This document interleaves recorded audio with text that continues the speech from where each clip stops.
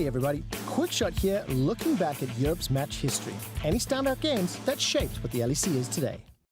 And we'll see how this adapts over the next 2 weeks. Of course, the players are back on stage because we are here for Game 3.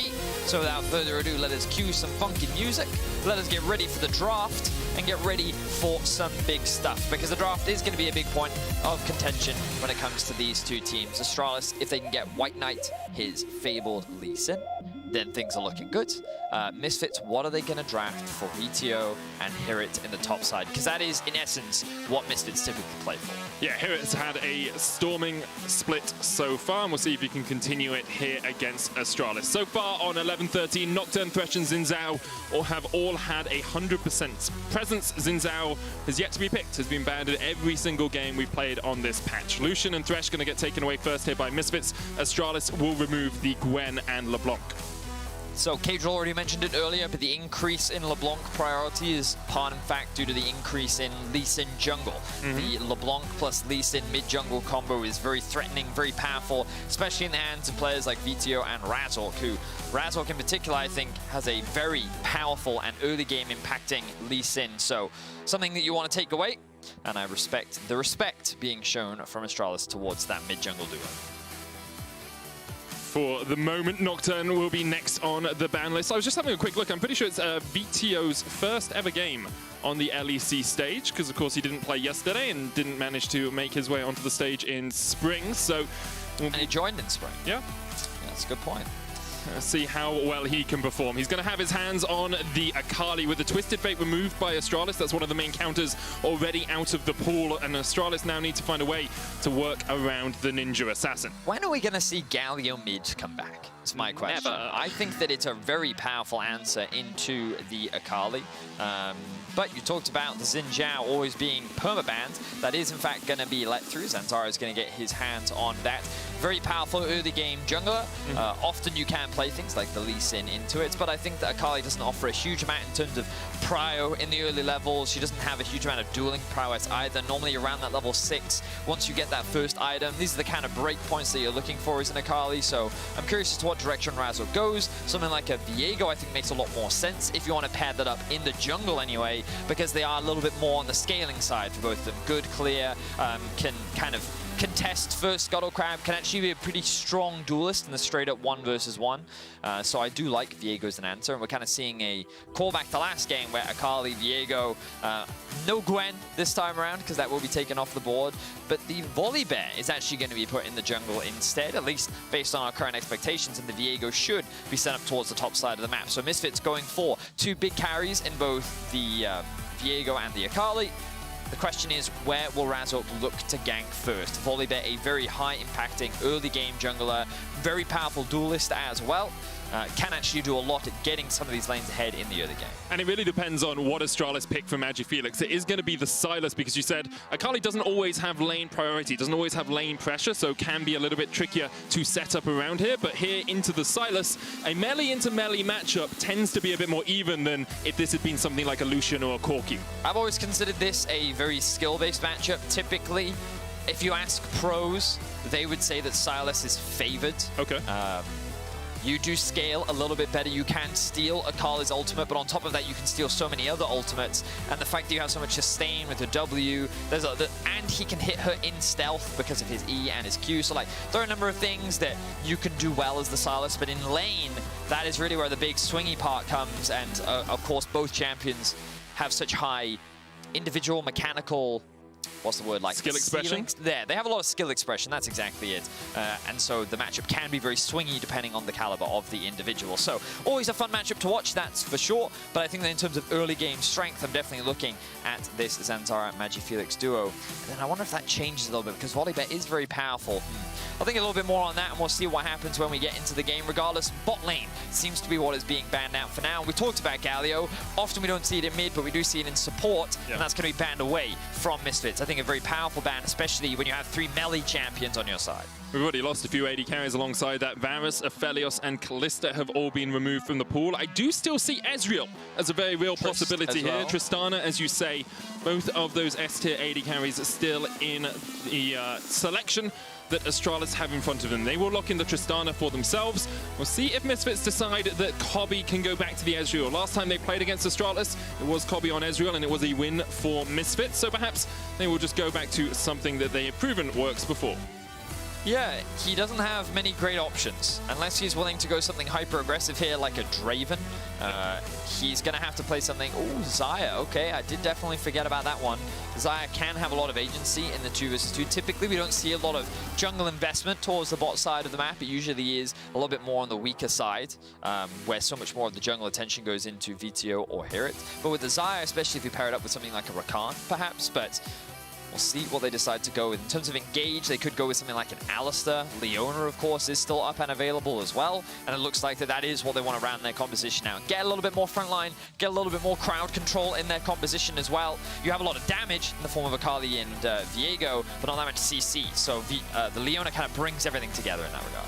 But the balancing act you have to strike there is when you pick the Leona, you are also giving Sylas a Leona ultimate with AP scaling, so it is a difficult decision to make, and I think that's the reason perhaps they didn't go for the Alistar, because Sylas with an Alistar ult is so difficult to deal with. Alistar will be locked in for Promiscu, and here we have our drafts. Both teams have strong early game junglers, mid laners that are in a skill matchup overall, and my expectation is actually we won't see too much action in the bottom lane, but we'll have to see if Jessica and Promiscu want to be a little bit aggressive, or if Kobbe and Vander decide that it is their time to shine. I'm not entirely sure who has the scaling advantage in this matchup, because again, the mid lane matchup I think is very dependent on how the early game goes. I think that Viego should have a bit of a scaling advantage over Mundo, but I haven't seen enough Mundo footage to say for sure he could just become unkillable and no one ends up dying in that side lane.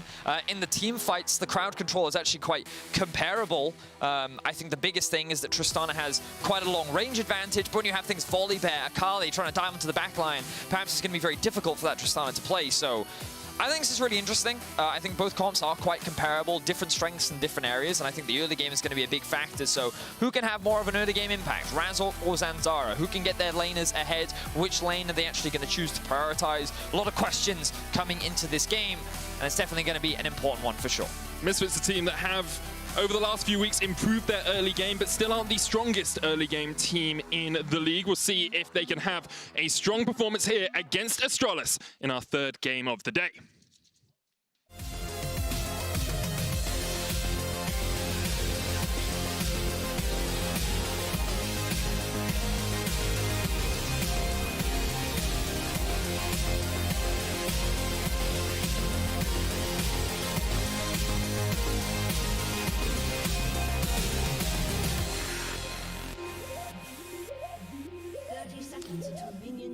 And once again, we find ourselves amidst the green grass of home. Summoner's Rift, where we like to spend our weekends. Hirit going for the Ignite teleport here on Viego. No real surprises there. You do see a lot of top laners or even mid laners these days foregoing the flash for a little bit of extra pressure in the lane. And into a Mundo who has so much healing, Ignite will work wonders. Exactly that. Medic. I was thinking a little bit more about this Astralis comp. The one thing that they do have is a lot of disengage. Alistar, just inherently a lot of knockbacks. Tristana ultimate, knockback. The Xin Zhao ultimate, knockback. The Sylas ultimate can also steal a Xayah ult, or could steal a Volibear ult, or could steal a Leona ult and like disengage a fight. So I will say that Astralis actually have a lot of tools to potentially keep the assassins off the back of Astralis. This could be something that actually gives them a bit more of an edge in the team fights later on. But yeah, I'm really curious because I think that both comps are very comparable, and how they scale is relatively even. But like I'm kind of edging a little towards Astralis, but only because of the Tristana and the additional range that it's going to have in the late game and how much access Misfits is actually going to have on this backline. But in any case, let's focus a little bit more on the early game. Where have the junglers started? Because it looks like both right now are starting bot side, pathing up towards top. This could mean that we see a little bit of a skirmish towards that bot side scuttle. And for now, in these early levels, VTO trading very effectively and should actually have prio, which then gives Razork a little bit more choice when it comes to the early scuttle crab priority. You can actually see how many wards Misfits have invested in the river this early on. There's 2 up in this top side river, 1 in the pixel bush, 1 even further up near the tri-bush, and then 1 down towards the bottom side. Perhaps expecting that they wanted VTO to push out, so they wanted to give him as much safety from a level 2, from a level 3 Xin Zhao gank, because we have seen how effective Xin can be at those early ganks. And now look at what VTO is using that priority for. He drops that ward on the Raptors, but Zanzara sees it. He sees the movement from mid into Raptors, so he's not going to give away that information. Instead, he's going to go straight towards his red buff. Hirit has the prio on top. VTO still has the push in mid. And again, we're kind of building up towards these 2 junglers meeting in the river. Zanzara has the choice of actually going straight towards top, going for an early gank onto Hirit, who doesn't have the flash. If he doesn't get the kill early, there's a real risk of the rejoin of Razork later on. But instead, I also see a circle at the top of your screen, which I'm not going to get rid of. In fact, more circles. I'm just going to ask Kevin. They're taking over. Yeah, you're going to have to get rid of the tool, Kevin. There's a doctor on the rift. He can cure that. The circles are taking over, Kevin. You must freeze the circles. In any case, while the circles just slowly dominate the screen. Yeah, so Zanzara's finally going to be spotted out. And the thing is, so a smart jungler will press tab and they'll see how many camps have just been taken. And so Razork should know what Zanzara has done with his clear.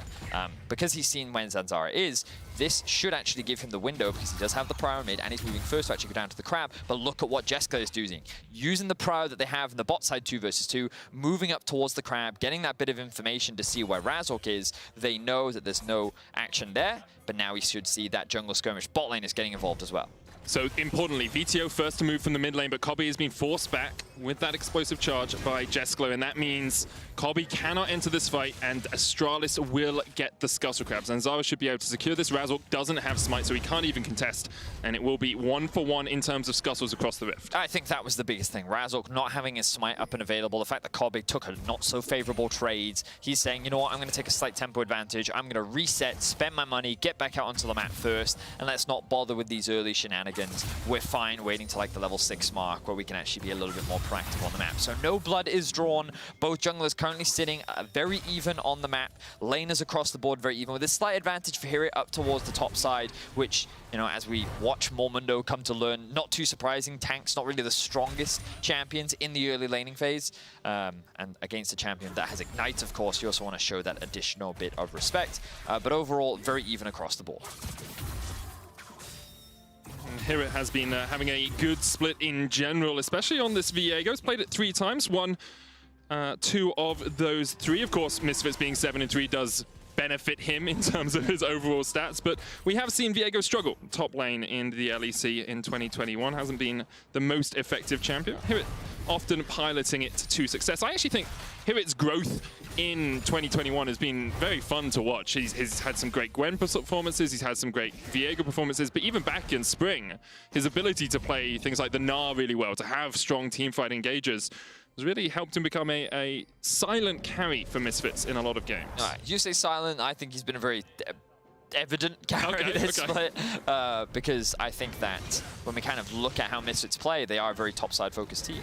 I think that Misfits are kind of leaving their bot lane to just be self-sufficient. Kobe has always been, when he was on Splice, he was Mr. Consistent. When he joined Misfits, he was Mr. Consistent. That's just what he is, right? He's a staple that never really loses you the game, but doesn't often have those hyper carry performances that also 1v9s a game. But that doesn't matter because sometimes you just kind of need that role player, someone that's there to do what is necessary, and then that allows the other stars to shine, right? And that is kind of the purpose of a VTO and a Hirit. And when it comes to VTO, I think that while he started off spring strong, I feel like that his impact has kind of like slowly started to wane. Are you talking about Summer now? This split, yeah, Summer split. Yeah, in Summer. I think the VTO's like started off very strong and then slowly sort of like, I don't think he's having a bad split. Yeah.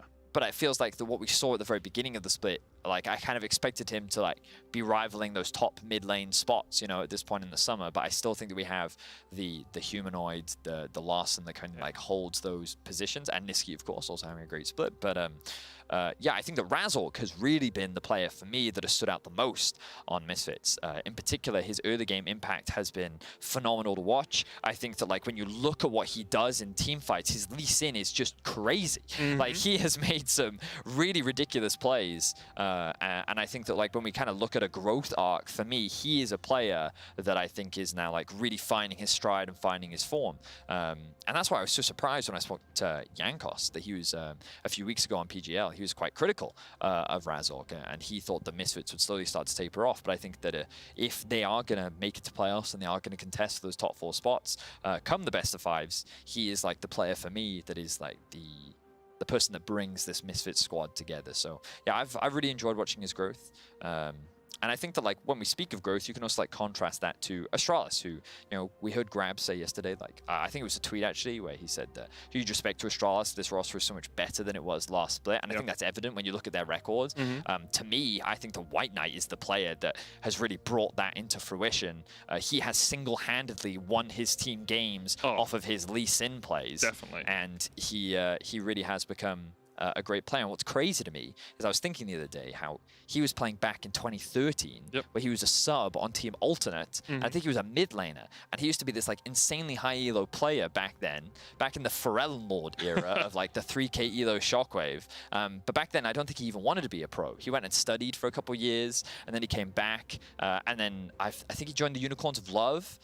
So he was PSG first in Challenger Series, and then right. Unicorns of Love. Yes. So he played in the Challenger Series for a little while. But like what's crazy is like he is a player that's actually been around for an insanely long time, and now like to me he's kind of like hitting his peak, you know what I mean? Like I say peak, not trying to say that he's like capping out, but like he's like hitting his stride. It's the best that he has perhaps been while he's been playing. Yeah, and I think that's like pretty incredible to see, especially with the big debate around like age being a big thing in esports as well. Currently he is 25 years old and hopefully many more years of competitive league in him. I will just say there's a visual issue on Magifelix's PC, which league officials are currently investigating, which is why we are in a pause. We'll be out of it as soon as possible. And I do, I mean, you went on quite a long spiel there. Well, I know, because we had a pause, so I was like, different things. I'll just talk. And there were, at every point, I was like, oh, I could say something here. And then we went into a different point. So let's just go somewhere else. Currently, obviously, Astralis sitting at 4 and 6, right? Right. Alongside, I'm just going to make sure I get all of these right as we say the exact teams that they are alongside. They're sitting alongside XL at 4 and 6, Vitality at 5 and 6, obviously, after picking up a win earlier today. G2 could be 5 and 6, could be 6 and 5. When you look at that selection of teams sitting in the 5th and 6th spot, you know, G2, Vitality, Astralis, XL, Schalke, SK are the teams sort of fighting for those final playoff spots. I think Astralis actually have a much stronger chance than some people are giving them credit for. Obviously, depends on if Vitality's form continues and depends on if XL continues to look good with Markoon and Advienne. But I wouldn't be surprised at all if we see Astralis fighting for 6th place, if not getting 6th place at the end of the season. For me, it's hard to believe. I think that like a lot of their wins are almost miracles. Okay. Like when I say that like White Knight has single-handedly won games, I really mean that the game has kind of dragged out to a point where he then makes a play on Lee Sin and then the game suddenly swings because they win a team fight and they win the game off the back of it. You kind of look at how their early game leads play out. They don't have an early game. Magifelix, I mean, yeah, they do always fall behind in the early game. They really struggle in that part. And so when you don't have the core asset of getting an early game lead, then it's hard to then transition that into a good mid game. So it always feels like that because they're constantly playing from behind, you never really get to see what the team can potentially be good at. And like they don't have a clear identity either, I don't think, because I think that when you look at how Magifelix as a player has been, he's not super resource intensive, he's quite independent, he does his own thing. I think that when you look at Astralis' bot lane, they also don't really ask for a lot of ganks. They do get ganks every now and then, but when you look at this roster, like, who do you think is like the standout that you want to put all your resources into to then like 1v9 the game? And I think that while White Knight has stepped up to be that, I feel like that the identity of the team has never really been funneled into that. So that's why for me I struggle with Astralis. I get that. Without a clear identity, I think that it's difficult to like refine, perfect that identity, and then actually challenge other teams and like, fight for top 6. I guess the argument in my eyes is we're in week 5 and they still are picking up these wins and they still are challenging, and other teams that perhaps have a more defined identity, Vitality, have been struggling even and haven't been able to refine that identity. So we'll see if Astralis can find a single player to play around or a specific style to play around over the next few weeks, and whether they can challenge for those playoff spots later. We are back on into the game, and we'll just have a quick recap of where we are. First, parts of items have been picked up on either side. VTO going for the Oblivion Orb first into the Silas. Down towards the bottom lane, Cobby has got himself some Berserker Greaves. Basically even between these two teams. And yeah, we're hitting that level 6 mark. We're hitting that point where the expectation is, looking at the compositions they'll want to brawl. But I will say, Vedi, we talked about the early game from both these junglers, and neither of them have really, really done a huge amount as of yet. Well, so, yeah. I thought that, like, well, maybe Misfits would look to try and play through top, okay. But again, Astralis don't have an early game, right? Like, they never really do much in the early game. And I think that Misfits is the team that you would expect to try and be the more proactive. When you look at how the solo lanes are going, any Akali that's going even in lane is a happy Akali. Sure. Because you just want to get that first item down. And then in a tank matchup for Hirits, their logic is probably, well, this is a hard champion to dive. It's a hard champion to kill, especially when you have 2 stuns. One of them's not going to work.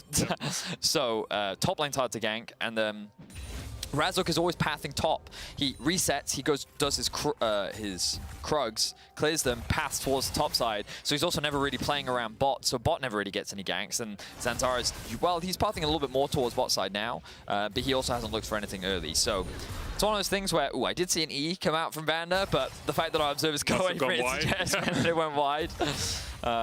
So yeah, a pretty slow early game, a little surprising from the Misfit side, but kind of as I expected from Astralis. I will say it's kind of surprising for the composition, but not surprising for Misfits as a whole. On average, they only are 28 gold ahead at the 15-minute mark, and Trevor explained well our win expectancy stat. Basically, it amalgamates a bunch of ideas in the early game and says, well, we expect a team in this position would win 50% of the time, right? However, Misfits win 70% of the time, kind of indicating to us that their mid and late game, their team fighting especially, is a lot stronger. To clarify, this is their average, not the current win expectancy. Yes, sorry, that is their average win expectancy. Right, so what you just saw 15 minutes, yeah.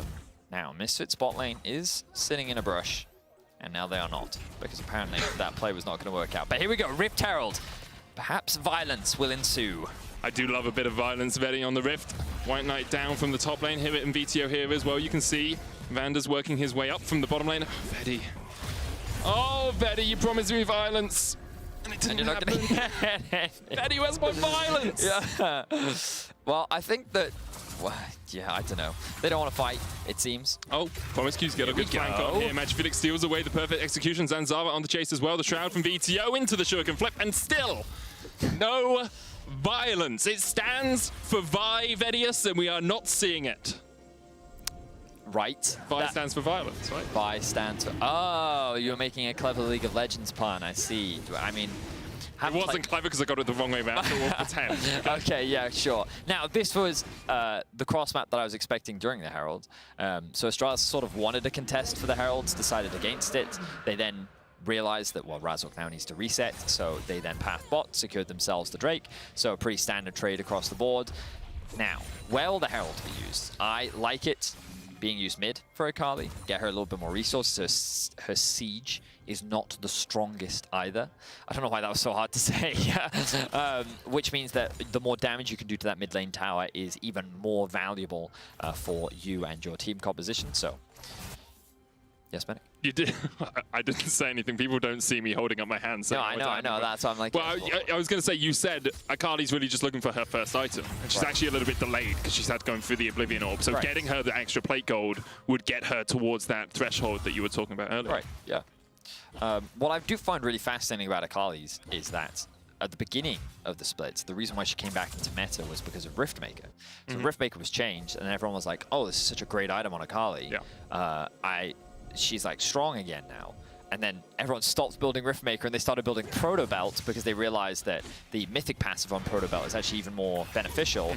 On top of that, it's an extra dash for Akali, which actually makes landing your E easier and your initial R easier. Okay. So they were like, great, hang on. Akali was never weak in the first place. I mean, all you have to do is look back to Ardent Sensor meta and realize sometimes the pros don't understand what they're talking about. Right? Like, they're very smart people and they're very good at clicking their buttons, but sometimes things go overlooked a little bit. So what I think it is that during regular season, every 2 weeks the patch changes, right?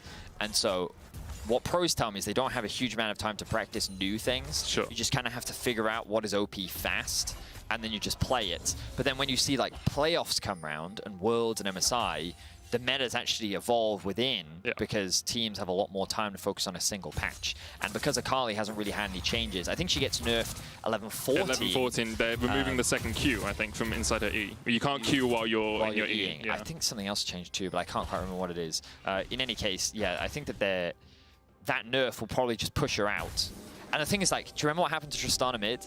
Because I don't. She just disappeared. And like, I don't think Tristana was nerfed. They heavily nerf her AP ratios. Yeah, they did on her ult. They like halved it or something. Did they? Yeah. Yeah, but do you mean AD Tristana mid? Because I'm thinking back to the good old days of AP Tristana mid. I'm talking about last split. Tristana mid was the most powerful Remember when Tristana mid with Death Eye Grasp? That's what I thought you were talking about. Yeah, my friend, fun fact, my friend solo killed Power of Evil and Insomnia 49 with AP Tristana. He was playing Lux.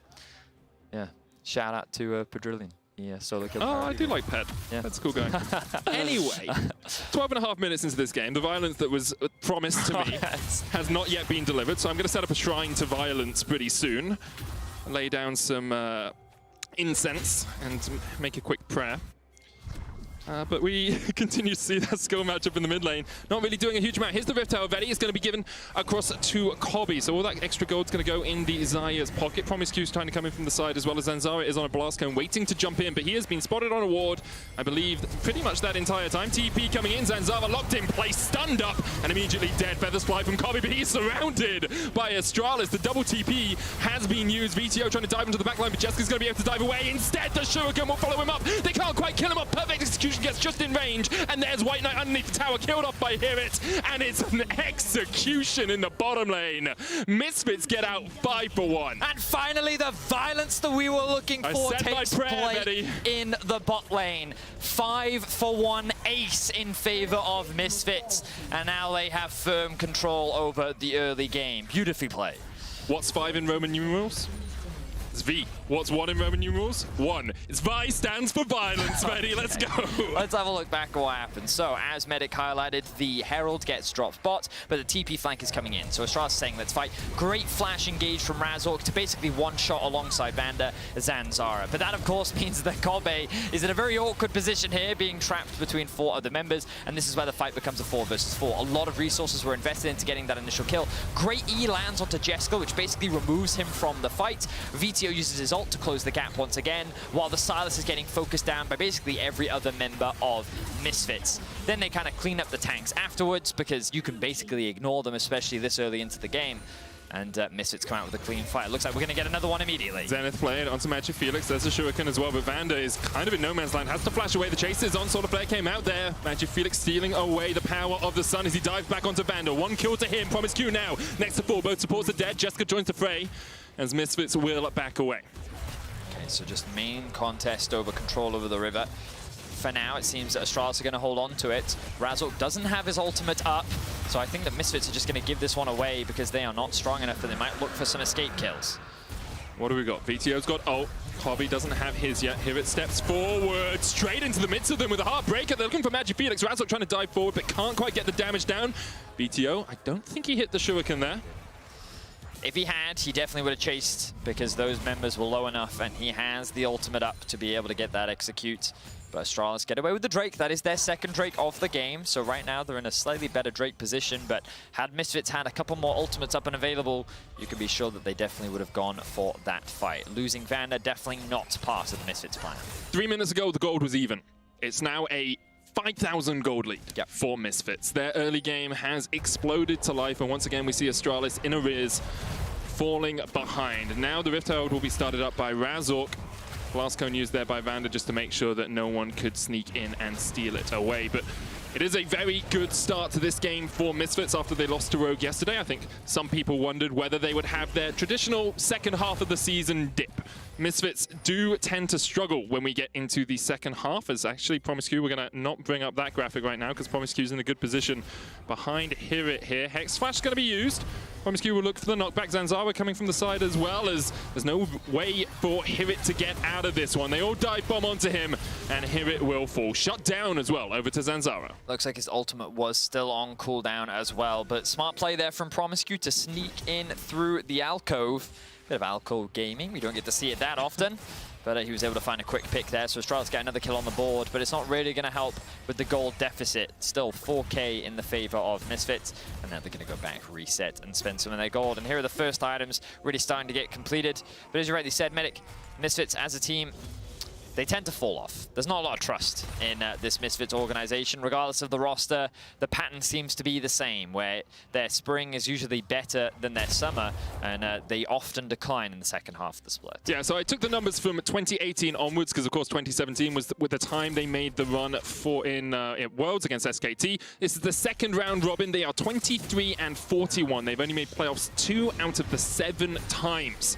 They only had one split where they actually had a positive win-loss in the second half of the season. That was in spring, so perhaps good signs for Misfits overall. But historically, the organization does tend to struggle when it gets towards July and August. But this is also the big thing for Misfits. Finding VTO, combining it with Razork. This mid-jungle duo is supposed to be like the cornerstone of this roster. The Misfits that can eventually grow into what the Mad Lions have, the player like Humanoid, with what Rogue have, the player like Larson, you know, and you know, G2 with players like Caps, and what Perks was originally. Like, it seems that in Europe, a lot of the greatest rosters are originally built off of that core foundation of a talented mid, and you know, the EU mids, man, you go all the way back to Alexish, Froggen, Xpeke, like a lot of rosters kept those players while new players kind of like filtered in around them. So this is kind of the foundation. This could be the turning point in this Misfits org to start the upward trend. Did you deliberately leave Ocelot off that list, or if you can't, if you get backdoored, you're not allowed to be on the list? The former SK mid laner? Yeah, I did. Yes, I did. He was an RE1 trick, I think, back in the day. Oh, he's not kidding. I can already hear the tweets right now.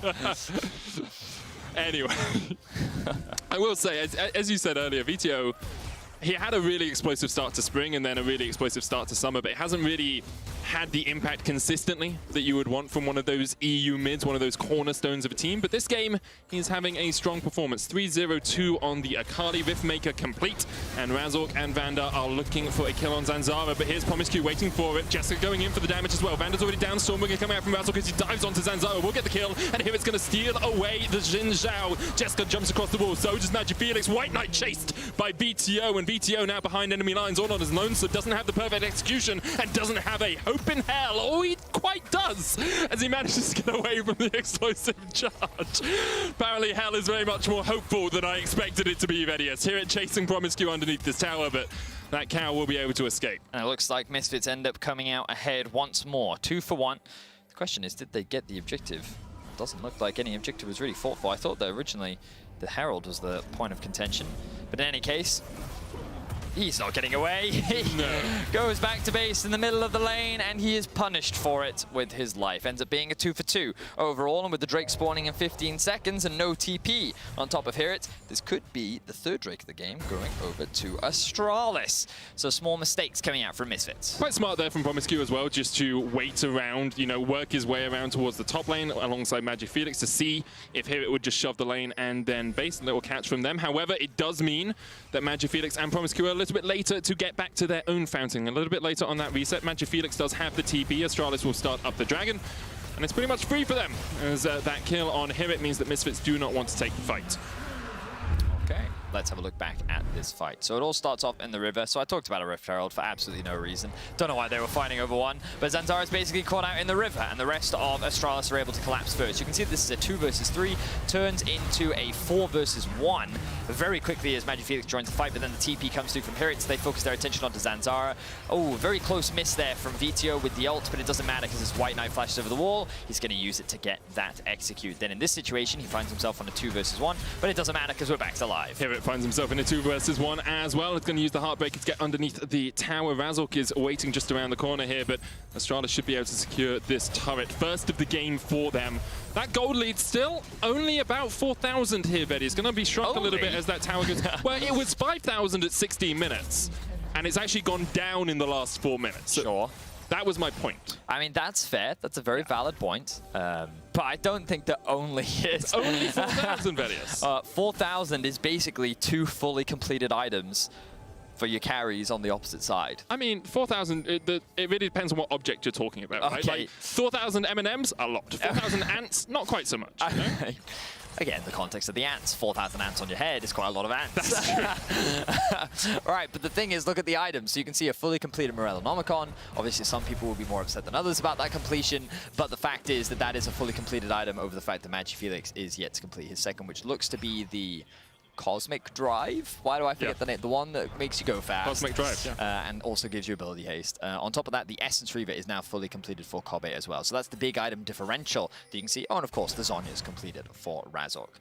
Does that confuse you? Sure. It's not often you see a huge bear build an AP item that gives you... scales so well with does, AP. Yeah. And I was hoping you'd explain that without making me sound really dumb. No, I mean, you also know that. So I just thought that, I was just giving you the opportunity because you were talking about items. I mean, that's kind, but you're also smart, Medic. You know a lot about the game. You've played against AP Volibear top lane. I have, the Riftmaker days. Oh, dearie me. Like, that was really strong, and that's where a lot of people figured out you could just build a Zhonya's on this champion, and so when you ult in to 5 people and you're about to die, haha, Zhonya's. Oh, the best item in League of Legends. Did that get nerfed? I still think that AP Volibear top is decent. I think its ratio's got nerfed a little bit, but for now we're going to talk about the fact that Misfits are setting up around this Baron. They have started it. They were spotted on a ward as they went towards it. TP. Fast automation coming out. As you say, White Knight does not have the TP. Astralis very much know this is happening. VTO doing his best humanoid impression as he waits in a bush to see if he can catch out someone, but that Baron is going lower and lower. 2,000 on it. Razork's going to secure it with the smite, and now Misfits continue to look for the fight. White Knight has joined the fray. Soul of there goes a little bit wide. Razork diving forward onto Promisecue, but can't quite get the damage down. And now the re-engage comes in. Zanzara, Crescent Guard, Featherstorm comes out. VTO trying to dive onto the back line, trying to get onto Jessica, but he just can't get the damage down right now. Stormbringer being used. Promisecue with a 3-man knock-up on the back line, but Jessica just can't get away from VTO. A double for the Akali. And 5 kills to 1 in favor of Misfits. Another clean ace from the side of Misfits. Yes, they did lose VTO this time, but he did the damage needed to help his team come out on top. Baron secured. 8k is the gold lead. Misfits are looking to continue their winning ways. 23 minutes in, they are in total control of this game, and as you say, looking to pick up a win here would put them back up near the top of the standings, tied with Rogue until we see Rogue play G2 later on today. 9 wins has been the cusp usually. Misfits would be 1 away. So let's just keep track of the Akali in this fight, because I think that playing Akali in teamfights is very difficult, but what VTO does is very smart. So he's going to use his E initially to kind of create a bit of a gap between him and Promisecue. Then he's going to go back in, use it as a means to get on top of Jessica, and now he's buying time. Look at the chaos that he's creating in the team fight, and now he's just waiting for a target to get a little bit lower, go for the execute, and look, he lands another E onto Jessica. Jessica just doesn't get to play in this fight because of the commitment that VTO has onto that backline. At the beginning of the draft, I was saying, how much access is VTO actually going to have onto this Tristana? Well, it turns out when you play Akali like he does, you're going to have an incredible amount of attachment power, I guess is my English for this. Sticking power. But look at that, 4,000 damage. Props to VTO. His Akali definitely is clean, and he played that fight beautifully. Yeah, really good stuff there from Misfits all around. Now that gold lead up to 9,000. Razork yet to die this game as well. He's got himself a Spirit Visage as well on this Volibear. So very strong all around from Misfits as they look to try and close this one out. Astralis really back on their haunches, back on their heels, don't really know what to do. There is a dragon up for them in 8 seconds time, but they can't even walk into their own jungle, never mind towards that neutral objective. Here it's going to push in this bottom lane, the rest of Misfits in the mid. Magifelix only just finishing his recall as at first tower in the bottom lane, almost down. Mid lane tower about down to half. Here it has one more minion here, but the rest of Astralis are actually looking for him. Harrowed Path going to try and get him away, but he doesn't get the invisibility. Heartbreaker used as well, but he's been rooted in place.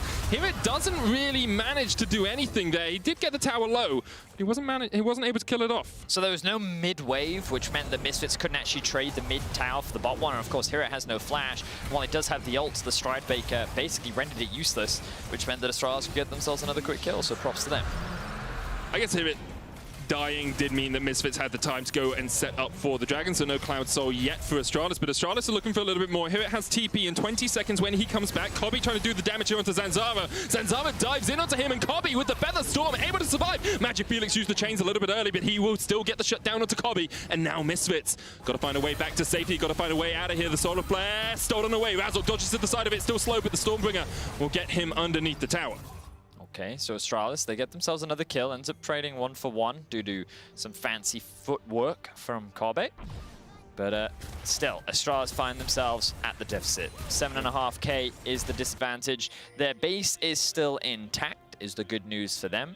And Misfits Siege is not the strongest. When you have this many melee champions, breaking into the base of the opposition is always going to be much more challenging. You're very reliant on that Baron, so the fact that Misfits couldn't actually take one of these towers down, even get an inhibitor, is going to buy a little bit more time for Astralis. Give them another opportunity to find that team fight, but perhaps it'll be too little too late by then, because Vito, you can see, working towards the death cap. More items starting to be completed. Kobbe now completing the Lord Dominic's Regard as well. Basically, Misfits is still a mountain to climb for Astralis to be able to turn this game around. Yeah, you can just see item discrepancies across the board. Jessica still hasn't got that Infinity Edge, but when he does, as you say, Tristan, a very long range, it might be a little bit more tricky for VTO and Hewitt to get on towards that backline. For the moment, though, with that Rabadon's complete, VTO is truly a ninja assassin mage wizard. He kills you. He kills you. He puts knives in your face and they're magically imbued, so it hurts even harder than it normally does. Wizards, they're always so annoying. How many wizards do you know that use magic knives? Many wizards. Many wizards? Many wizards. They are just so... Gandalf, well known for his knife. I mean, I don't know him personally, okay, but he's not a user of knives. True. But just think about it. A wizard assassin, you know what I mean? Like, can you think of anything? Like, think about it, you know? Right? Like, Akali can literally, like, remove her existence with her shroud. Like, if that's not magic, I don't know what is. I mean, and then also when she throws knives, right? She has, like, the reflexes of a cat. You know what I mean? Like, that's magic. I mean, that just sounds more like Witcher senses to me. I mean, but she's not a Witcher. She's a wizard because she's building Rabadons. That's what wizards do. That's what wizards do. Right. You know, you look at Hirit, right? He's playing Viego, just buys a bunch of swords and a gauntlet. And that makes sense. Glove. He's like a knight, you know what I mean? With his weapons and his armor. A giant Thunder Bear would obviously build an hourglass so that you know how much time you have left. Anyway, Baron spawning in 20 seconds. I was just buying time for that because Akali's pushed up the bot lane. Oh, so I've actually been informed. Oh, have Gandalf you? does have a knife. it's a Morgul blade. Actually, is that the one he gets on Weathertop, where the Nazgul stabs? No, but that disintegrates. Stabs Frodo and then disintegrates. Anyway. He had a knife, still counts. Wizards with a knife. Wizards with a knife. Anyway, as you say, Baron up in 20 seconds. Of course, Misfits had to wait for this because their siege isn't the best, so they couldn't pressure those inhibitor towers. And what they did do with their time was they gained vision control. Yes. As you can see, Astralis, no vision in the river. So now Misfits will start up this Baron. 8,000 HP on it. Astralis need to find a way into the pit. Zanzara does have the flash, has the smite, so perhaps could look for it. TP coming in behind as Astralis look for the fight. Magic Felix on the flank, but he's going to be immediately dived on by 4 members of Misfits. Razzle flashes forward. Heartbreaker from here. Stormbringer stolen, followed up. It's bear on bear action here in the top lane, but Magic Felix able to walk his way away. The Baron, though, can be re-aggroed here by Misfits. Magic Felix no longer has the TP. It's down to half HP. And Astralis would have to have a sneaky steal here to keep themselves pretty much in this game. You have to feel if they lose this Baron, yeah, pretty much out of it. But Misfits decide they don't want to continue it for now. Well, Razok used his flash and his ult. Same for Hirit. And Magic Felix has now been able to heal up and actually, well, he decided not to get back out onto the map. What's he doing? Did he buy a pot, perhaps, because he assumed that he was about to get into a fight?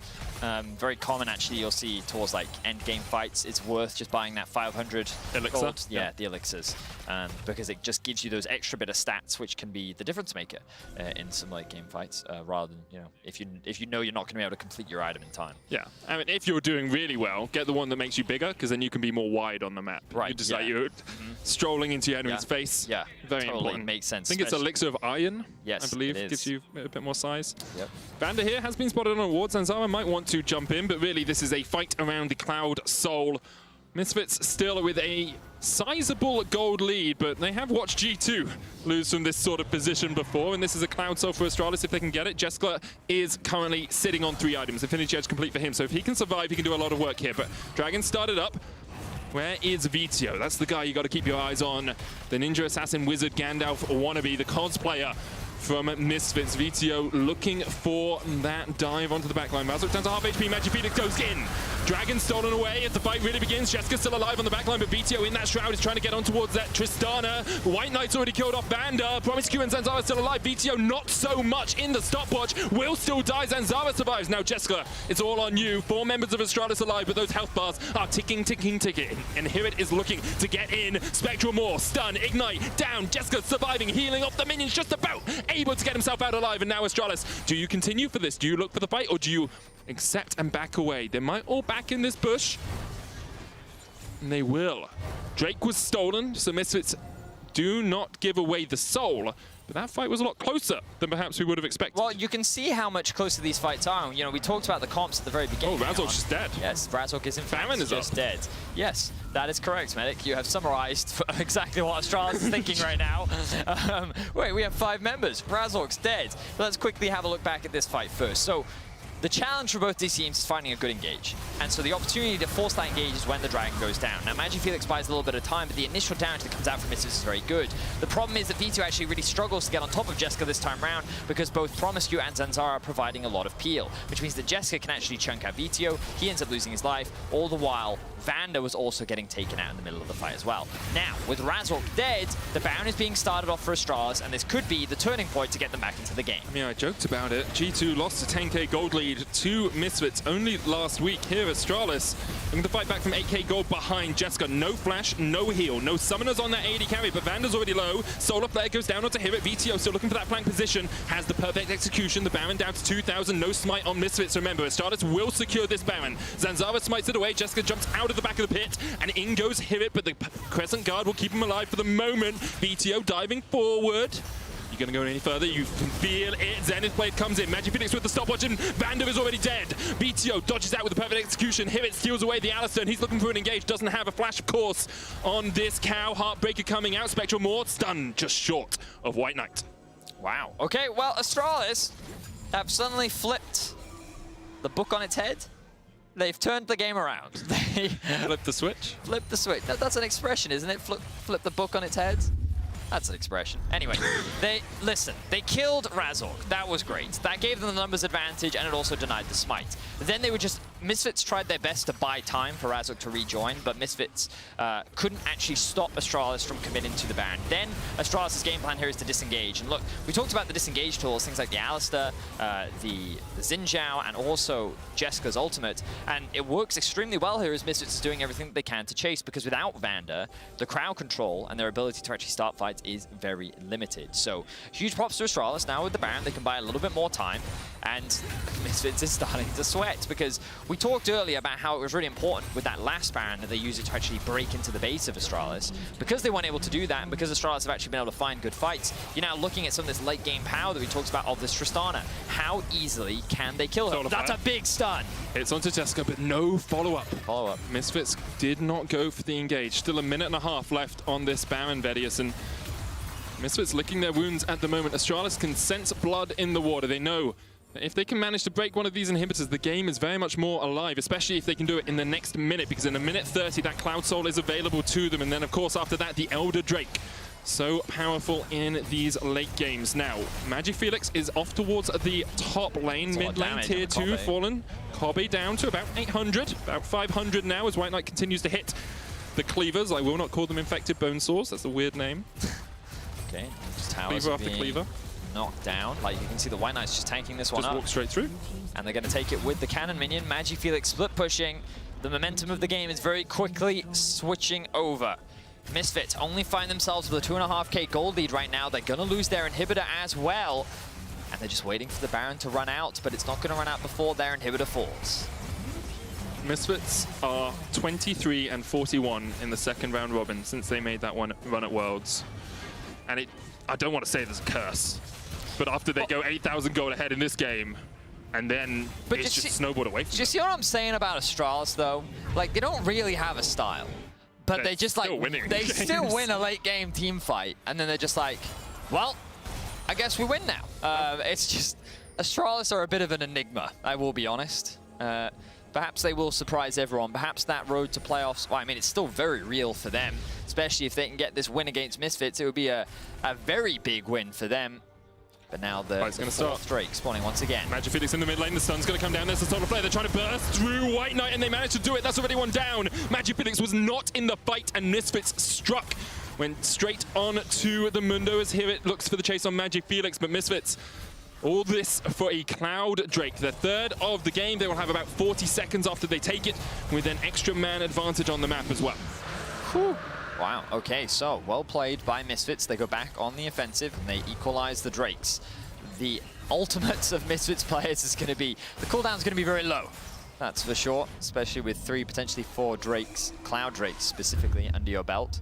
But yeah, the replay of this is pretty straightforward. I like how Vander uses the initial E. You can see Spell Immune, and then the follow-up Q is actually what locks him down, and then the Feathers as well, the combined CC, all 5 members focusing him, is enough to actually get that shut down. VTO tries to go onto Jeskla, decides not worth overcommitting here. The rest of his team can't follow up, so decides to just disengage and take the Drake.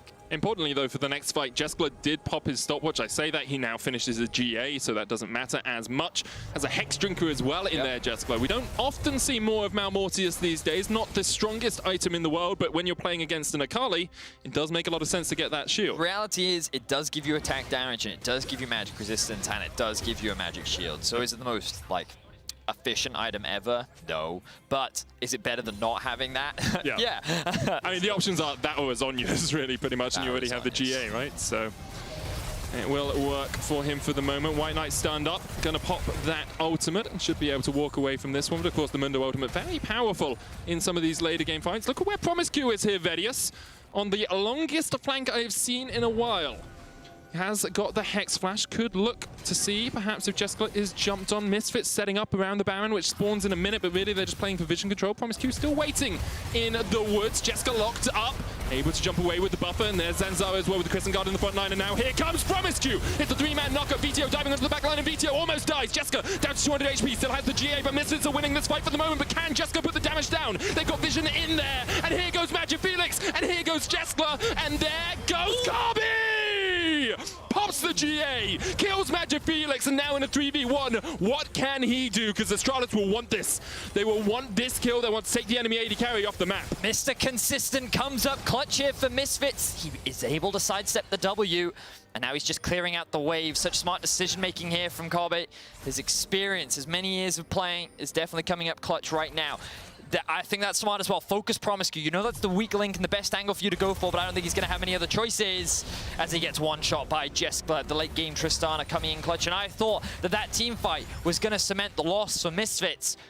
But the problem is, while Corby did buy time, that Baron is still up and available. But let's watch this, because Razok flash engages onto Jeskla. The follow-up CC is a little late, which means that he doesn't get locked down. What happens to VTO in this fight? Because as he dives in, he just kind of gets shut down. He tries to execute Jeskla, but then the rest of the team immediately comes in with a peel. MagiFelix plays that beautifully, landing the stun down, and then Jeskla from the backline can just start cleaning up. He's protected. No one is diving on him anymore, and so he, alongside MagiFelix, can get kill after kill. Then this flash from Corby was just so good. I thought that that was going to be it, but Corby saw what he had to do. He was able to make it happen, but now with him dead... 10,000 damage! Yeah, he really did come up clutch there.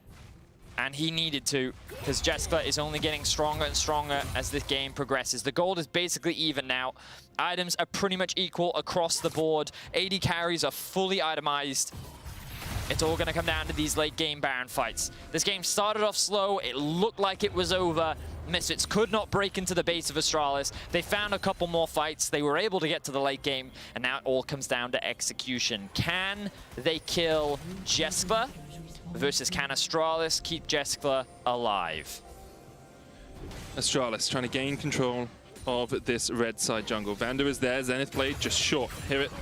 Sees Promiscu in his face and decides harrowed path to safety. Zanzara still looking for the flank position here as that tower in the bottom lane will fall like paper in front of a strong pair of scissors. Jeskla cuts through it. And now the inhibitor tower next on the menu. Mid lane inhibitor respawned a while ago. Astralis do not have super minions to aid them. Dragon up in 47 seconds. Whoever gets it will get soul. But the question is, will Astralis even back off and fight around that? Jeskla has the range. No rapid fire cannon on this Tristana, so it doesn't have those super duper long range shots, but level 18 has that passive all the way charged up. Some of the longest range autos in the game. For the moment, though, Misfits continue to try and defend, but now the minion wave is here. Vander goes in, they're looking for the burst once again, and White Knight is already down. The tower still stands. Feathers going out from Kobe. Razork diving onto the front line. Zanzara pops the stopwatch. Razork does the same. Jessica's still alive. VTO unable to get onto the back line, and that is the jungler down for Misfits. The inhibitor next on the menu. Promiscu and Zanzara down to half HP. VTO does still have the perfect execution, does still have the flash, but is all in lonesome right now. Hits the shuriken. Is he going to go in? TP flank available for Hirit here as he goes for the long way round. The chase has to follow though. Vander doesn't have flash, doesn't have an engage. Is Hirit just going to go in alone as he looks for Zanzara? Puts the Harrow Myth down. Promiscu knocks him out straight away, and there's the stopwatch. Jeskla still has the jump to get away from this one. That Cloud Drake on the menu. Zanzara will secure it with Jeskla. BTO diving in into the shroud, looking to see if he can perhaps get on towards the enemy AD carry, but he just can't do it. He just can't do enough. Go stopwatch will stop time for a second. Promiscu distracting Kobe off towards the top side. Hirit still has the GA, and Misfits might be able to win out this fight. Here it goes into the GA. Jeskla putting as much damage down as he can, but the shutdown comes out. Kobe will take it on Magic Felix. Jeskla, Zanzara still alive, and Misfits are pinging for that inhibitor tower. A very drawn out fight, but now VTO is back on the map. Razork respawning with Magi Felix dead. I don't know if Jeskala's going to be enough by himself to stop the siege. They still have the Baron, but Misfits have their eyes set on the Nexus. 4 versus 3 with Razork in tow. Misfits looking to close out this game. VTO about to get his ult back off cooldown, still has the flash. What does Kobe have? Featherstorm and his flash of his own, those Nexus towers. Kobe just needs to hit them a couple of times. 1, 2, 3, 4, 5. Almost 6 auto attacks on it. Almost takes down the tower, but the minion wave has been cleansed. Razork will have the ultimate here. They want to dive the Nexus towers. Kobe goes low. Vander misses the Zenith Blade, and now Kobe on the front line. Featherstorm coming out. He's still got the flash, remember. Flashes away, but Kobe's so low. Stun going on to Zanzara. Jeskla with a flank position here on this Tristana. Just needs one auto attack for the reset. White Knight flashes forward. Shut down. Jeskla bashes away from the Spectral more, and VTO tries to get on him. VTO kills him. Can they do it? No AD carry on either side, and now it's really up to the rest of them to brawl it out to see who can win this game. 43 minutes in, it's been neck and neck, but who is going to win the team fight? Vander fighting Promiscu. VTO is going to kill him off, and Misfits have done it. White Knight, the last man standing, but Magic Felix is in the base. Can he do it? Magic Faker with the back door. We mentioned Ocelot. Magic Felix, you've got to clean out. You've got to clean the minions as quickly as you can, because VTO is now here. Magic Felix takes the second Nexus tower, takes the perfect execution. Magic Felix, is he going to take the game right out of Misfits' grasp? He's almost killed off VTO. Here comes Vander. Magic Felix still doing it. The Solar Flare gets the stun, but Magic Felix takes the win. Thank you all for tuning in, and let us know if you enjoyed the game or have a specific match that you want to see by tweeting at LEC. Match History, we'll see you next time.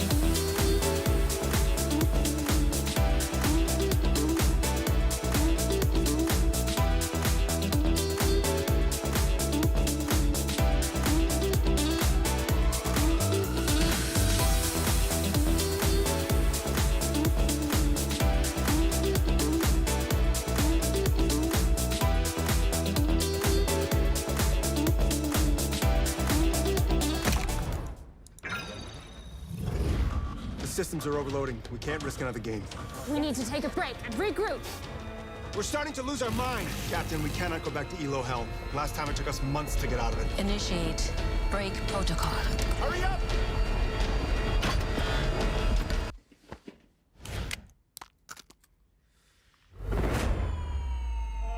Yes! Yes! I did it! We did it! We did it! Even the biggest champ needs a break.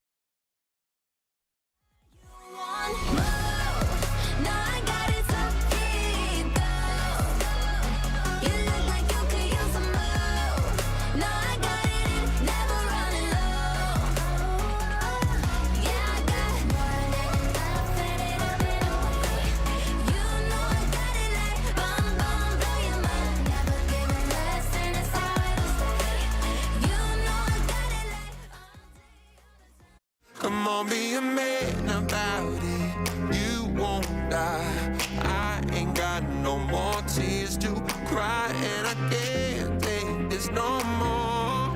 You know I gotta let it go. And you know I'm out of love. Set me free and let me out this misery. Just show me the way to get my life again. The planet and us are connected. We share its veins. We can continue to clog them, or do something about it. By using millions of recycled plastic bottles in our new generation of durable washer and washer-dryer tubs, we reduce plastic waste from leaking into nature's veins. Discover Beko Eco Tub washers and washer-dryers for healthy living on a healthy planet.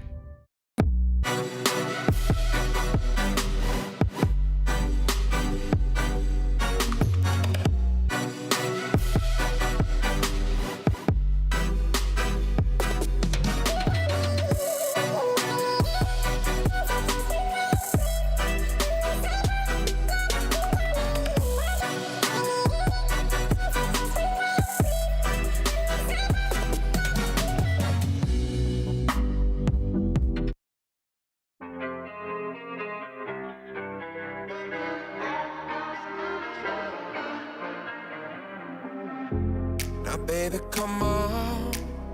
Don't claim that I love you. Never let me feel I should've known. 'Cause you brought nothing real. Come on, be a man about it. You won't die.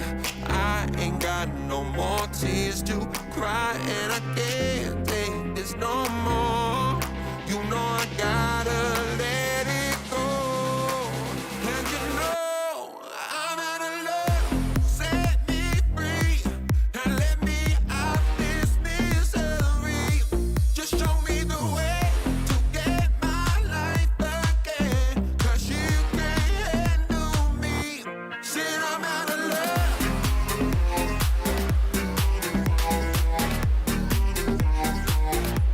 Said I'm out of love.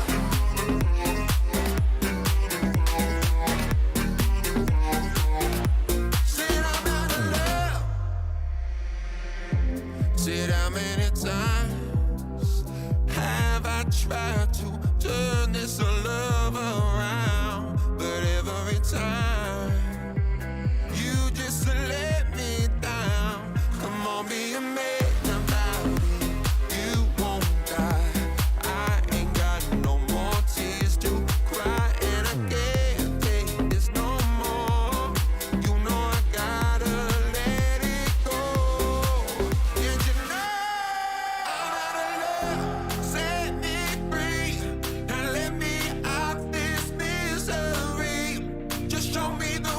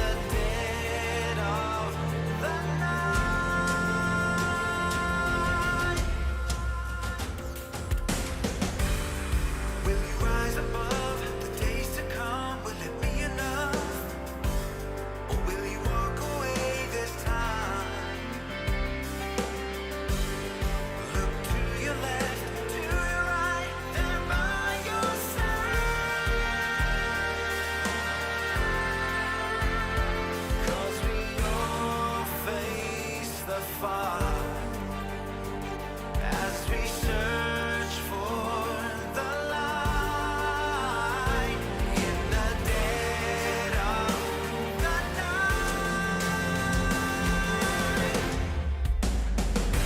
Feel that rush, feel the tide. Can you feel this newfound change? Only yourselves are here again.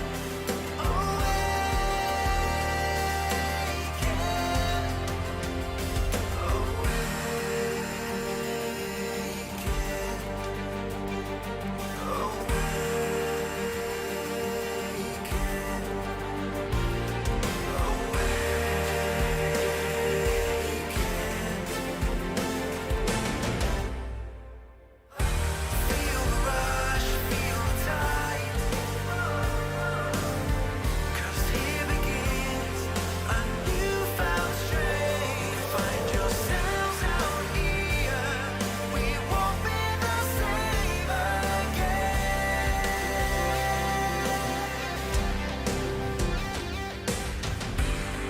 If you had it all, would you look the fall in the eye? Could you walk away this time? Do you realize, do you recognize it's never over?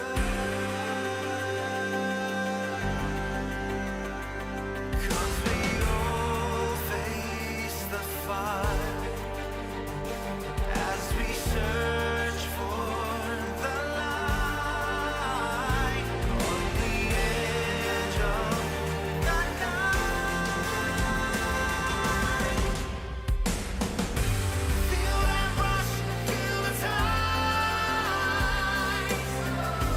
Can you feel this newfound change? Only yourselves are here again.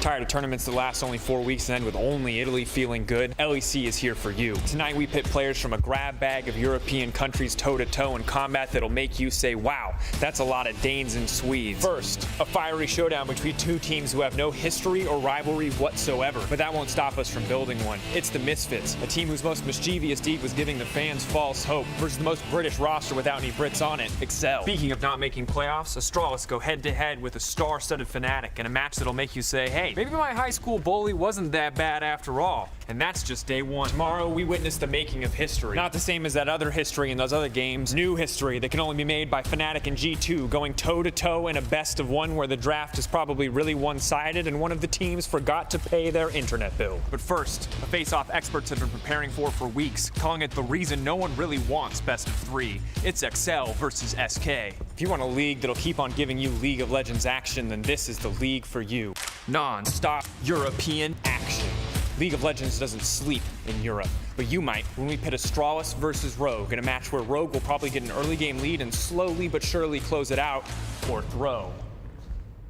Still not enough league for you? Me either, which is why I just trash talk your favorite players so you can stay engaged and enraged every day of the week. Sorry, Reckless. Guess I just prefer a more active approach to AD carry. In playoffs, we put the 6 best teams in Europe up against each other in a grueling mix of 3, 4, or 5 game series, supported by musical content that toes the line between damn, the LEC is good and damn, these casters are self-indulgent. All of that just to decide which one of our teams will lose to a representative from the LPL in a tragically one-sided fashion. But hey, maybe this time it won't be G2 or Fnatic. Legacy, Dynasty, King, Reckless, New Era, Peak League of Legends, LEC.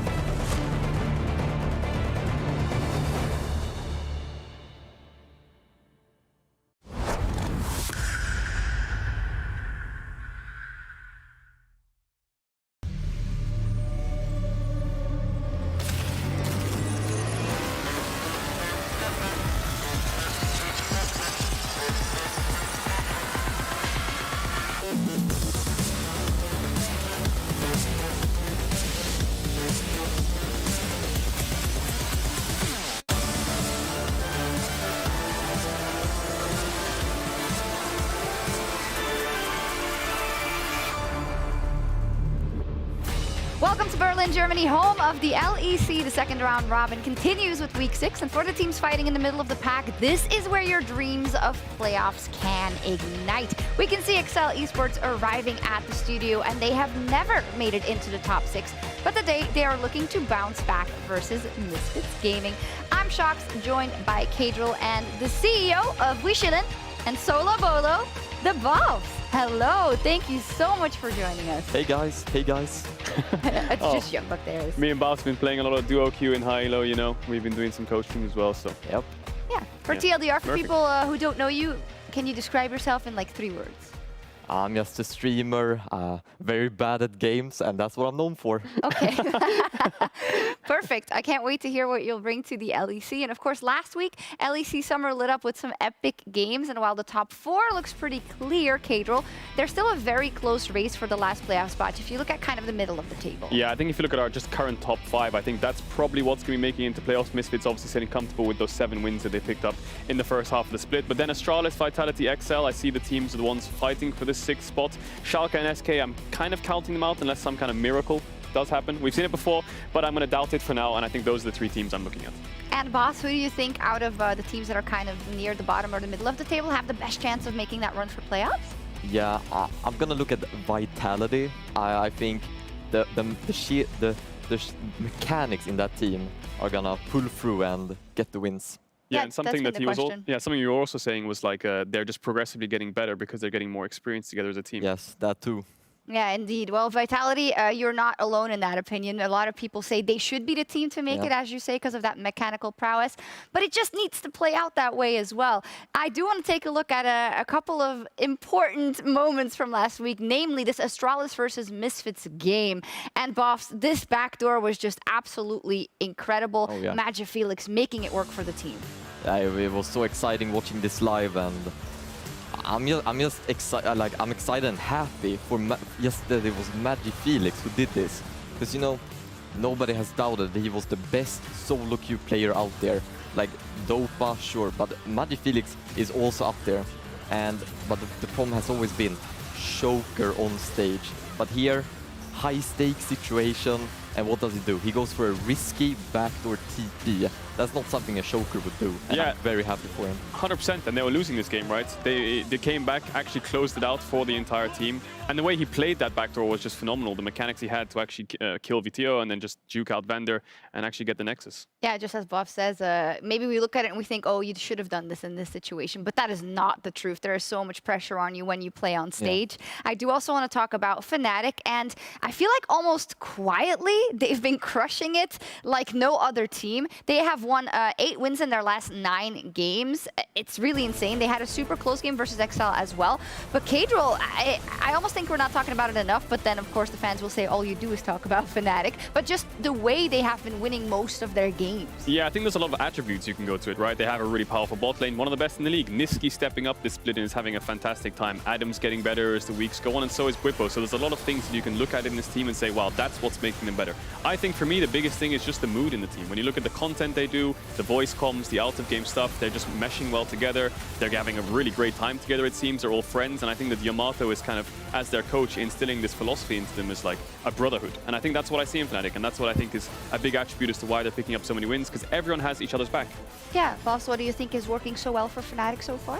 Yeah, I mean, gonna talk a lot about Adam today, so I'm not gonna mention him in here, but he's great. I feel like Nisqy is stepping up, of course, and yeah, they're just a really good team. I think that's a great shout, because Nisqy is also not someone we talk about necessarily that much, but he's been quietly having one of the best seasons in his career. Yeah, and if you think of Nisqy, you think of almost like this supportive player in the years past, you know, Twisted Fate, Galio, kind of helping his team and snowballing his team, being proactive around the map. But what we're actually seeing is things like the Sylas and stuff, where he's sort of the resource taker and the carry for the team. He gets a lot of resource from jungle, and they play through mid to help him out a little bit. Fantastic. Now, as a quick refresher on our summer playoffs format, while the top 6 from the summer season will advance into the playoffs, their seeding will will be determined by their championship points, which carry over from the spring split as well. So if we take the current standings and the head-to-heads into account, this is what the seeding for playoffs would look like. And this would also mean that as a _1 team here, Rogue would be able to pick out of G2 and Fnatic who they want to play, and the Mad Lions would play the other one, and then Vitality would play, Misfits would play Vitality or Astralis in that first lower bracket game. Yeah, and the first place and the second place teams who get those third and fourth place teams, obviously they can go into the losers bracket, right? So they can afford to drop one series. If they win, they go straight through anyway. So exactly, and also very important is if you make it in the top 4, you only need to win one series to make it to Worlds. So we'll see how that plays out. Super crazy. It's a huge considering just Europe only has 3 spots at Worlds now, right? I keep forgetting. You look at LPL, you look at LCK, they have 4 spots. So that extra win to just secure it, to alleviate the pressure so you can actually focus on the playoffs themselves is a huge deal, I think. Bobs, who do you think goes to Worlds from EU? G2, of course. Think Fnatic have a very good chance. And the last one, gonna put out a wild card there. Vitality. Vitality. Okay.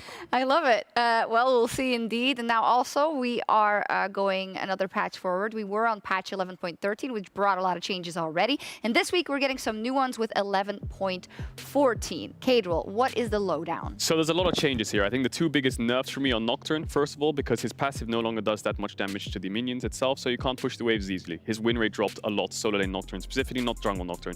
And then Akali. Now Akali's numbers did get changed a little bit, but the biggest thing that hurt Akali was the interaction. When you use E and then you use E2, which is the flip back to do a lot of burst damage, you can't actually Q in that animation anymore. What you see Akalis do is flip, throw their shurikens and get a big burst out of damage. You can't do that anymore, so Akali feels a little bit clunky to pro players. And then I think the adjusted champions are big, right? Irelia's been kind of reworked. Her W is now crazy damage and has magic prevention as well on top of the physical damage prevention. Lilia has a bit changed. I don't think we'll see her this weekend. Mundo, base stats are a lot higher. And then just to round it out, Tahm Kench. Now, Tahm Kench got changed a lot recently, especially in 11.13. And I think that when you look at his rework, I think people kind of thought that he was going to go towards the top lane, but I've been seeing him a lot towards the support anyway. Regardless of not having that eat, he does a lot of damage in the early game. Yeah, he still does. Boss, do you think we'll see a lot of changes, particularly in the top lane coming into the meta this week because of 11.14? Yeah, I just want to add the Akali nerfs. I think we're all thankful for that. Yes. Thank you, Riot Games. That was a complete disaster what Akali was. Anyways, I want to talk a little bit about Hullbreaker item. It was actually added last week already, but no one seems to have picked it up. And I do believe it's kind of a sleeper OP item, and I really think people should consider picking it up. In what situations? Well, I played a bunch of Hullbreaker games, and what I found to be the best is if people were to pick Lulu, Karma top lane, these people that want to group and want to help out their team, you get a split push in there. We do Hullbreaker, and these support mages, they can't deal with the cannons, and the turrets are gonna go down, and they need help with from their jungler, and yeah. Versus support mages, Hullbreaker, amazing item. Yeah, definitely. Especially considering tier 2 towers are kind of buffed, right? They give a lot more gold, so it kind of inherently makes it so split pushing has more value. Right now, the meta is all about fighting around Drakes, but throwing a curveball in there and having something like the Hullbreaker where, like Bao said, you can just kind of hit the tower in their face. They don't have the wave clear to deal with the cannon, and they don't have the damage to all in you, so just profit in the end. As a bit of a follow-up question for you two, and maybe also Kadril as an ex-pro player, do you find that sometimes because you're focusing so much on training and scrimming so much that you don't have as much time to look for kind of these, small things that could give you the edge, that could be secretly OP when you're in kind of the routine? So I think the way pro play works in terms of scrims, Thursday, Wednesday scrims before the Friday games are really important. So these are like fundamentals, meta things, the things we want to practice. Monday, Tuesday, there's a lot more freedom in it when there's a new patch. A player has an idea in solo queue that he's seen. That's when you start to implement the ideas in Monday, Tuesday. That's why you see a lot of Monday, Tuesday scrims are very bloody and have a lot of random picks in it. Then towards Wednesday, Thursday, you've kind of solidified what you want. So there is kind of room for practice. It's not that big, but it's still there. Okay, very interesting. Thank you for that. Let's also talk about some of the rookies, because so far this season, we've seen 6 new rookies take to the LEC stage, and we want to take a look at some of them. These are the ones that are starting this week. And we also want to know your pick for Rookie of Summer based on the first 5 weeks. So be sure to head over to discord.lec.gg and vote now. Love our Discord community. But then let's see, you know, a couple of rookies that have made waves, I think. Gabriel, who do you have your eye on? Yeah, so I'm just looking at Adam Lillip, because I think they're just both on kind of different ends in the spectrum when it comes to joining a team. So Lillip joins a team that's already struggling. They're 0-7. They're yet to even pick up a win. And then there's not that much pressure on him, right? I mean, the team's already struggling. You're just there to kind of show up. But he managed to find them wins, right? Then on the other side, you've got Adam, who joins historically one of the best teams Europe's ever had. You're filling Whippo's shoes, who was a world's finalist. So there's a lot to live up to. And I think both of them have lived up to exactly what they need to do. Yeah, you said already, the boss, that you'll be talking a lot about Adam in this weekend. Why are you so excited? If I'm gonna take the top laner here, of course. I know the most about him. I've been laning against him a bunch of times in solo queue, right? And when you get to play versus someone that much, like this guy humiliates me every time, right? He has insane mechanics. He does this crazy thing. He goes full lethality set and then crit Volibear, and he just completely humiliates me every time. Like you can this guy mechanic off the roof.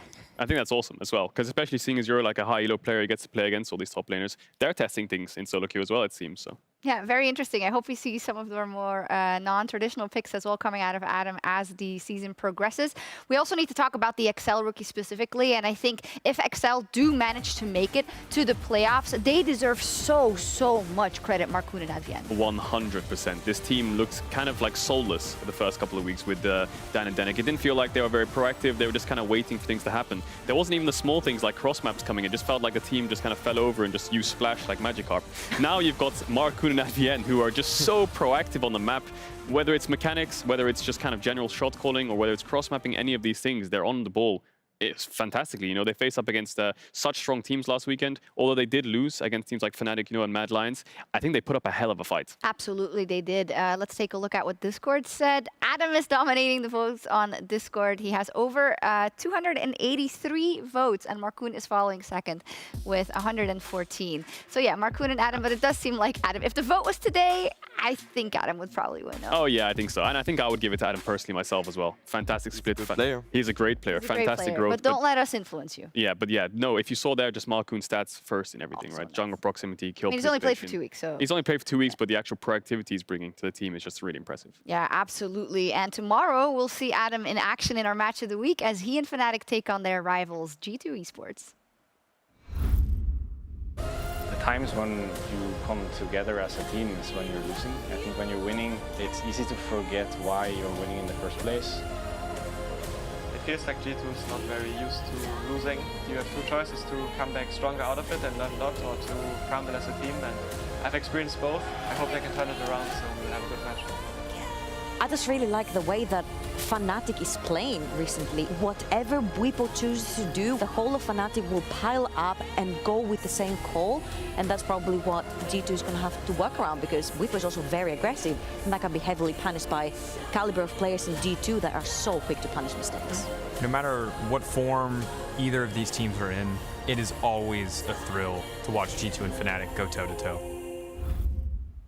Definitely is a thrill. I thought that was an exceptional video, as always, from our video team, but especially with the weight that these two organizations carry when they go up against each other. They're both coming off a 2-0 week. So, Kadril, we should see kind of a prime example, because sometimes the games are duds, right, between them. Yep. They're not each in form, but they look to be both in form very well. So, and this could be the very first time that Fnatic, I believe, beats them twice in the regular season, but don't check me on that. That'll be big for the best of ones. That'll be cool. Big. No, definitely. Fnatic got the better hand on them last time, although G2 had a good early game. I think the draft played a big part as to why they lost to Fnatic that previous time. But like you said, both these teams coming off high highs. You know, G2 having their 2-0 weekend after the struggle. Fnatic winning 8 out of the last 9 games, right? So they're definitely living up to what we would want from a team like this in such a stacked roster on both angles. And if you look across both teams, you have such star-studded players as always. So rivalry's there, but I think both these teams look on form, which is really important. That they do. Do you know who's more tilted coming out of solo queue this week, the boss?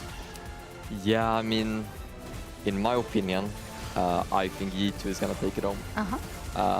It's going to be an ADC difference. Reckless is going to embarrass Upset on stage. I see. That's what I think is going to happen. Okay, we'll see. Well, it will be on stage, which is awesome, right? It's Game 5. Players are going to be here. It's been a long time since we've seen G2 and Fnatic against each other on stage. That it has. And what do you think of the hair difference? Yeah, Caps is looking interesting, but I like it. Yeah, I think it looks great, and Yeah. it's worked well for him. Yeah, he's been playing better without it. Do you agree with his prediction, G2? Oh, you're putting me on the spot here.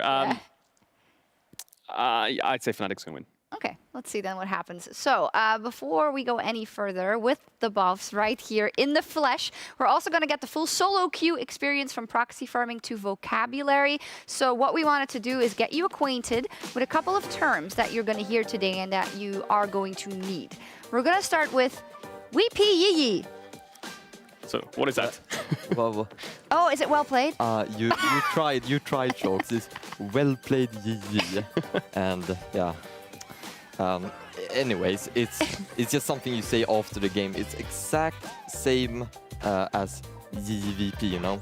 Okay. Good game, well played. You just say it the other way around. And it's not like in a specific, like if you really stomped someone, if you lost heart. Say it every game. It works all the time. To be respectful to your opponent. I see. Okay. Being Okay. respectful to your opponent. That's really Fair the enough. best part. Yeah, no, definitely. Sometimes I write GG well played, but if I'm a bit tilted. But I think you write it every game, don't you? Of course. Of course. Okay. Absolute Respect. example. Secondly, what I've heard also on your stream is a good death. So what constitutes a good death? A good death? Well, people have this perception dying, it can be really bad in League of Legends, you know, you want to stay away from dying. But sometimes a good death in this situation would be if you died, but maybe you get something for it, like you might get a dragon, you might absorb pressure. It's basically when the 300 gold value, you get more than the 300 that the opponent gets. Yeah, whether it's That you. is a good death. Yeah, whether it's you getting the resources or someone cross-mapping, I think that dying is an overlooked thing when it comes to League of Legends. Fake pressuring, tactical inting, there's many ways of saying it, but good death's definitely one of them. Okay. And then finally, solo bolo. I think one of the most famous of your terms. So is any solo kill a solo bolo? Solo bolo. Yeah, no, there's rules, of course, to solo bolo. First of all, no ally assistance. It's you and you alone. No teammate nearby. Second of all, if you're a Riven, you're a Camille, and you kill a Yumi, that's just a kill, you know. That's not really a solo bolo. There has to be some kind of fight. Okay. And that's when it truly is. Evenly a solo matched bolo. champions Yeah. that take each other out. Mhm. I love it. A solo bolo. So let's apply what we learned right now to some of the outplays rather from LEC Summer so far in solo bolo with the ball. OTP on support for the rest of GG. Oh, Caps! Burn! What? Huge. There it is. Solo bolo. What an amazing intro. I love that video. Did you like it? That was great. Yeah, great guys. That's just great.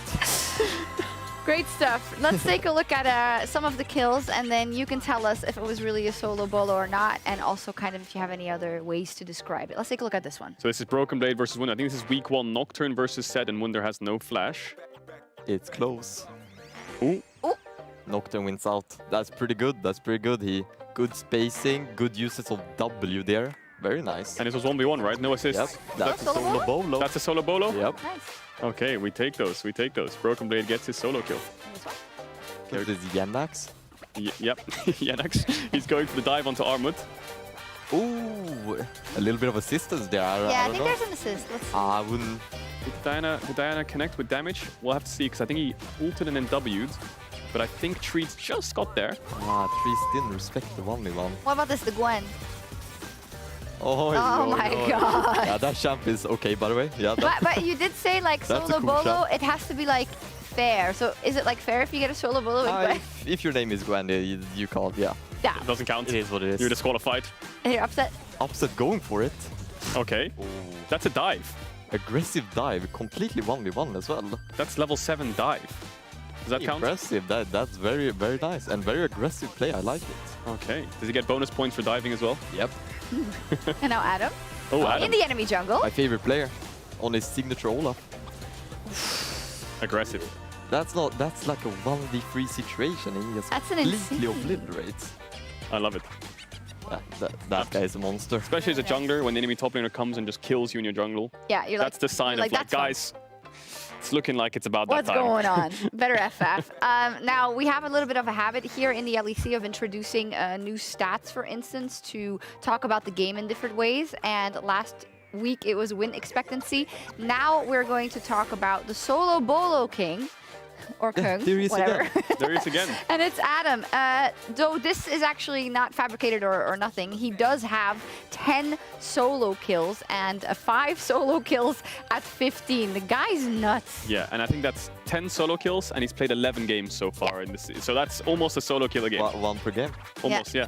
But no Scion games. But no Scion games ahead at the bottom there. 0 Scion games. 0 Scion games. Might have to have a chat with him. We might get it today. Might get it today. We need to have a chat with him, perhaps. Let's hope we see some more solo bolos today as LEC Summer continues with Week 6, as said, for a couple of teams. It is high time to pick up some wins if they want to get to the playoffs. I think especially as we get the schedule up, a team like SK Gaming, who only has 2 wins yet. Also the teams like Vitality in the middle, who need more of them. So, I mean, it's going to start getting real difficult. Oh, yeah, it definitely is. And I think if you're looking at XL and Vitality as the front runners for this race for 6th place, right? XL actually has an easier schedule right now, and it gets very tough in the last week. Rogue, you know, G2, all those kind of things in the last week. Whereas Vitality, it's vice versa. Vitality, you can see facing G2 today.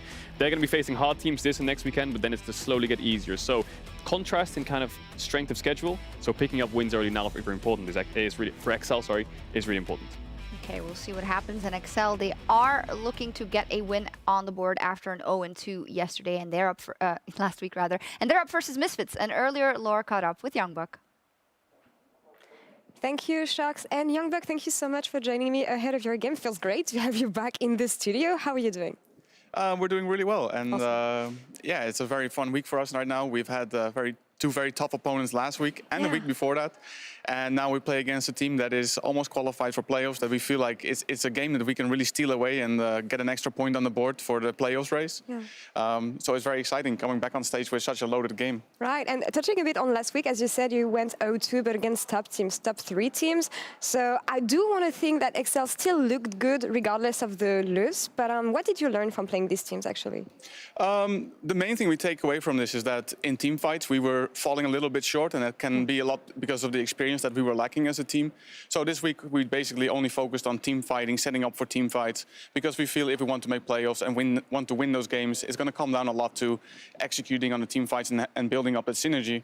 So all in all, we were really positive at the end of the week, even though we went 0-2. Like the atmosphere is really good. We're still working together, and yeah, it's just everyone feels like we can make playoffs. Yeah, and it feels this way too. I don't want to jinx anything, but as you said, I mean, it takes synergy to find the creativity you need in team fights, and you brought in 2 rookies in the mid-season. I mean, that's not something I think a lot of fans expected, but it's been working so well with Markun and Advian. Amazing job from them. But how has it been working with this team, this new team, and how do you explain the fast results you had? It's been a wild ride, and it's almost impossible to explain how it happened, because we kept a good eye on the BTXL roster, and we could see that a lot of the players had like a LEC level of play, but we didn't think that the team would synergize so well and do so well. And in XL, especially the past 12 months or so, our scrims haven't been going that well.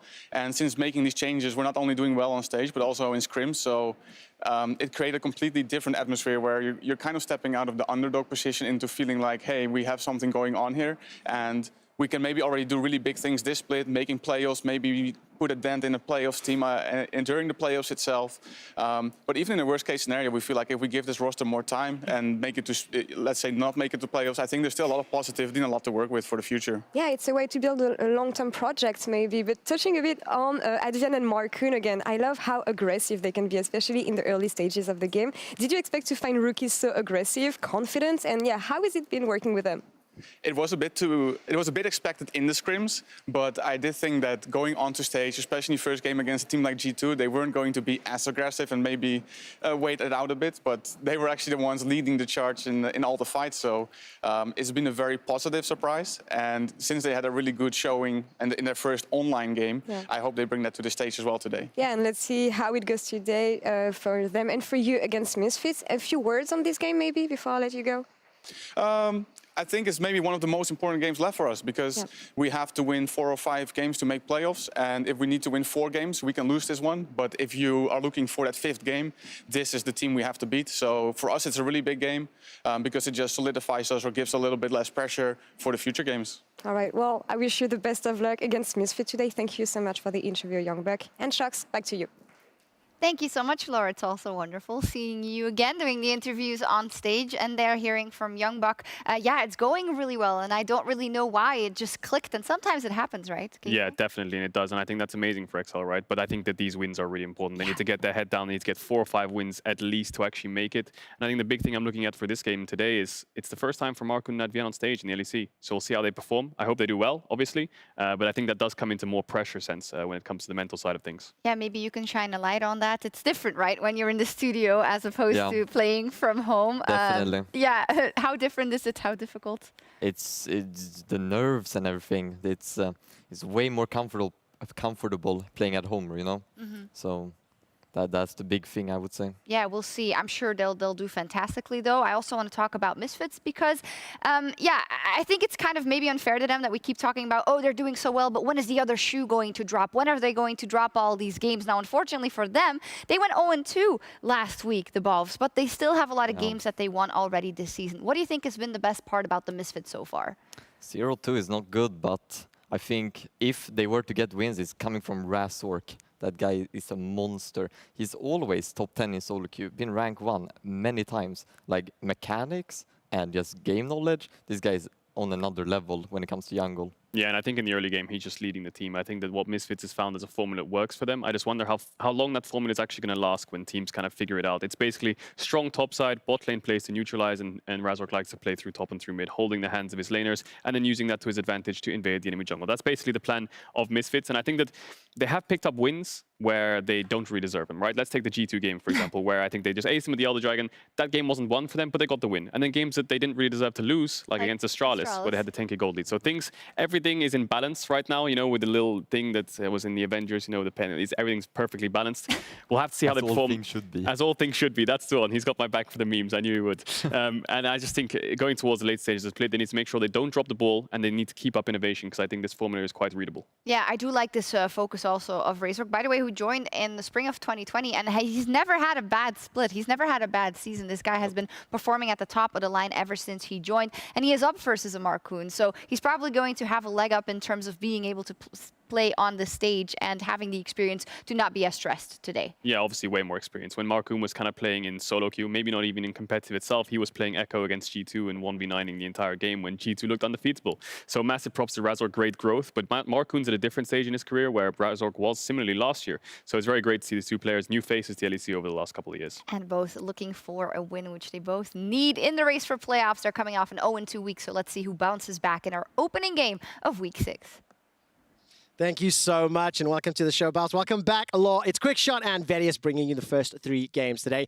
And a lot of stakes on the line. I think Youngbuck really hammered home how it's very important for XL to consistently pick up wins in the second half of Summer. Also to avenge a very one-sided defeat at the hands of Misfits from several weeks ago. Yeah, it certainly is. I think that for me, this has become a lot more exciting than originally expected, right? When we saw the first half of the split, XL was a team that everyone just assumed was going to be sitting at the bottom of the barrel. Yep. When we looked at like that 6th spot, the 5th, 6th argument that we often have here in Europe, was like Misfits, Vitality, maybe even a Schalke, maybe, at the very beginning of the split. As the season progressed, Misfits had a fantastic run, and it kind of like looked like they were going to surprise everyone, and XL was going to sit at the bottom of the barrel. But with the addition of Mark and Hank, Markun and Advienne, this roster is just completely different. XL is just completely different. And they are so fun to watch as well. They're super fun to watch. And the thing is, what's crazy is when you look at the names of Nuke, Duck, and Patrick, right? So remember that they were on the original Origin roster that made it to the final against G2, right?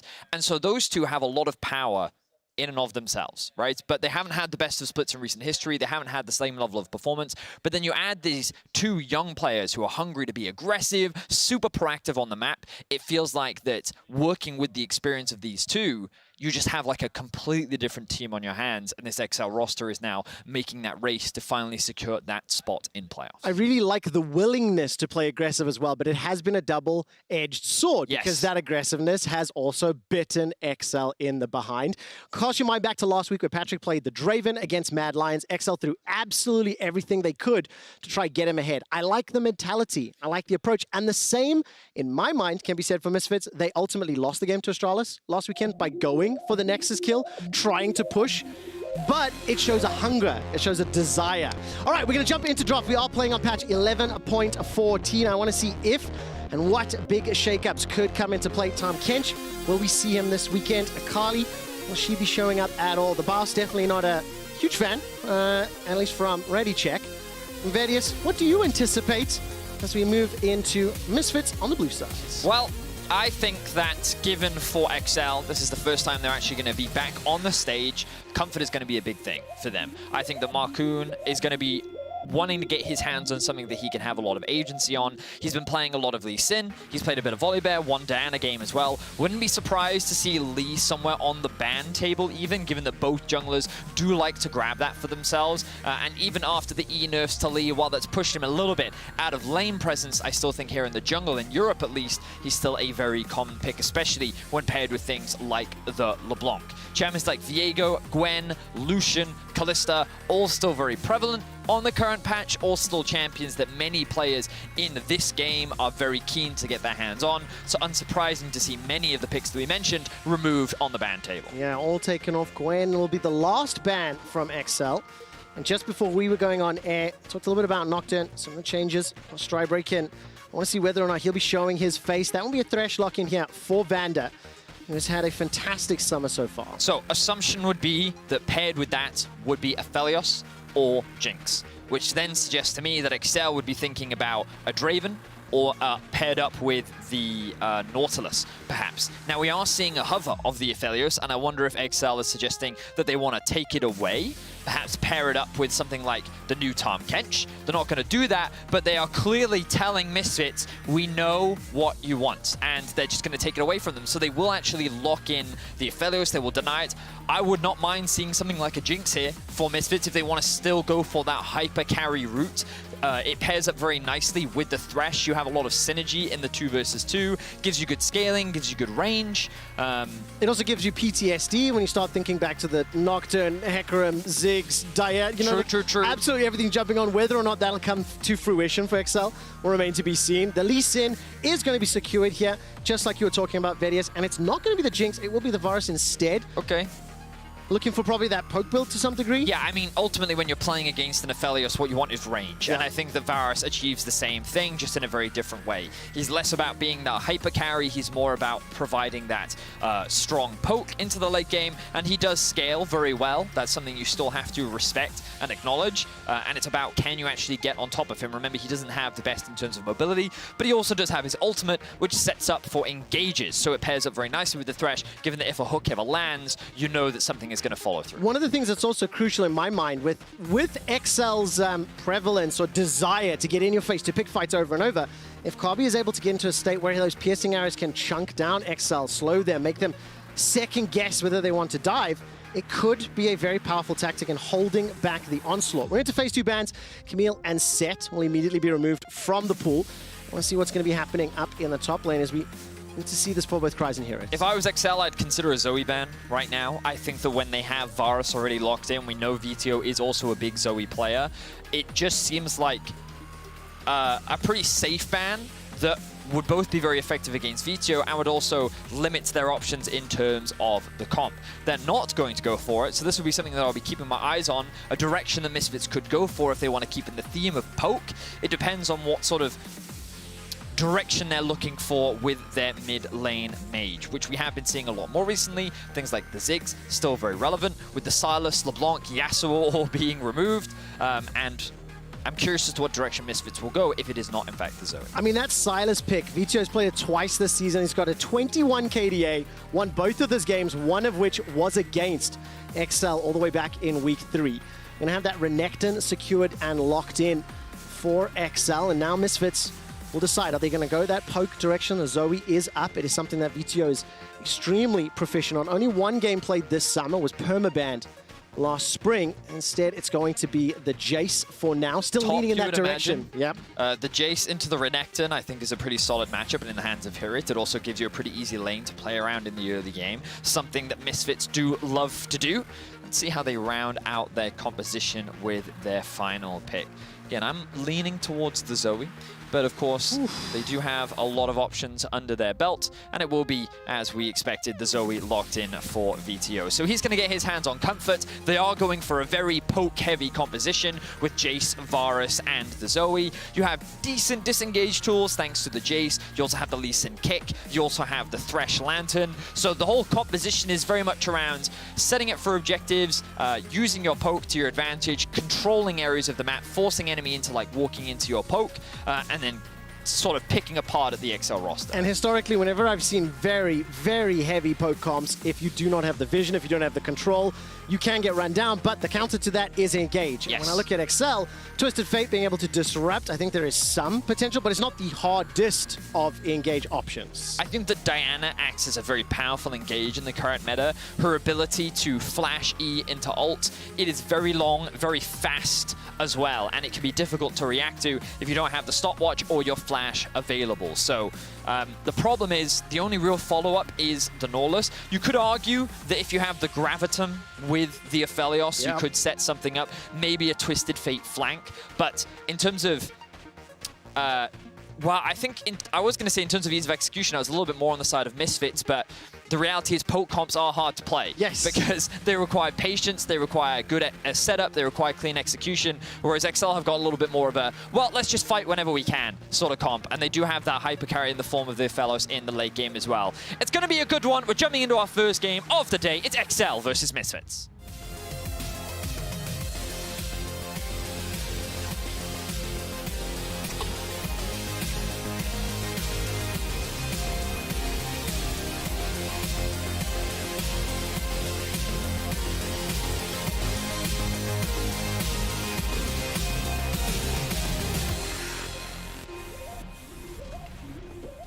Welcome to the Rift. And that little like self-debate you just had in your head, Vedius, around like ease of execution and approach, I have exactly the same thing, because whenever you see kind of a poke comp versus a comp that can engage, in my mind and in my memory, the team that gets ahead can control the entire game. Yes. So I think it's important before we even get to those team fights. Like on paper, in theory, my assumption would be XL just have a stronger 5v5 than that of Misfits, just because a lot of Misfits damage comes from like Varus Q, Zoe Q, and Jace Q. And admittedly, Jace does scale well and can do a lot of damage in late game fights, but when I contrast that to an Aphelios in the front line of a Renekton, I just think that XL have a much easier time when it comes to just a straight up 5v5. But games aren't always that simple. It's not always a matter of XL will get the perfect 5v5s that they want, and they haven't actually been the best at getting 5v5s. We heard Youngbuck talking about how they've been working a lot on their team fighting coming into this week because they want to get better at it. Their setups are good, so it's something we'll definitely be keeping track of. But in the early game, priority is ultimately what matters. And Misfits have prio in the top lane, they have prio in mid, and I think that you could argue that they can get it in bot, but I'm not sure if they actually will, because my expectations are that Misfits will look to primarily play around the top side of the map early, but when I actually look at the junglers, Markoon is starting top side alongside Razork. Let's take a look at Razork and Markoon very quickly, some of the stats, and a little tidbit for you. Razork, currently the first blood king here in Summer, all 8 first bloods that Misfits have secured, he's been involved in. And we see the early game impact for both of these junglers, first and second for K+A, kill participation.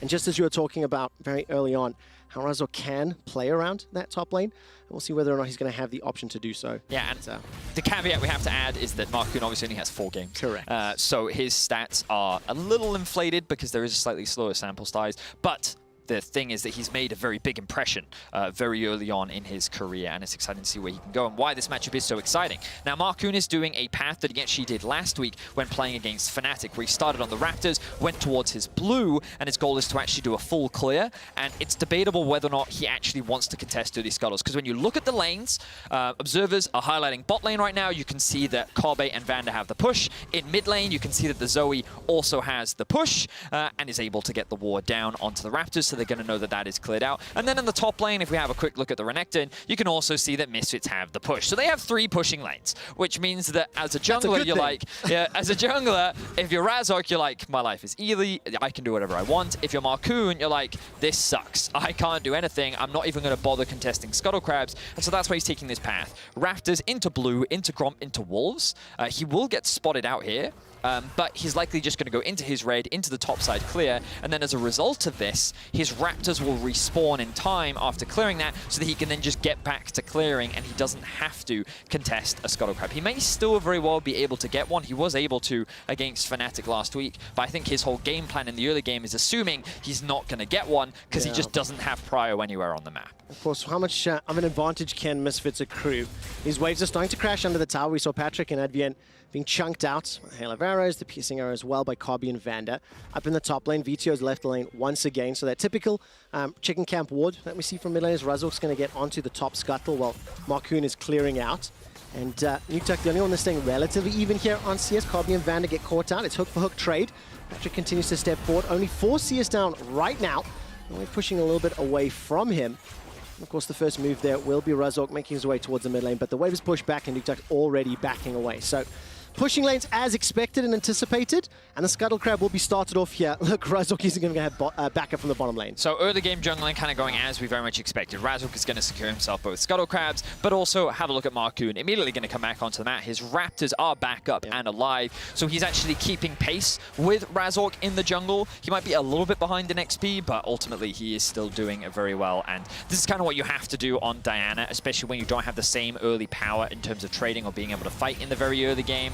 It's a good hook lands there from Advien. Yeah, the death sentence comes out. Kobe forced to use the heal. Patrick continues to chase forward, and that's a defensive flash from Advien. The teleport's coming down. That is Vito arriving. Piercing arrow will chunk down the Nautilus, but Vito's used the TP, and if you look at the minimap, Marcoon's making his way down, as well as Nukeduck available. I don't think a further skirmish will play out. This is great vision coming out from Misfits. They've dropped wards early on around the Raptor pits to see what Marcoon's pathing was up to, and now they've got this ward on the Gromp. So Razork should have full information on what Marcoon is up to in the early game, and he should be able to path to accommodate. But this means that a player like Hirit right now, look at what he's doing. Hyper aggressive, playing underneath the tower because he knows exactly where the enemy jungler is, and he's trying to leverage the range advantage that he has in this 1 versus 1. So Misfits utilizing their early pressure well. They've been able to gain small advantages, but props to Nukeduck and the XL bot lane because they have maintained, well, Patrick even has a lead in the 2 versus 2 in the bot lane. And again, we kind of go back to what we were talking about in draft, where you look at Nukeduck and Patrick, these names on paper, they have here in Europe historically been very talented individuals. Yeah, they really have. And of course, Advien landing a number of dredge lines have really turned the tide of that bottom lane. Vito's going to use that stolen flash away to get out of range of some damage, and Advien and Marcoon could look to make a play. Not going to chase just yet. That's engaged. Sonic Wave, resonating strike. Razork not going to find the final hit. 9 for 9. First Blood King in Summer. Instantly traded back by the destiny of Nukeduck. Good ultimate there from Nukeduck, but an even better pick for Razork. This is going to be so good for Hirit in the 1 versus 1. And that potential collapse that was happening in the mid lane now going to be thwarted because Nukeduck was forced to answer top lane. Putting this Renekton behind is great for Misfits because it removes one of the big front lines that XL do have in their comp that they're looking to utilize in the team fights later on. All right, Nukeduck was able to get the counter though. Used that ultimate. Here was the setup as we were watching the mid lane. Just, I mean, it's all the pressure that's been applied to Kryze. Exactly. It's just a great communication thing here. Here it is basically saying, hey, Kryze can't play the game. He's level 5. This is a great time to dive in because he's going to want to TP back in and catch this wave. And then Razork was able to interrupt that. And again, it all comes back to the information. I want to draw your attention once again to the minimap. You'll notice that there's another ward on the Raptors, and this is something that Misfits have consistently done in the early game, constantly keeping track of where Marcoon is so that Razork can make informed decisions and play around that. So that top lane play couldn't really be countered by Marcoon, but Nukeduck with the Destiny was able to get an answer. I'm going to go back to something you said during the draft as well, that Marcoon's engaged power as he is reaching close to level 6. Kind of one of the danger men that Misfits need to be afraid of. If they can keep him at arm's length, keep him away, it will help out. Here it's going to jump into the minion wave, puts a lot of damage onto Kryze, so I think started that fight off. Here it will fall back. Got the CS advantage in Marcoon. Doesn't have access to the ultimate just yet. Could fancy something under the tower. Flash is available for Hirit as well. And Kryze has still got the Dominus. Hirit's going to back away, and I think he's respecting it for now. Kryze has ultimate, Nukeduck does not, but Nukeduck has TP. Meanwhile, the cross map is happening for Misfits in the bot lane. Notice, 4 members looking to collapse onto the tower. XL have to make this work, otherwise Misfits are going to get really far ahead. Marcoon and Kryze stepping forward. The bottom lane for XL's backed out. Hirit's already used the hammer to try get away. The tower's helping for now. Defensive flash, uses the hammer to the minions. Marcoon takes a couple tower shots. That's the second kill for XL. And on the bottom lane, it absolutely fizzles for Misfits. Much needed play here for XL. They were losing a little bit of control in the early game, and Kryze was only going to continue to be put further and further behind. But Marcoon found a window where he could look to punish Hirit. A good trade from Kryze earlier on in the lane allowed him to come back, and now he's even ahead in gold. And props again to Patrick and Advn being able to avoid that bot lane dive. Marcoon will lose his blue, and he won't be able to counter jungle it. Smart by him, because he realizes that there would have been plenty enough time for Razork to be able to answer back. And with Hirit having the TP, Marcoon knows that it's better to reset here rather than try and steal away any of these camps. Man, what a tense start at 8 minutes in. Gold is dead even, 2 kills to 1. Razork will get support here from Kabi and Vander, who've already swapped to head to the top lane, and doesn't look like XL will be able to contest the Rift Herald. While that's going on, Patrick's going to make his way down bottom lane. So we're going to have this lane swap, and Kryze will be facing off against the duo for now. And so what I will say is, like, this debate around how good is Europe has been coming up a lot, right? And one of the things that I think G2 has notably said is that a lot of the teams are better in Europe. And I think this game is a really great example to showcase why our middle-of-the-pack teams are so much better than what they used to be. The way in which the teams are using pressure, the fact that Misfits have 3 pushing lanes, the way in which they're using that pressure, and then Marcoon and XL are playing around it. They're respecting it. In places where they have to concede, they are conceding. That doesn't mean that Marcoon's just doing nothing. Yeah. He's not just giving up and dying. He's actually looking for cross mats because Razork can't be everywhere. And so he's looking for those windows to fight back, and they're keeping the gold even, and Misfits have a slight lead, as you'd come to expect, and now they're investing towards top side. They've made the swap up top. They're going to go for this early Herald. And again, this is all within what you expect from Misfits, because they have the prio. They're getting these early objectives. They're going to get the early towers. The question now becomes, as we transition from early into mid-game, is how does Misfits use this early lead that they've been able to build, and can they snowball off it? Because again, you're always thinking XL's team fighting is the strength of their composition. If they can come into these team fights on an even footing, then that's where Misfits could be put into an awkward situation. But as long as they maintain the lead with a poke comp, then they're chilling. It is the case. I'm going to keep watching Marcoon and Kryze as well as that play. We're helping get Kryze back into the game. I think stopping this tower falling is also going to be very beneficial here for Misfits. And then we have to evaluate the vision, the setup here. Whenever you play that Pokemon, you cannot afford to be surprised. You cannot afford to get flanked. And similarly, as we now move into the skirmishes, I'm going to keep a close eye on some of those stopwatches. Talking a lot about the impact they've had, how many fights have really determined winning or losing games in recent weeks. And for Misfits, they're now going to start off the Dragon here. So they got the first tower. There is a number of XL members inside the jungle, but I don't think they will contest. And Misfits will pick up the next neutral objective as well. And I think it's smart for XL. They know that their comp is not really that strong right now. Diana wants an item completed. Nukeduck wants an item completed. Yeah. Patrick wants an item completed. Like, these champions are very item dependent as the flash comes in. Well, there was the flash engage we're talking a little bit about. The Moonlight Vigil is still available. A lot of damage goes forward as the death sentence will go wide. Lantern flash from Vander gets him to safety and costs Kryze his TP. Also cost Patrick his flash. I like the proactivity here from XL. It will allow them to secure this tower, that's for certain. But Misfits is able to get away with their lives. Let's have a look elsewhere on the map. Vander's overstaying a little bit here, I think. Here comes the dive. Teleport is available from Hirit. Look at the mini-map. Razork and Vito making their way down the Flay into the box, and Death Sentence will hold at least Marcoon in place. Now Razork looking for the executions. The tower will fall. Vito's coming in. There's the teleport from Hirit as well. This is a 3 versus 4. The burst damage needs to connect. Not enough just yet as Advn flashes to safety before the hammer comes down. 1-2 quick kills for Hirit. Countered back by Patrick, who remains relatively healthy. Vito needs time to get the cooldowns available as Nukeduck flashes away the Sonic Wave. Those are Jay's shots instead. Now Vito and Kobe continue to push forward, waiting for the Sleepy Trouble Bubble. Piercing arrow, that's going to get one. Vito looks for another, and Patrick cleanses and continues to walk away. And it's going to be a very big trade in the bottom lane. Ends up 3 for 1. Very big skirmish, and it looks like the Misfits end up coming out on top, and they want to try and get a little bit more. Big brain Vander there. it looked like that he was overstaying, but I think that he was getting XL to overcommit. He was saying, ooh, look, I'm a tasty little Thresh. I bet you want to get the gold that's sitting in my back pocket, but in order to do that, you have to invest a lot. And what happens when you commit those ultimates to the play? You don't have them when the follow-up TP comes from Misfits. So I'd like to think that that was the play, that was the big brain play that came out. Because it definitely paid off for Misfits. It really did. They get themselves 2 kills, 2 assists on Herit's Jason. This is the setup. Look at the mini-map for the plays coming in. Yeah, so you can see the rotation is already coming through, and Vander is saying, I'm going to try and keep them here for as long as I can. Kryze's ultimate is used, Advien's ultimate is used, and then as the collapse is coming, Twisted Fate is saying, hey, I'm going to reset and TP in. Great kick initially from Razzle. The ultimate then comes through from Nukeduck and initially ends up being a 1-for-1. But then you can see how XL is just kind of trapped in between 3 members, and the poke is coming through from Misfits as XL has tried to disengage from the situation. And this is where the poke is so powerful. The chase down from Misfits comp is so difficult to avoid. And there's very little that XL can do to get out of that situation. So much damage. That shock blast from Herit, really having a very large impact. Look at that, 2,100 damage throughout the course of the fight. Razork's not done yet. Flash is still available. Copy's going to continue to step out. Kryze jumping forward. Here comes Razork. That's already a dead Copy. Vander uses the first stopwatch. The Dragon Range kicks will buy some time. Marcoon gets caught by the death sentence. VTO is making his way down the river, but it's too little. It's too late. It's Marcoon and Kryze that have got themselves 2 kills already. Now VTO's arrived. He's got himself a stolen Ghostblade as well. And the minions will help shield that barrage of skill shots. And immediately XL answer back, and this is where we have to give a lot of credit to the addition of Marcoon, a player that is not afraid to fight, a player that is not afraid to get down and dirty and scrap when the enemy looks like they have control. A huge double kill for him is really going to accelerate this Diana in this game. Already level 9. And XL suddenly swing the gold lead back in their favor. I mean, they got 1,000 advantage. Proto Belt already, in the back pocket there for Marcoon. While he did commit the flash in the previous play, you can see exactly how XL want to jump onto their targets. He's going to steal that flash away to safety, and the tower will fall. So they're still even at the towers, 2 apiece.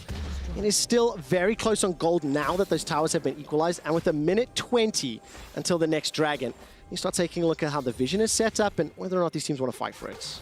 Having a look at some of the items that are coming through. Big stopwatch being completed for Marcoon, working towards that Zhonya's Hourglass. Will, of course, be helpful. He'll probably want to sit on that, try and use it, and then upgrade it to the Zhonya's. Suggests to me that XL could very well look for a fight right now, especially with the small item advantage they have over VTO. The Drake is spawning in about a minute's time. And, we talked about the items. XL, given that they currently lead in gold, Patrick getting some levels under his belt, Kryze with the Gore Drinker acts as a pretty effective front line now. This is where XL's like, okay, we probably feel a little bit more confident in our ability to fight, but objective setups are really important. So the thing about poke comps is that when you control a Fog of War, every time you try to face check into them, Zoe Bubble, Varus Ultimate, Thresh Hook, there are all these things that Shock you blast. don't want to face check into. And that's why XL have to make sure that they contest this early vision. They want to try and get themselves this early Scuttle Crab, which is exactly what they're doing, and I like this from XL. But the great thing about Misfits comp is, even if they don't have control of the objective, they can use their poke to force their way in, because you only need one Shock Blast like that to suddenly force XL members away, and then they can start regaining that control. Yeah, Patrick needed to back out as soon as that Shock Blast connected from Herit. Now Misfits inside the river, but the Scuttle Crab is there and planted. Sonic Wave this time around from Azork won't find the target, and Sleepy Trouble Bubble going fishing. Look at how hard just it is. looking for a target, but the observers have done such a great job highlighting the danger that is present for XL. They don't know where those skill shots are coming from. But they have a rough idea. Misfits is confined to this single area right now. And let's see how things play out. Flash Hook! That's the Flash Hook. Dredgeline will miss. The Death Sentence will not. Advien's the first one to use a stopwatch, and underneath the Dragon, it's secured by Marcoon at the cost of Advien's life. Razzle continues to chase. The kick backwards into the Sonic Wave, concluded by Cobby, and now Misfits continue pushing into the XL jungle. They managed to force XL into the pit, get the kills, and they're going to get the tower. Okay, so while Misfits do lose the Drake, they do get a lot off the back of it. They get themselves 2 kills. They're likely going to get themselves this mid-tier 1 as well, and more control over the map is going to be gained. I like the way that Misfits played that. A big punish onto Advien, who really committed to finding that engage, and then Razork with the great individual play to catch out Marcoon, who had no flash, to make sure that the kills were equalized. Misfits now with the gold lead. I mean, it's just a swing. 6 kills apiece, a dragon apiece. Yes, there's 1,000 gold difference, and it is just balancing on a knife's edge. And like many games in the last few weeks, Vedius, it feels like, well, be setting up for some fights around objectives. Both teams are willing to commit, and both teams using their compositions well. Kryze has support here from Advian. Nukeduck doesn't have Destiny available. This will put some pressure on the Misfits duo to at least make their way to the middle lane and clear out these waves. Advian in some serious trouble right now. Ooh. Will be able to get out though. Uses the dredge line to take himself to safety. So, wow, 17.5 minutes in. The game is basically dead even. Misfits have a little bit more control over the map. They weren't quite able to take that mid-tier 1. They do have some vision invested bot side, and XL's now moving out into the side lanes a little bit more. So like, as we approach more into the mid-game, we're going to start seeing more of a contest around these neutral objectives, as you very much expect. And this is where it comes back to our conversation about what do the comps want to do. Well, Misfits, they want to leverage their poke, they want to chunk XL out, and they ideally want to create a health advantage or even just find a pick before a fight even starts. Whereas XL, they're looking to find a flank, they're looking to find a good engage, and they're basically trying to find this wombo combo of Aphelios, Renekton, Diana, where they can try and melt this poke before it even has an opportunity to do any damage. But in order to do that, XL have to play with confidence, because you can't afford to hesitate against a poke comp, because the second that you do, the poke and the damage is going to come through, and by the time you then go for that engage, the health disparity is too big and you end up falling. And then here it on Jace can just clean up with that Mercurial Hammer. I mean, we saw Patrick taking a piercing arrow to the face, forces him away from the lane. Misfits just continuing siege up here. If you look down south though, XL do have the potential to engage. Vanda's waiting back, wants to use that lantern to bring whoever is under threat to safety. Now, Nukeduck making his way from the top lane, and here it will join. The tower stands for now, but we are setting up for a potential fight just around this tower. Misfits are really committing to this objective. Well, Razork has the Herald, and he's decided that he just doesn't want to use it to secure this tower because he feels like he doesn't need it. But I feel like that they're in a position where they could drop it and then walk the wave into the next tier 2 tower and actually get a lot of damage down or even secure it. Right now, I think that Misfits is just kind of wasting a lot of time. Because while all this is happening, look at Nukeduck. He's been sitting in a side lane, farming it. Could we actually have a look at the gold and see how he's doing? Because even though he's behind in CS, yeah, he actually has a slight gold advantage because of the Twisted Fate passive coming in clutch there for him. So, XL, I think, is in a good position. Diana is continuing to farm up, level 11 right now. Kryze very much behind Hirit in the 1v1. He probably won't be able to handle Hirit, but again, his whole purpose is trying to beat that front line, and all XL is waiting for is this Drake. So I do think the Misfits missed a bit of a window there, not to try and push with the Herald, but perhaps that's exactly what Misfits is waiting for. The next Drake to spawn, that they're going to drop the Herald to create this point of pressure, and then they'll use that to try and split XL up so they can then secure themselves the next Drake. A minute and 10 seconds until that is up. I want to take a look at the vision, because that was really ultimately what decided the previous engage. So Misfits are able to play around that one. And secondly, can XL find their engage? I'm going to take a brief moment just to quickly highlight the experience difference between the supports, because in the Lost Dragon fight, Vander and Advian trading those hooks, and ultimately Vander having higher accuracy on that one in the Lantern. But look at that experience difference. And not only that, this is Advian's first game on the LEC stage. It is just veteran versus rookie. It is literally that. We have a lot of veterans here in Europe, and we also have a lot of rookies, and very rarely do we get to see this kind of level of contrast where Advian is coming in with a big splash. You saw him flashing in, trying to be that big playmaker, whereas Vander is more of a voice, more of the voice of reason for his team, and perhaps that patience comes with age. Yeah. But it doesn't mean... I can confirm that. Advian is very keen to look for fights. Speaking of fights, Marcoon looking for one. Ooh, messes up the combo there. Did drop the ultimate. Not going to be able to use that for the follow-up. 10 seconds to Drake. Vander stepping forward. Gold card. One's going to connect onto Hirit. He's backed away for now, and Razork holds on to the Q. Vito's waiting in the wings. Keep your eyes on the Sleepy Trouble bubble. Advian has flash available to him. That's a gigantic accelerated shock blast. But look at mid. Exactly as we were talking about. They've been holding the Herald so they can use it as a point of pressure. Force XL to split up, and you can now see that XL is divided. Without the ultimate available on Marcoon, with the fact that this Herald is pushing down mid, Misfits get a completely uncontested Drake, and now they can continue to keep the pressure up as they walk away with the objective. I mean, we're in for a little bit of a ride here. Obviously, Misfits, they need to play this calculated, right? They need to make sure they have the information, the vision to work with.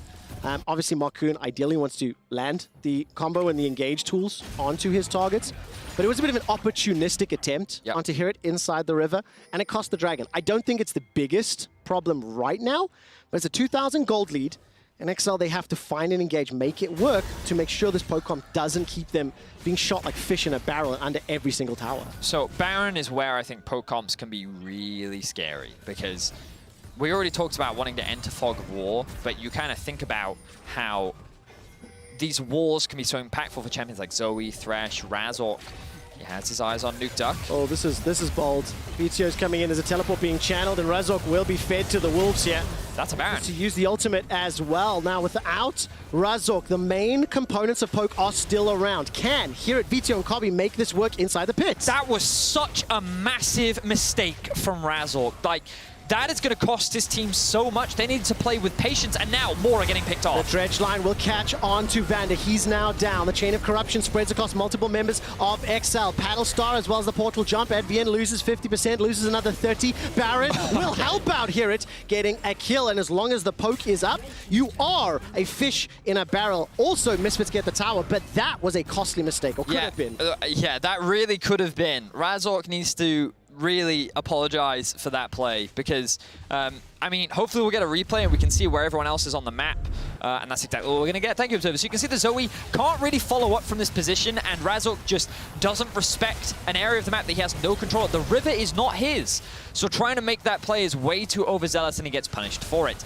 Then the Thresh comes through, trying to get a little bit of vision back, but then Kryze is controlling well, and they're just trying to create space, and XL find themselves another pick. But this is where the poke comes through. Really good ultimate from Kobe into a good Q. The Baron is still holding on to Patrick, so he's forced to disengage. And XL then want to re-engage, but as they're disengaging, Misfits just continue to chunk them out, so they get a pick on the Advian, and that stops XL from committing to the Baron. The power and the impact of that chain of corruption is really dramatic.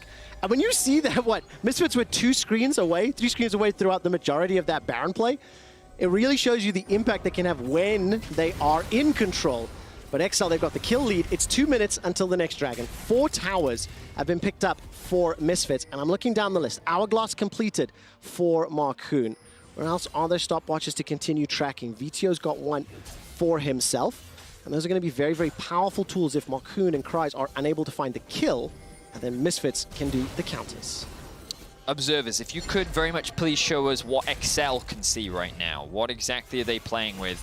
They have very little information. Oh, but the ultimate from Nuke Duck is going to come out at the worst time. Because what I want to highlight is how little XL can see. That's likely why XL was forced to use the Twisted Fate ultimate there to highlight how they have very little control over this topside river, and it makes XL very uncomfortable. Admittedly, Misfits don't have the fastest Baron, but XL, they're just losing more and more control. And Nuke Duck is forced to use his ultimate to at least gain some of that control back, clear out some of these vision, so that picks from Misfits are less likely to come through. I mean, here it's just got the teleport available while Kryze and Nuke Duck's on cooldown. It will be coming up just in a moment.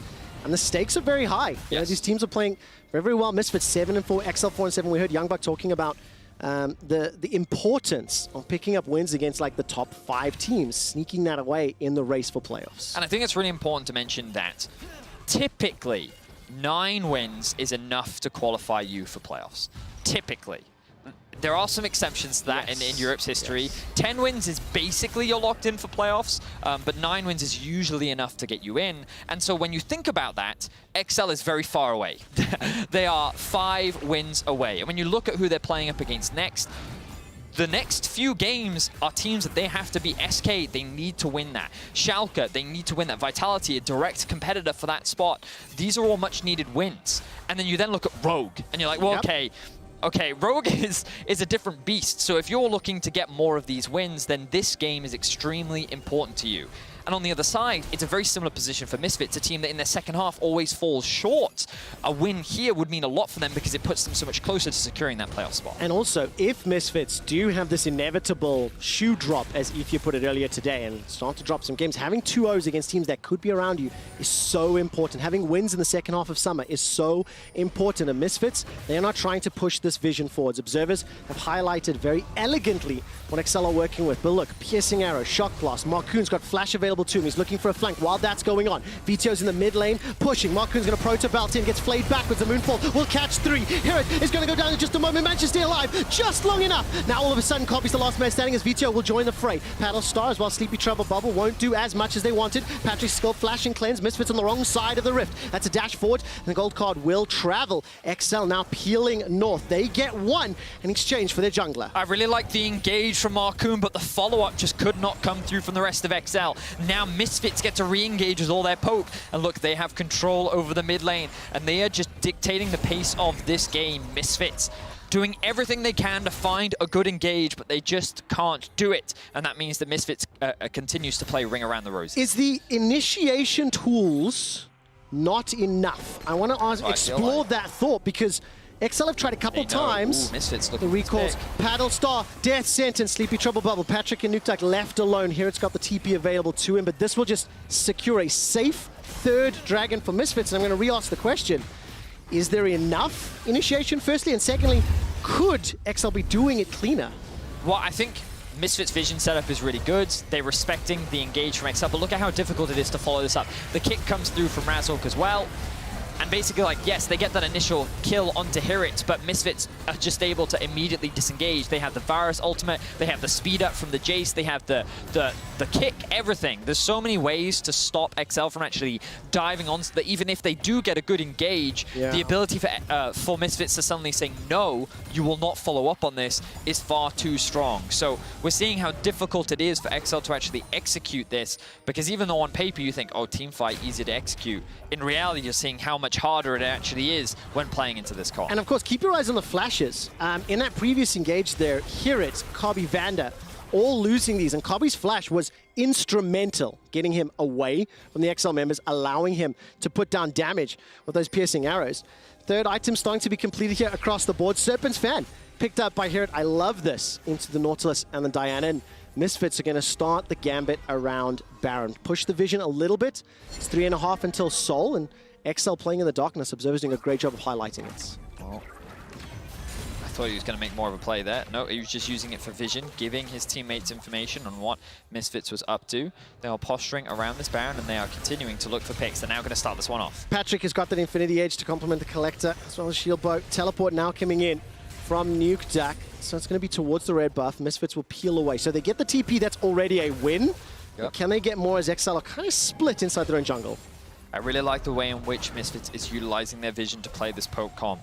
Again, poke comps are inherently very difficult, because if you overcommit to a fight, your composition is not designed to win 5v5s. You're supposed to be patient. You're supposed to leverage your extremely long range to make it very difficult for XL to ever really fight on you. And the vision that they're setting up, the patience that they're showcasing, the respect that they're showing to XL's engage is very good and well executed. So huge props to Misfits, a team that's still many doubts moving into the second half of the split. We're 30 minutes into this game, and it is still very, very close. It has been Misfits' favored, right? It has been... They've been in control. Misfits in control. They're dictating really what is happening and when things are allowed to happen. But you can still feel the opportunity and the possibilities there for XL. I mean, third item as well. Nuktuk's now got that rapid fire cannon, a little bit extra long range on that gold card. And it's only been a 2,200 gold lead, relatively speaking, not a huge amount. We've got a brief moment. I want to highlight the next couple of games for Misfits. Schalke, Vitality, G2, Fnatic. Misfits similarly want to be picking up wins against Schalke and Vitality. Make sure they have further distance from that 5th, 6th spot, maybe 4th, 5th, 6th, depending on how many wins they pick up. Also see whether or not they can maybe silence the naysayers a little, step up a bit against G2 and Fnatic, because there's a lot of people just expecting Misfits to fall off at some point. I mean, the expectations from a lot of the people that I've spoken to, many pros sit there and think that Misfits still sit outside the top 4, regardless of what their standings are. Like, listening to Upset on the podcast on Euphoria, he was talking very much about how it does feel like it is Fnatic, Mad, Rogue, G2 even sitting in that top 4 still. And so I think that Misfits are trying very hard to prove that they are in the conversation for top 4. They can be. And I think that so far they're showing a very well-executed game. A couple of mistakes here and there. We did see that big blunder from Razork, but fortunately for him, it wasn't punished too harshly. And now they're set up around the Baron. They're denying a lot of vision. There is that one ward, as our observers are highlighting here, so that Cries can actually TP in. He's just gone back to base.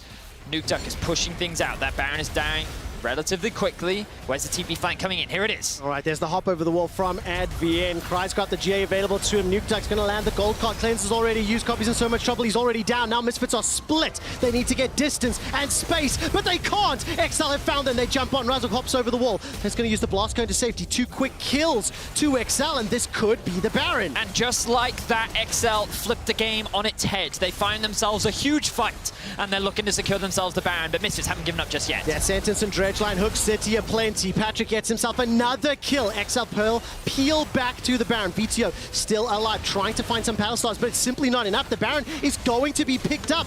XL just flipped the game on its head as we were talking about control. Razok gets himself one. VTO is going to be here to help. Paddlestar will not be for just yet, trying to trade. Marcoon going to hold on to the engage. So just the loss of Advien.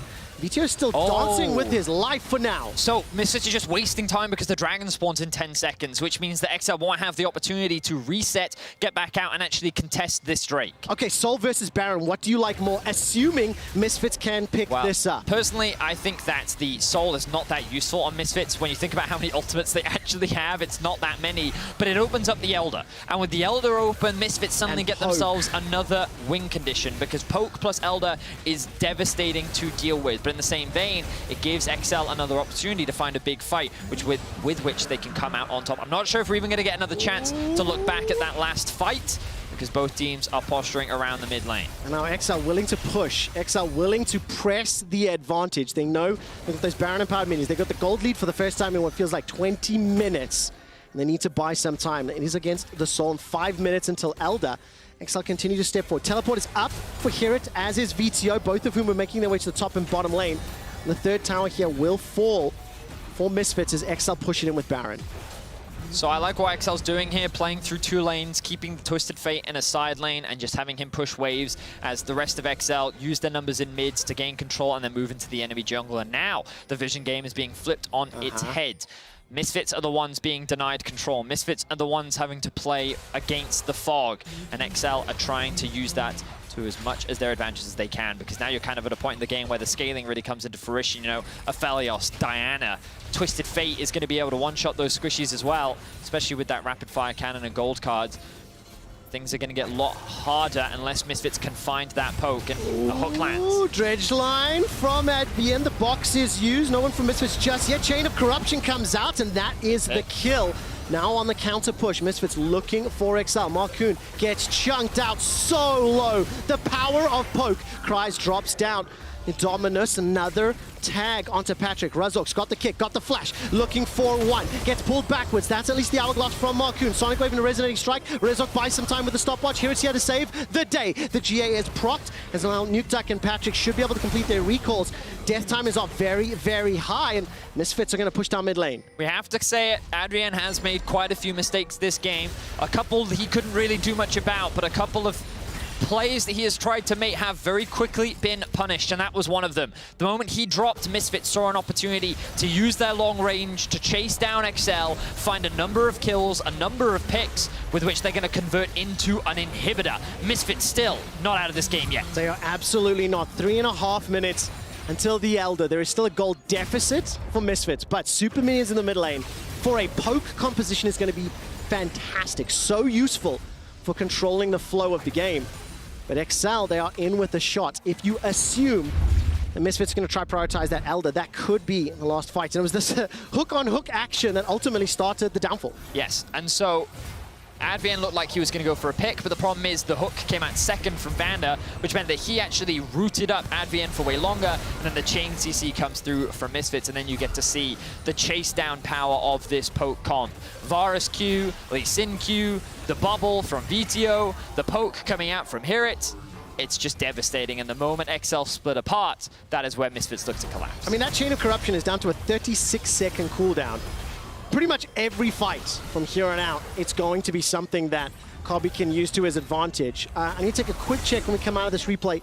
Flash, as well as heal, is available for Kobe, as well as pretty much everyone except Vander on the Misfits side, and that could be very important for this next objective fight. Yeah, so we didn't get to look back at exactly what happened in the Baron fight. All I remember is that Misfits ended up getting split up. Even though Kobe had his summoner spells, he still ended up falling to the likes of Markoon and Nukeduck collapsing on top of him. And I think that's one of the scary things you have to be careful of. The moment you split up, Twisted Fate's ultimate is suddenly like, hello, I'm here. I now have a Diana with me, and I have upgraded to a fully classed wizard. I'm basically Gandalf. So Nukeduck is someone you have to be very respectful of. And again, it's all about positioning. And this is why we talked about at the very beginning of this game, ease of execution. Because, yeah, it looks really hard for XL to start a fight. And it does, right? But a lot of that comes from good vision control, good patience from Misfits. The moment you make one mistake with a poke comp, you feel like everything starts to crumble apart, and all that control that you originally had suddenly feels like it disappears. The margin for error is very, very slim. Yes. With the tools that Misfits have. And so Misfits was looking very good, and they did get themselves an inhibitor, and they're not out of this game yet, but mistakes can be very, very crucial. You see, that was, of course, Patrick and Advian sitting in the bush, waiting to go fishing, waiting to look for the play. Looking with a minute and a half to Elder, the willingness or the boldness or the bravery, I'm not sure what word I want to use, to try go for that pick. It didn't start another fight. Vedius, I want to take a look towards the vision as we start setting up. And as I do, fans at home, very quick reminder of what the standings are, right? XL 4 and 7. I was just talking a little bit about that magic number. 8 wins historically has been one of the check marks. So I want to ask you to vote in chat right now. Will XL make playoffs? Spam yes or no in chat, and I'll try to check in after this next big objective fight. So, I was doing a bit of research. Oh, I got you. I bought some time for you. Yeah, perfect. So, I was curious as to who the Anathema's chains went onto from Advian, and he's actually put it on Hirit. I would have thought that he would use it on someone with a little bit more utility, but he is really trying to mitigate a lot of the poke that is primarily coming out from Hirit. So I find that quite fascinating. I might have to ask him after the game why he particularly chose Hirit. But in any case, for any support mains wondering, there you go. There's your question answered. What does that mean in terms of the fight? And look at the minimap now. Baron is up, Elder in 20. Nukeduck is waiting to defend in base with Teleport, with Destiny. VTO's coming from the flank, and 4 members of Misfits starting to step forward. Dredgeline will find Razork. Death Sentence finds Advian. Nukeduck joins the fray with the Destiny. Defensive flash from Advian. The box will close off any further engage from XL. VTO gets the first of the fight as Cries is going low. Will go golden thanks to that stopwatch. Defensive flash from Nukeduck. A lot of damage coming out of Cries, but not enough to turn the tides. Another kill secured by Misfits. Blown up inside the river. Markoon goes down. VTO's unstoppable, and Patrick, the last man standing. He's got himself that Hurricane, 4 completed items you have to respect if you get into his range. While that's going on, Misfits in the mid lane. And XL, they tried to start off the Baron, and they were punished. Patrick, let's see if he can make the outplay. Well, I see a lot of damage coming out, trying to chuck it. Red, blue for now. Vander forced to flash defensively. 200 years activated, but 2 Nexus turrets down. Hello, this is Patrick. Misfits take down XL.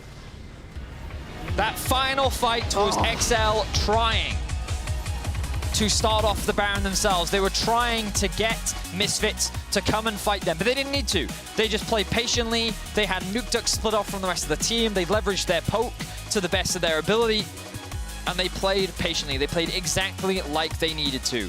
This was a really important game for both sides, and now Misfits, they get one step closer to securing a playoff spot. Crucial, crucial 2-0 over XL. They bounce back from the 0-2 weekend from last weekend. And for XL, now that journey, that road to playoffs that they've never made gets so much harder. Misfits haven't been in playoffs since spring of 2020. They're looking like they are set for it this summer. But a very good game, a close game. XL had many opportunities, but they couldn't make the initiation stick. And that was my concern in draft. It wasn't enough initiation. Yeah, I think they just needed more. You know what I mean? Like an Ornn in that game. And Sion in the top lane could have been so influential, you know? I'm not saying that for any reason whatsoever.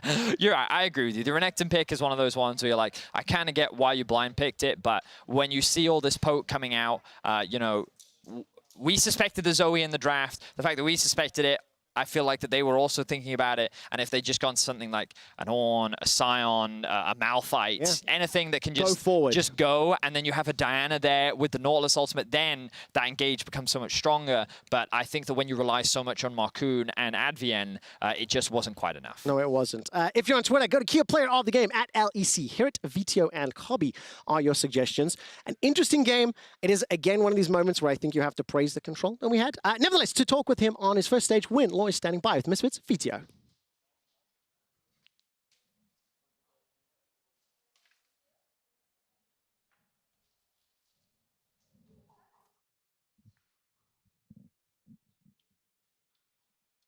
It's for so long. I mean, I think it's really different from playing like home or the office we play every day. And it feels really great because I always like watch people playing from here, and like winning my first game on stage is really special for me. You often hear from players that you get a special buff when you play on stage. It's not the same energy. Could you feel something similar here?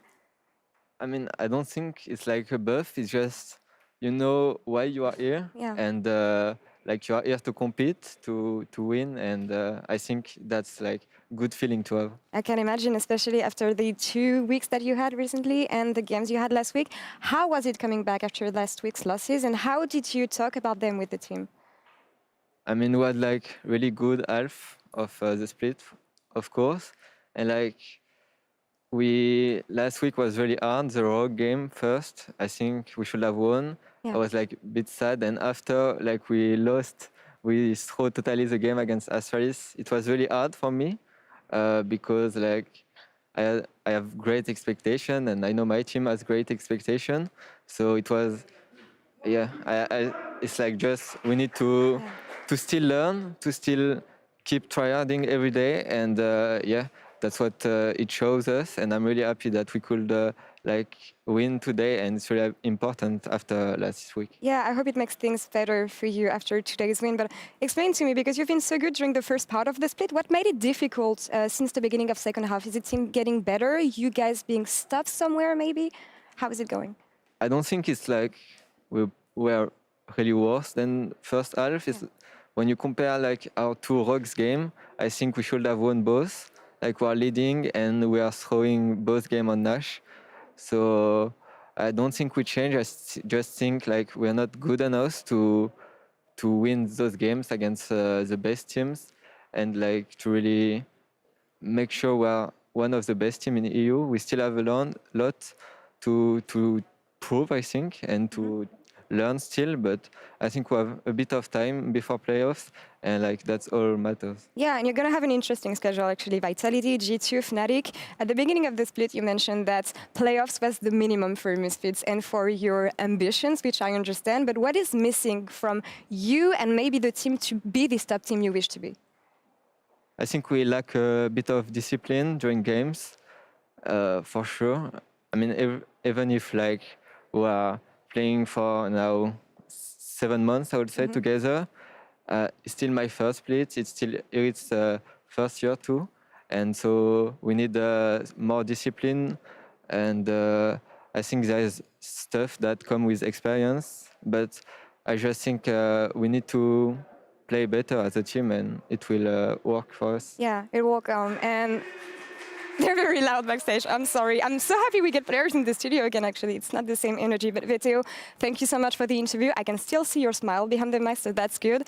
And we're going to take a break, and we'll be back in a couple minutes for a debrief of this game with Shox and her guests.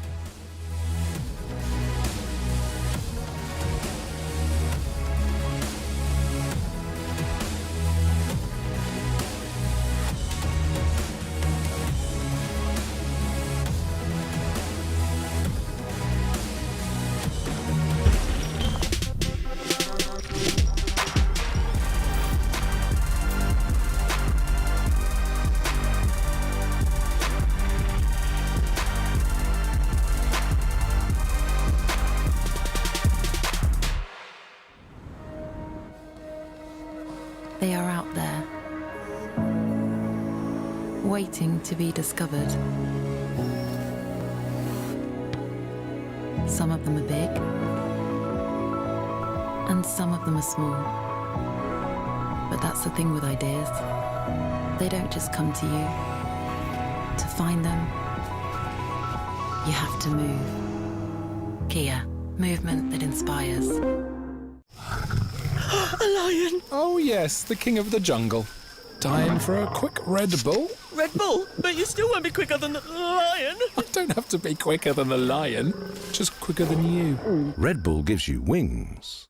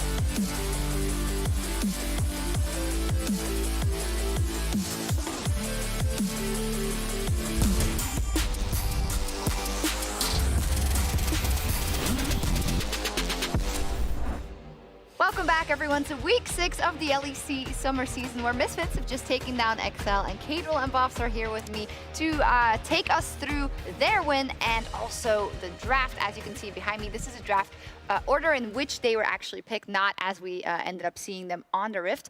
And yeah, the Buffs, what were your main takeaways of both drafts and the plans that both teams had? Right. Well, we have Misfits over here. They kind of do a little undercovered early draft. You don't really know what they're going for, right?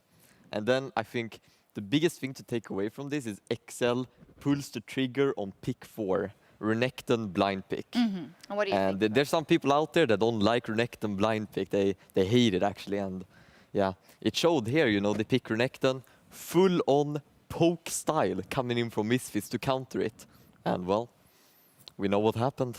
Yeah, completely right. I completely agree. The blind pick Renekton was kind of poor when especially when you're last picking a TF and you're countering yourself in the Zoe that always has the push. I think the biggest aim of this draft from Misfits is pushing lanes. I think that's Felicitous. They play style really well. They have a Jace top, a Zoe mid, and a Varus Thresh bot. So they have 3 pushing lanes, and Razor can just work well with that. You saw the early game. He got off to a great start, and that's just how Misfits wanted to play the early stages through this draft. Indeed. As we take a look at this first replay, I'd like to talk a bit more also about what we brought up in Ready Check being good deaths or bad deaths, because it starts off off, let's just roll the replay and we'll see. It starts off with the engage coming out of Excel first, K-Roll. Yeah, Kobe gets engaged upon, and I'm not sure how we actually got that lantern, because there was a pink on it, so massive props. Yeah. Maybe he zoomed in on it. There's a trick, you can zoom in quickly, but then trolling a little. Vander stayed on the tower, but the thing is, they have push in mid, jungler's coming, and they have TP on Hirit, so they can always match this play, but was this a good death?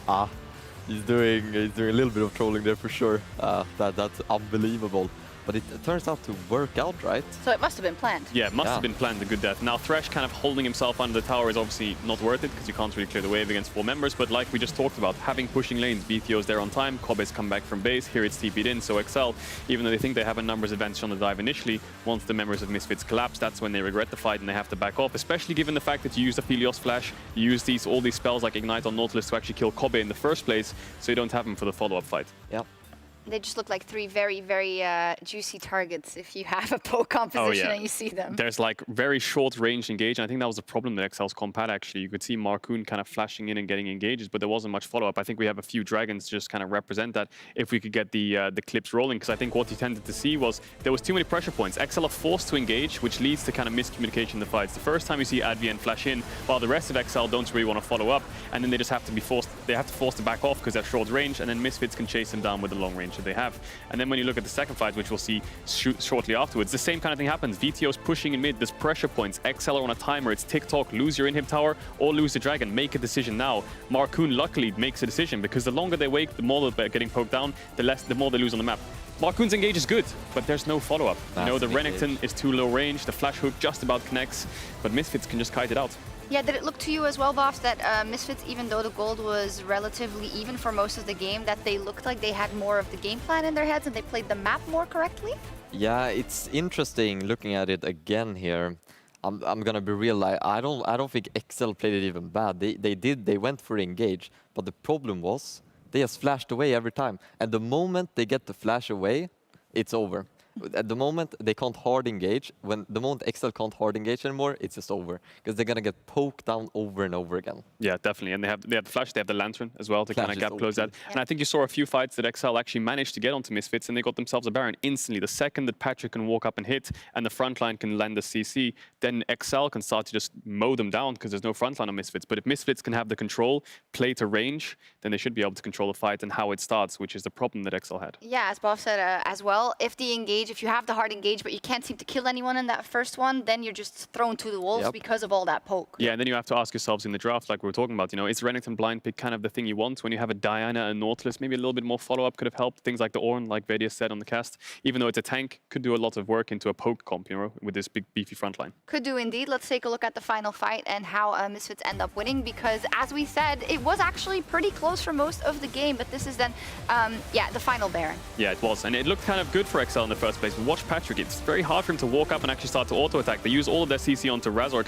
If you just keep your eyes on Patrick on the left side, he really can't do anything. Excel overcommit, and at this point, I want to say in a sense that they over-dived, but the problem was they didn't dive correctly. Marcoon goes off towards the side, they layer CC onto one of the frontliners of Razork who has tenacity, and then they just get poked out more and more and more. And now you see it's just a 1v4. Patrick can't really do anything. The enemy, Misfits runs it down mid and ends the game. Patrick tries to buy time, but in essence, he can't really 1v3 that. Correct me if I am wrong, but usually we would say, Boffs, that a poke comp is more difficult to execute than a full-on team fight comp. But obviously it all depends on how the game goes and which type of poke comp or team fight comp you have, right? Yes. I mean, you take a look at the Misfits here, they probably hit 20% of their skill shots, but they get away with it, right? So it's not that they played super well and they hit all the... No, they missed a lot of skill shots, but it doesn't matter, because unless Excel gets the engage, and if they don't do that, they can't do anything. So it's not about hitting all of your skill shots in a It's poke about throwing composition. many. It's It's about throwing many. Miss every shot you don't take. Miss every shot you don't take. As a serious wrap-up, though, it is about knowing what you want to do with it, right? And knowing that if you miss a couple here and there, as long as you get the ones that you need on the central top targets, then you know you're going to win. Oh yeah, definitely. And I think you're completely right in saying that the Pokemon's harder to execute, because I think that you get sucked into these fights to the point where it's like, oh, we can fight this. And then I think think if you bite off a little bit more than you can chew, then XL can engage on you all of a sudden. So making sure you play that range, you poke them out and respect their angles of engage, keeping the control so you're out of vision. I think the observers highlighted it perfectly in the game where Misfits were just hiding in the back ends of the fight. XL tried to get the setup, but they were getting poked down. So massive props to Misfits. XL needed a little bit more range to get onto them. A little bit more again, unfortunately, for XL, but Misfits walk away with the win. And coming up next, Rogue look to keep their spot on top of the LEC as they face off against the struggling Schalke 04. Exciting.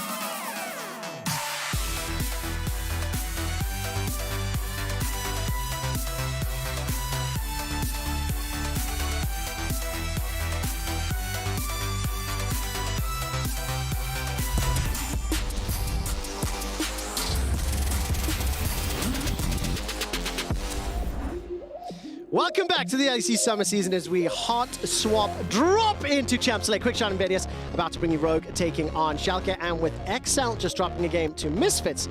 For Schalke, a team that's right around them, if they were to pick up a very surprising win, it would put pressure on XL, would make Schalke's step towards playoffs a little bit more possible, but it's a tough toss. Certainly is, as Rogue are looking to cement themselves as the #1 in the regular season. This could very well be a trend for Rogue now. They Summer last year first, then last split they were second, tied with G2 in score, but losing their head-to-heads, and then in this split, right now, they are tied for first with Fnatic, and they can take an early lead with a big win right now. Well, let's see if they can. Rogue will be on the blue side. We're playing on patch 11.14. Of course, we didn't see too much dramatic shakeups in the previous game. Straight out the gates, Ziggs as well as Gwen banned alongside the Kalista. So Diego still up, a very popular Thresh. Another very impactful champion that we've seen many, many times. And this Ziggs ban, interesting because we've seen Hunt Summer running that as well. It's interesting that Rogue would ban the Gwen themselves. And the Ziggs, as you mentioned, because, well, Ziggs is something that they've already shown that they're willing to play. On top of that, Gwen is just really OP. So why would you not want to force your opposition to ban it? It says to me that Rogue have a different priority in mind. The question is what that is. Viego, perhaps, is something that they think is the most broken, perhaps. I don't know. Open, still available to them. Third ban was that Jin Zhao from Rogue. Schalke taking their time to figure out what they want to remove from the pool here. And for Rogue, of course, they've had such a fantastic string of games. Will be the LeBlanc taken out. So Lucian still up and available as well. This was taken away. I mean, what do Rogue go for? Because there's a number of powerful picks still available to them.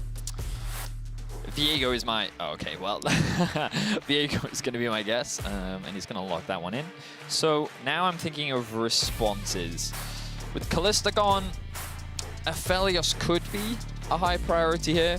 It's interesting because with the changes, things like Akali has clearly fallen out of favor, at least based on my one-game sample size. Correct. I can now and say one and a half games. 1.5 games, right? Because we're halfway through this draft. Hey, Lilia, first pick. Okay, so 11-14, the category was open. Adjusted, and Lilia effectively lower base, ramps with AP, and we'll need to see. We'll be able to recoup the losses once AP is picked up. I think that was the wording that I saw. Neon's going to lock in the Varus instead. So, I'm sorry, the Lucian is the big thing that was left up and available. So what they've done here is they're going to lose it. So I was going to say, when you lock in an AP jungler this early, to me that immediately suggests that you're looking at an AD mid laner like the Lucian. And while I don't think it is the strongest combo, I think that what you can do is that because Lucian typically gets so much prio in lane and Lilia is such a great counter jungler, they can work very well together. But not happening. What they're going to do. Not happening. Nuclear has got 2 games played on Lucian historically, both of which were wins. It's going to land over in Lawson's hand. Was that an insta-lock? Irelia! What is going on? Oh, wow. Okay, I'm really kind of... Well, the Aphelios lock-in into the Irelia. Wow. Okay, so let's start with Rogue's first half. So what do Rogue have? Well, they have strong side laners in the form of Lucian and Viego that I think can be beaten by an Irelia in the 1v1 in a side lane. So perhaps that's not their strongest suit. Team fighting, however, still pretty strong, especially when you think of double AD carries. Very AD heavy right now, so they're going to need a big AP champion to round out their draft, that's for sure. But I will say that Rogue, at the very least, are working towards options where they can get prio, something that they like to do. Chakra has made a great video on Rogue about the early game and how they often approach it and how they like to have dominance in the early laning phase. But I don't think Viego gets it against Irelia. Perhaps with the Irelia changes, that is a little bit different. I haven't really seen much of the new Irelia on this patch. And same for what is paired with the Aphelios. Well, we'll find out because the Thresh is banned, the Nautilus is banned. I'm interested to see if Tahm Kench shows up or not, but you talked about one of the big AP threats. Odoamne has lost access to that cannon. Another support that Trimby could run is denied. Alistair's still open and available. And of course, Inspired has run both of Viego's that Rogue have run this summer. The cannon ban's so good from Schalke because it actually forces the Viego into going top. I completely forgot that it can go in the jungle, and then the AP option would have come out in the top lane. I just assumed Odoamne was playing it, mainly because Inspired plays a lot of AP junglers. Diana is still up and available. He's also played Fiddlesticks. This Rogue banned Diana. What is going on? Well, now they have to pick Fiddlesticks, right? Why would you ban Diana if Lilia's on the other side? They're potentially worried about it being in mids? I don't know. I'm not entirely sure on the Diana one. I'm just going to have to hold my hands up and say I do not know why they banned it. Many questions to be answered. And of course, with the Braum, the Nautilus gone, the Leona gone, options for Braum and Alistair are the champions that I was looking at for the support pool. Yes, and Braum I think is a really good pick here, unless they think that Tahm Kench is the new OP. I haven't seen a huge amount of it in support as of yet, so I think the teams are still experimenting with how good the champion actually is. But I think against what is... Okay, so Irelia, lots of great damage, kind of wants to dive into your face. Braum and Aphelios is just a really good combo against Irelia specifically. Like, if I'm Irelia, I'm already miserable. Aside from the fact that I'm now also playing against double AD carry, the Braum has really just made my life even more miserable. The Varus has really good range, but yeah, I think that this Irelia is not going to have a good time. I mean, it's not, but it is Broken Blades Irelia. He's played 16 games on the champion, 75% win ratio. Of course, jungle AP. This is what we were looking for. Is the Gragas option going to be locked in? A last-second swap. So for the third time, we will see Inspired running Fiddlesticks in the jungle. 1 win, 1 loss. And now, what do you run into this composition to round out in the mid lane into Lucian as well? Well, I think you have decent disengage. I want damage. That's what I want. More damage. I don't know if melee damage is what I would. Jace I like a little bit more. Yeah, I like Jace a lot more. I think that the poke pairs well with the Varus. I think that into Lucian, it's fine as well. You have the AD, AP, mid-jungle split. I kind of just prefer Rogue's comp. I think that it just, against what Schalke's trying to do, the Irelia pick I'm really not a fan of. If you can get it ahead in top lane, great. But against Fiddle, Braum, Aphelios, I just think that the champion's not going to be able to have an impact. No matter how good Broken Blade is on it, I really struggle to see how it's going to 1v9. I think that the poke is very much what you want against a comp like Rogues, because I don't think they have the best of engage tools, very similar to what XL struggled with last game, where Fiddle is really your only engage, and maybe an Aphelios ultimate. So I like that they pivoted towards the Jace, and now they can rely on the Jace Varus combo. But yeah, we'll see how well they utilize this this poke, and if the Alistar can act as strong enough disengage to prevent the Fiddle from actually finding the fights and getting Rogue the team fights that they're looking for. And also, I'm gonna quote Vedish from a little bit earlier. Definitively, Akali is dead, right? So it's 2 full drafts gone through, right? That is sarcasm. I am playing with that, but a very interesting, maybe unique draft, especially with the order of the bans that came in. That Diana phase 2, very, very intriguing to me. And we will see Inspired on that Fiddle. It's Rogue taking on Schalke.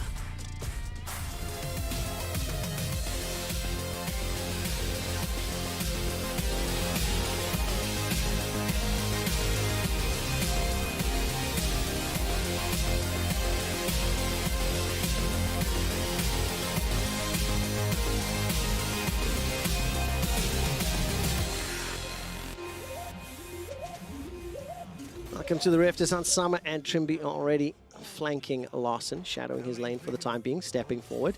Defensive start here from Schalke. For Rogue, 8-3. The score is mirrored by Schalke, 3-8. The bottom of the table. Trying to figure out who's going to be that 6th team to make their way up. So, very quickly, let's talk about some of the champions, and then we can talk about some of the play styles that we get from these teams. We have talked about Lilia. A bunch of changes came through. I mean, you said that they were like adjustments. They kind of look like buffs to me. More scaling will always be, I think, intrinsically that way, right? Yeah, but I don't think that her early game was really made that much weaker. I definitely think she gains a lot of value from levels, of course, so she will be a little bit weaker, but her base damage wasn't really hurt that much. So, yeah, I think that the buff that Lilia has received makes sense as to why we're now seeing her a little bit. She can also offer great early game presence because of how quickly she clears the jungle. Her ganks aren't always the strongest. When she gets level 6, she offers a little bit more, but I think that one of the biggest things that she can offer is actually her ability to counter jungle. And I think against a Fiddlesticks, that's not always the easiest thing to do. It might seem that way, but Fiddlesticks is deceptively strong very early on into the game. But her kiting power may make her stronger than she actually appears to be. They're going to do a pretty standard early jungle path, not something that we always see from Lilia's, as she starts from the bot side and paths up towards top. If there's one player that's going to know the tips and tricks, it is going to be Inspired. It is his most played champion. Yeah. It's 16 games. So Curate locking that in first rotation into Inspired on the Fiddle. We need to see how it plays out as they're starting to make their way down. And very good job here by the observers to highlight Hansama, because he's been one of the players we've talked a lot about over the past few weeks. Yeah, he certainly is. But before we talk about Inspired, I want to talk a little bit more about this Irelia first, mainly because it is a champion that was insta-locked. And I think that in the terms of the composition, I understand why he picked it into Viego, probably because he thinks that it's a very good matchup into Viego, and I also understand why. At level 2, Irelia actually has a huge amount of lane prowess, but she too had some changes on this patch. She now only has 4 passive stacks, stacks instead of 5. Her E has now been made to a set standard, but once she has a passive proc, this is when she's at her scariest. And if I'm Odoamne right now, this is around the time where I would be the most respectful and the most scared. And you can also see with the jungler hovering around the top side that the Aurelia is someone that has to be feared. Level 3 now comes through. I'm just waiting for that engage to come. Odoamne, good use of the Shroud. I'm on the edge of my seat Here it is. now. Good dodge out. Not Nice. gonna be able to Okay. connect. So well played there by Odoamne, showcasing the respect that you have to do. So many people I've seen fall to the trap of level 2, level 3 Aurelia. A fully stacked passive against an Aurelia is just really terrifying to deal with. So I think that it will struggle as the game progresses. I think it's really important that they get the Aurelia ahead, and I want to see Schalke invest a lot of resources, play towards the Aurelia, and make sure that she is actually getting the resources that she needs to be very strong. Well, right now, Hero was making his way for the scuttle, was picked up there by Inspired. The wave is crashing into Odo, and it looked like Broken Blade was starting to TP. So Larson already backed, made his way into the mid lane, got those refillables, got those biscuits, and pushing forward into nuclear ends. Now, what's crazy about what Inspired did is he's obviously done a full early game jungle clear, but off the back of that, he's also going to get 2 plates as Neon is forced to use the cleanse, as Trimby gets a good punish off against him as Limit is a little bit split. But while this all happens, how Rogue typically play is Inspired usually invests a lot of resources towards the bot side of the map.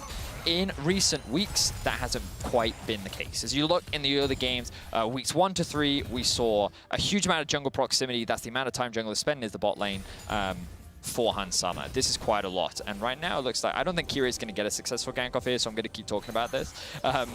But what happened was in weeks 4 to 5, the meta kind of shifted. We talked about that Ziggs, while we were starting to see a little bit more about that from Hans. And also, they were struggling in their 2 versus 2, which means that Inspired actually changed his approach, and Odoamne received a lot more of the jungle attention, which was very uncharacteristic for him. You can see that his kill participation in the early game shot up dramatically. He was involved in way more kills and assists in the early game. His gold difference actually went down. So we thought that was really funny, because when I reached out to him about it, I was like, what happened? Well, the meta kind of shifted, and now my jungler keeps coming top, and you might think that good, but what he said was, I got autofilled to jungle pressure recipient.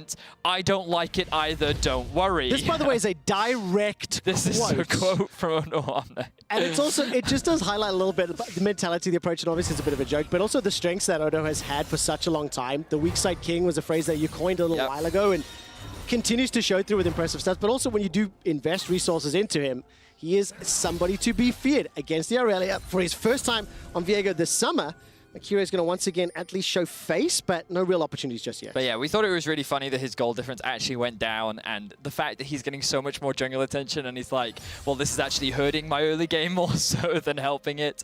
I think it just goes to show how talented of an individual Odoamne is, and how well he does without the resources. But I think he's going to get some resources this game, because I think Rogue want to shut down this Aurelia from the get-go. Inspired is going to hit level 6.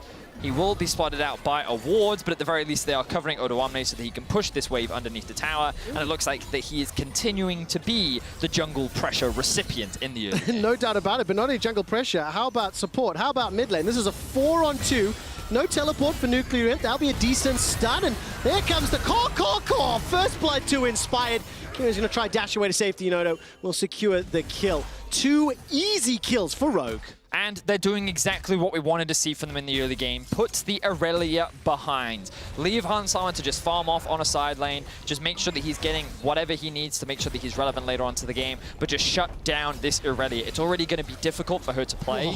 But just make it even harder and prevent her from being involved in the early game whatsoever. It's nearly a 2,000 gold lead. And honestly, I thought it was a very well-executed dive. It certainly was. Larson with the great roam used his pressure in mid. Trimby had already roamed up well in advance towards the top side of the map. And then Odoamne with the reset gets himself a nice kill. So very well played from the Rogue 4-man as they get themselves a 2k gold lead early on. Unbelievable. I mean, despite the fact that Broken Blade had the flawless duet, it was a flawless double for Rogue. Look at that gold lead already after what was very, very well played. And honestly, that was kind of the scary thing we talked about, or you talked a lot about, Vedius. It's how really in the laning phase is somebody to be feared and challenged. Inspired already got those boots upgraded. Got Predator available to him, and Kirei moves to fish a little bit. Good ward there. I like that. Yeah, because it's just outside of the range of the control, but it will also give you information in the event that a Blast Cahoon comes over. So while Schalke will gain visual control over the bot side, Rogue can still respect it. Larson Gonna emote as he disengages from that little fight there in the mid lane. Well, there's being a little bit of an advantage here to Nuclear Int in terms of the HP pool, but Schalke got to be very, very cautious. I'm going to keep looking at my minimap for Inspired as Trimby's going to step forward. Flash, Clean's still available for Neon. Yeah, piercing around, looking to use Moonlight. Vigil comes down instead, 100 HP. One last shot, not enough. The Chakram flash away from the Winter's Bite. And it will be Limit taking down Trimby. Now Hansama making his way out. Nuclear Int, does he put the hammer down? Not this time around. And it was a bit of a comedic death there by Trimby. Yeah, I understand why he flashed, and he did end up trading his flash and his life for the remaining summoner spells of Neon. Hansama got a little unlucky there. I liked how he was very patient with his ultimate. Limit now looking for a flank behind, though. There's some damage coming out. The minions are going to help block this. The accelerated shock blast caught out, and all of a sudden, hang on. Limit's the one that gets stunned up by the concussive blows. Red, white, defensive flash from Hansama, 200 HP. Hammer backwards. Hansama survives. Not going to be enough from Nuclear Int, and now Limit continues to run for his life. Is he not dead? I feel like he's dead. Yeah, till the rest of the minions, most of the members of Rogue make their way up. Hansama is donated the kill. So now Schalke, they reply with the overdive of their own. I can already hear Dracos shrieking with excitement. For those that don't know, he loves this champion, and he loves talking about gun weapon management. And so we're going to talk a little bit about that right now. Because notice how Hansama's going to land the Q first, and then he's going to hold it. Because he knows that Neon wants to use the cleanse the moment that that comes through. But Hansama wants to make sure that he can get the passive applied from the long-range gun to do as much damage as possible. At this point, though, he uses all the ammo from the green gun. You're going to notice he's going to fire out the Q, and now he's going to get an opportunity to change weapons. He just needs to make sure that he cleanses out of the way here from the stun and the ignite. And then, look, change of weapons, and now he's got the red plus white gun. This was changed ever so slightly so that it wasn't strong as it used to be, but the thing is about it, Braum plus that combo insta-passive proc. Like, you saw how quickly Nuclear Int got stunned. It meant that Hansama was able to play around that. So really good gun management there from Hansama.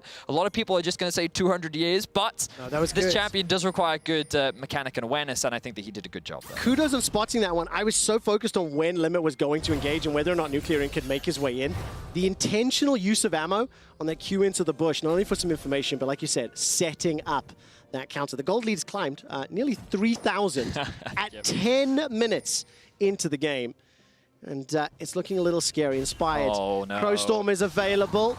Can hop over the wall. Nuclear Int has no flash, remember. Get terrified, get dunked.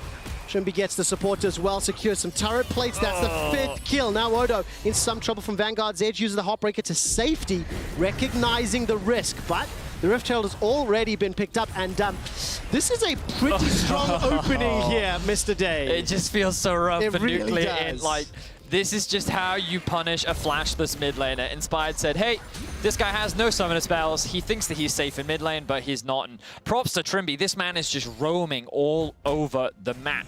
He has had quite the career arc. First split, last split, replacing Vander that many were surprised to now growing alongside Hansama, being very dominant in the 2 versus 2 early on this split, and now shifting with the stars, and now looking for a pick onto Limit. Well, there's going to Chain of Corruption fired out. Hansama putting damage onto Limit as the Unbreakable is keeping himself alive for now. Inspired chunked down. He's forced to run for his life. Now Trimby's the next target. Dashes forward, been knocked back once again, and Trimby will be gifted over to Schalke for the cost of a couple teleports. Okay, so Nuclear Int and Broken Blade both invested their teleports to help their bot lane out and get themselves a couple kills back on the board, but that means more farm was lost in the mid lane for Nuclear Int. You can see a big wave was lost. The TP flank now coming in from Larson.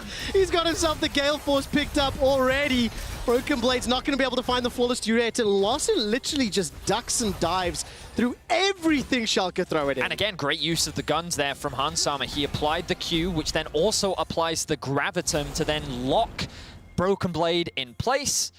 And then Larson, it was just child's play. It was so easy for him to do. And look, Trimby now on the roam once again. Running for his life, Nuclear Int is going to get chucked down by the culling. Limit has Hex Flash available to him. Trimby's not going to find the Winter's Bite. The re-engage from Nuclear Int, and the headbutt actually saves Larson's life. I wasn't sure if that was the hammer or the headbutt, but Nuclear Int escapes for now. And it's just looking like child's play, that gold lead extending even further. But I will draw us back to a brief story we talked about. Odo Wamne's been left alone for a long periods of time. Well, he'll be relatively happy for the time being. I mean, that is true. But he did also get the gank that literally is put them in this position in the first place. So I will still say he is sitting in a very comfortable spot right now. The bot lane has been swapped from Schalke. I mean, Divine Sundra's picked up already. Gale Force picked up already. Inspired's Crow Storm is available. Kirei and Broken Blade instantly start to peace out. Do not be anywhere near the potential engage. Hun Summer is a higher level than Nuclear. Okay, he just got level 9, but Hun Summer is a higher level. I wonder if we can get the little XP thing that we often get on the left production, if we could look at that, because Han Summer often, this isn't actually that rare. Han Summer would often get left alone to single farm things like turret plates and experience, but I don't think we've ever really seen Trimmy, at least last split, have the same map impact that he is having this split. A huge increase in his impacts and growth over this year. And again, like, it just comes back to it. European rookies, man. We have so much talent in our league. We are looking at the gold on our left right now, and you can see that 4 of the 5 top are currently in the Rogue camp. Yeah, absolutely. The second tower is going to fall here in favor of Rogue. They're going to extend that even further.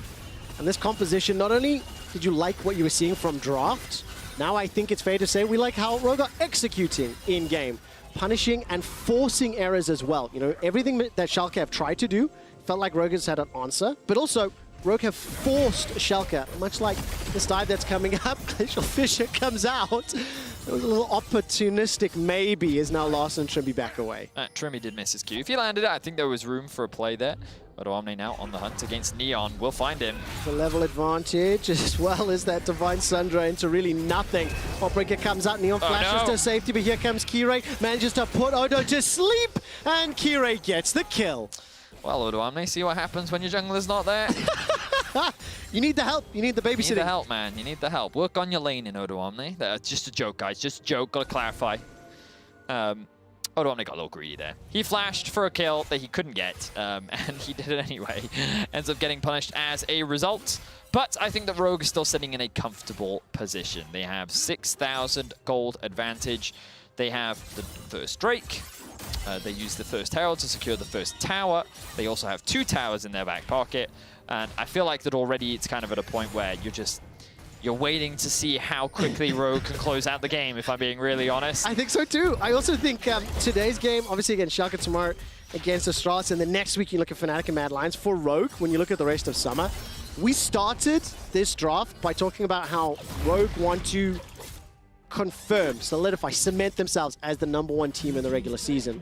Looking ahead to obviously the next 4 games, it's going to be a very good way to secure that, get as many championship points as possible so you can increase your chances for seeding going into playoffs. I'm really excited about that Rogue Fnatic matchup next week in particular, because listening to Upset on the podcast talk about how of the 3 teams to make it to Worlds, he didn't put Rogue in there. And he talked about how he felt that they had Rogue's number, and that in the bot lane, this was not a duo that he was particularly scared about. And admit, he was very respectful. Now, again, I would encourage people to watch the episode because it was a really good and funny one. But yeah, I think Hans Summer's going to take that personally. Sure. And I think that he's the type of player that, for me, he's been one of the MVP candidates of this split. I think that his impact in the first half was really felt. Obviously, the team heavily played through him, and so he's going to be made to look a little bit stronger, and he does play very lane-dominant champions. Let's see how things progress as Odo Omni now gets collapsed on. It does indeed. This will be yet another death for Odo. The rest of the team making their way through the mid lane. I mean, it's such a gigantic advantage that even the 2 picks that Schalke have been able to secure, they are still so far behind. It is Mythics for everyone except Trimby on Rogue, and only 2 for the time being on Schalke. And now, there's a setup here. Gravitum is available. Moonlight Vigil can lock down Neon and Limit if wanted. Lawson's going to be able to pick up the kill. There will be some reply back here from Schalke as Broken Blade's going to look for something, but the Crow Storm prevents the engage. Now the chase forward as Inspired manages to leap over the wall, get himself yet another. That's the 8th kill in favor of Rogue, and they are everywhere. Observers, if we get a replay, could you please show us what Inspired saw? Because I don't think he actually had vision on Broken Blade when he made that ult, but there must have been some way in which he read the play and could see what Broken Blade was up to. But I'm really curious as to how he did that, because that was such a good ult from Inspired to catch Broken Blade out of position and Rogue get themselves even more kills. They pull their gold lead even further. Deathless for Inspired, as well as Larson and Hans Summer. So this is where things start off. We're having a look at Rogue's vision initially, and we're going to have a look back. So the ping comes through. Right now, I don't think he sees Broken Blade, but where's he going to spot him out? Oh, so he does have we're on road vision there. So he's just watching him walk past. He is just watching him walk past there. Yeah. Oh, of course, that ward is just sitting in that brush right there. So he did watch him walk past. I thought it was super big brain from Inspired, but in fact, it was actually just very obvious. So he was able to get himself an easy pick. And they walk away with more kills. Now they're looking for another fight in the top lane. They are indeed. Limits level 8 versus 11, 12, 11. Before you even add in all the items, the second Rift Herald is summoned. It's pushed onto the inner turret. This is the 4th of the game. While that's going on, Broken Blade is trying to push the bottom lane. Rogue will pick themselves up another tower in the middle lane. Vedis, you asked a question earlier, how quick will Rogue finish? Well, they're trying to set a record. 18 minutes, they're already knocking on the inhibitor turrets. Yep, 8K is the gold lead. Rogue is absolutely dominating their opposition in this match. An impressive way to do it. I love watching Inspired's Fiddlesticks. Very clean game from him so far, but in all the right places at the right time. He has more farm than Odoamne does. Vedi. Okay, tell me, do you know what the quickest win time in Summer is? Is it 22 minutes, 39 seconds? Oh, so close. 22 minutes, 56 seconds. I was 17 seconds off. So 22.50. Let's call it 22.50. That's the benchmark here. I know I'm a little optimistic because Rogue, not always the team that will pull, I'm going to call it the misfits, you know, the push into the base. It's a bit over eager, maybe not well timed. But when you see how many tower dives that Inspired has had with that Crow Storm, I feel like this will be the time that Rogue want to push forward. And right now, Schalke, are you going to make a medic Crow Storm call? I don't think I can. I don't think I can. When something like that happens that's so pure and magical, I know I won't live up to the expectations, right? Okay. I did a free But you could do your own version. That's what I'm saying, Trev. This is your opportunity. You could go like, caw, you know, your own metal version of it, maybe. Okay, I'll try a metal version of it. If we can see it happens. Oh, wow, you just bought in. All right, I respect that. Listen, this is a yes and space, all right? I'm going to back you up. But I mean, Schalke, they tried to play the map game. They got themselves a couple towers. But ultimately, it's just more space for Rogue to work with. 20 seconds to Baron. They've got a bunch of wards set up, pinging inside the base of Schalke. Do you fancy they just make a play straight for Baron? I think they could consider it. The problem is if they do just flip a Baron, they also could just lose. So they do require some setup. So I would be... I should say that I expect them to do the proper steps. You know, get mid, push out sides, clear out vision. They don't have much control in their half of the jungle right now, so the risk of a TP flank is real. But as we're seeing right now, push in through mid, move into river, then use your control of the river to set up some initial vision around the Drake, look for a pick, get a pick, ideally the enemy jungler, and then you convert that into the Baron, which they can start right now if they want to. Yep, that is Han Summer getting a kill. On to Kire. Damn it! Inspired denied me the core metal version. 22.56, Vedi. 22.56. That is the chase. Now, do they push straight in? What are the waves looking like? Down in the bottom lane, Broken Blade is pushing. There is a wave that's trying to be caught by Larson.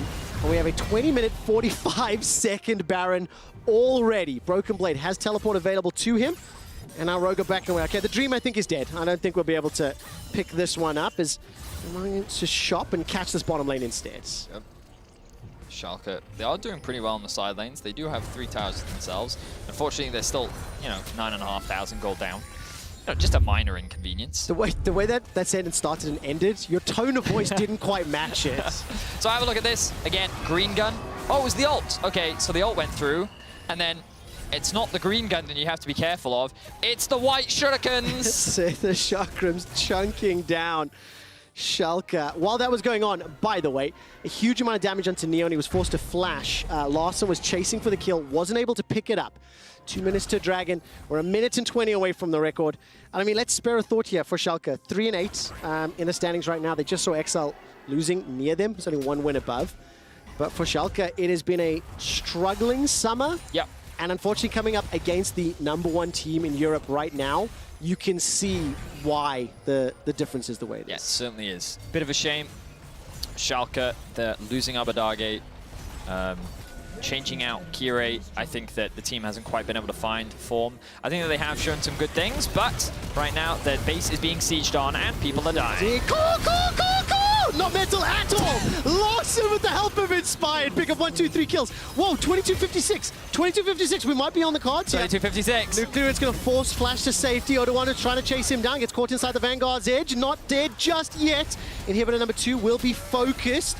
1 and 2, correction, 22-30. The Nexus 25 turret is going to be the next one to focus. Broken Blade flashes for his life. Larson takes him down. Trimby misses another Winter's Bites as the hammer comes out from Nuclear Int. Rogue are pushing for the kill, and they won't get the fastest win. Nexus turret is now being focused. There's no ways they do this in 10 time. seconds. 10 seconds out. They turn their attention to the second Nexus turret. Limit will prevent the record for now. 5 6 seconds. 4 seconds. Rogue destroy Schalke, but they do not destroy the win time. 23 minutes has crossed, and Rogue obliterate Schalke. That was the funniest caw I've ever heard. I made an executive decision that I wasn't going to have a powerful voice, so I went comedic. No, we were building up. I loved it. I loved it, Quick Shot. That was great. I That made my truly wish I had a deeper voice, but you got to lead into the strength, you know? Well, anyway, very one-sided game from Rogue from start to finish. I like their draft. I like the way in which they played it out, and just a very clean game from the squad. Well executed, and huge props to Inspired. I think that his early game impact was massive. Him alongside Trimby were very, very strong. Yeah, Odoamne shouldn't be anywhere near player of the game. No, absolutely not. I have to call Odoamne out. I mean, he gets given jungle attention, he gets given the first dive, and what does he do? Just go and like int in the side lane? Shame on you. I expected more. Shame Odo. on you. For everyone else voting at home, key player of the game at LEC on Twitter, Inspired, Larson, and Trimby. I mean, ultimately, this is just Rogue purely outclassing both at an individual as well as a team level.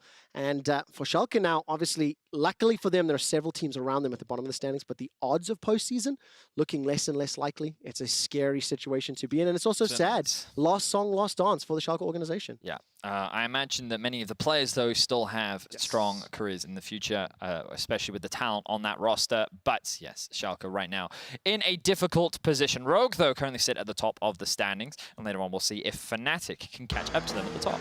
We'll do a toss. After the break, Law will check in with Trimby on Rogue's win. After that, Mad Lions are closing in on a playoff spot. And we'll see if they can put another win on the board versus last place, SK Gaming. You could have tried harder.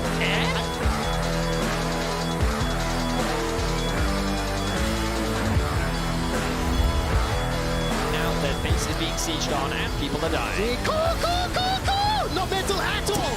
Larson with the help of Inspired.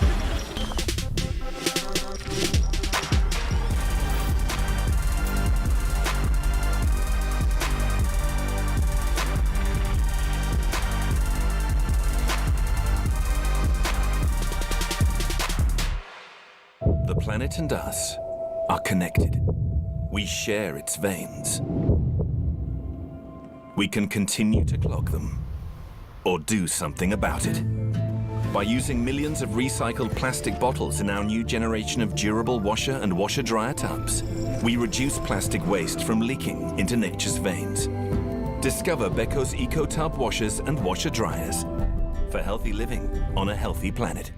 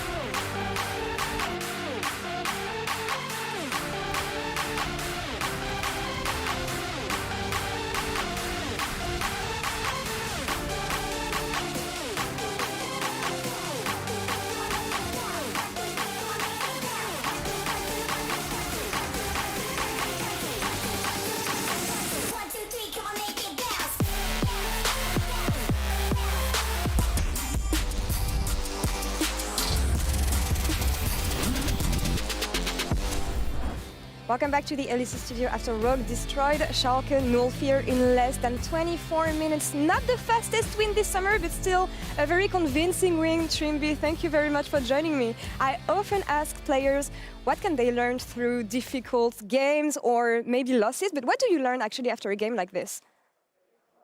Well, it was kind of a storm, so it's not like there's a lot to learn from that. But for example, like from my point of view, I had some misplays, like individually, I would say, and mechanically. So I can for sure think about it and like try to see like what was through my mind and why I did it this way and not the other way, and just try to like rethink it again and see if like my way of thinking was good and how to play out stuff stuff differently if I felt like it was not the best and this stuff. But yeah, the game was a bit quick, so not sure if there's gonna be that much to review. All right. Hope so, at least. All right, well, quicker review then, and I don't know why I wouldn't expect less from the perfectionist I know you are, Trimby, but I'll come back to that a bit later in the interview, because Rogue is doing so well right now. You are first in the standings. We'll see how Fnatic plays later, but I mean, it feels like everything's going so well for you. We saw that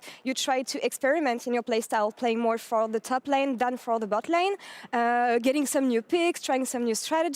Do you feel stronger than when you were in spring? For sure, I would say, even though that we're not playing right now like the best version of us, I would say we're trying a lot of stuff, as you said, and I think that we're trying to find out if we are good at it or not. And for now, it's looking quite nice. We're trying to like look for opportunities. Like I try to be more creative and more active on the map. So it's not only about the fact that we are just playing around laning phases only like in isolated way when we play only 2v2, for example, on bot lane. So it's really nice to try this out and see that we're actually having some success with it. Yeah, and I mean, the whole team is having success. You're very successful as well. Again, 8 unique picks so far from you in summer. Similar to what you had in spring, it feels like it's your specialty. I don't know, I like the fact that you play so many unique champs, but how do you feel right now, Trimby, when you think about spring, your evolution as a player? You were mentioning that you had a lot of stuff to work on. So yeah, tell me a bit more about this and how you feel right now in summer. Well, pretty sure in every interview I would say that I have a lot to work on, and I'm never gonna say it's never gonna be something that I think it's not true. But I think it's looking good right now. I feel for sure much more confident than I used to, and I think that we as a team are looking better. Even after the last week against G2 when we looked how we looked. I still think that it was not us at all, and we can for sure show much better than that. So we'll just try to improve on that. And like individually, I think that I'm looking okay, I would say. Like I'm for sure looking better than in the spring split in terms of the regular split, because last split I was really shaky. I was doing a lot of weird stuff, I would say, and now it's more about I'm more confident about what I do, and even if I fail in it, I don't feel too bad about it, and I just try to keep going. So that's for sure something nice that I added to the summer split, and it helps me out a lot. Well, this confidence looks good on you, Trimby. And you'll get G2 at some point. I know you still have some unfinished business with them, but we'll see that in playoffs maybe. But for now, thank you for the interview and good luck tomorrow against Astralis. Thank you very much for having me. And we're going to take one break and we'll be back in a couple minutes with SK Gaming and Mad Lions getting ready on stage right now. Stay tuned, guys.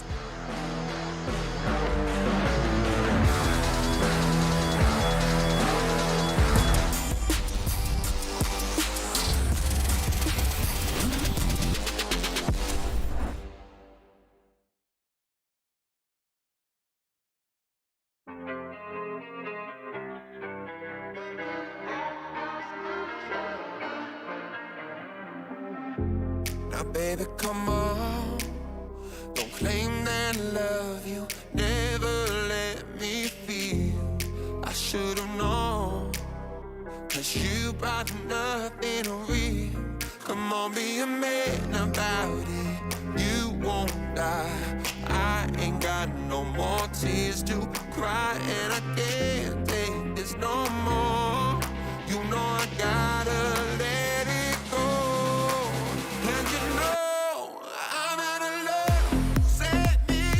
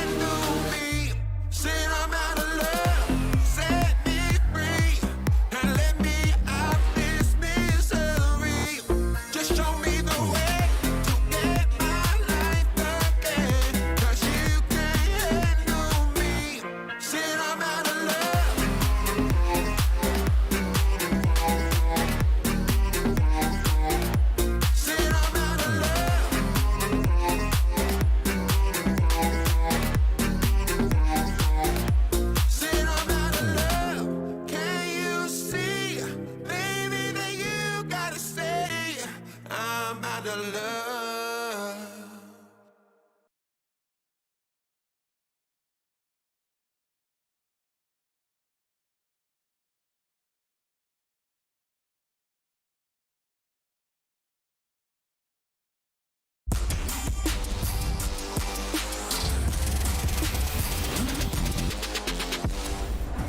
Welcome back, everyone, to the Analyst Desk. We are about to watch SK Gaming versus Mad. And SK Gaming, they are rather staring down elimination from playoffs, and they face a very tough challenge today against the reigning champions in Mad Lions.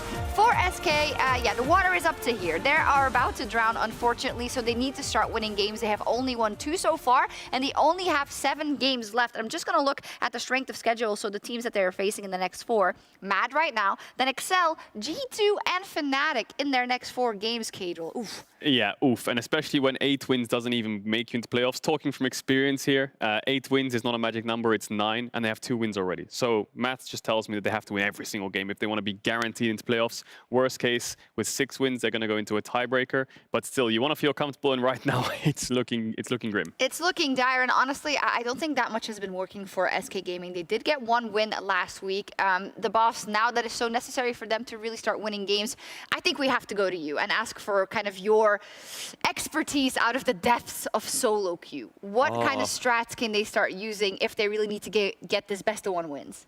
You're that desperate to go to me for Yes. tips. Yeah, I mean, cheeses. That's my area of expertise. Yeah.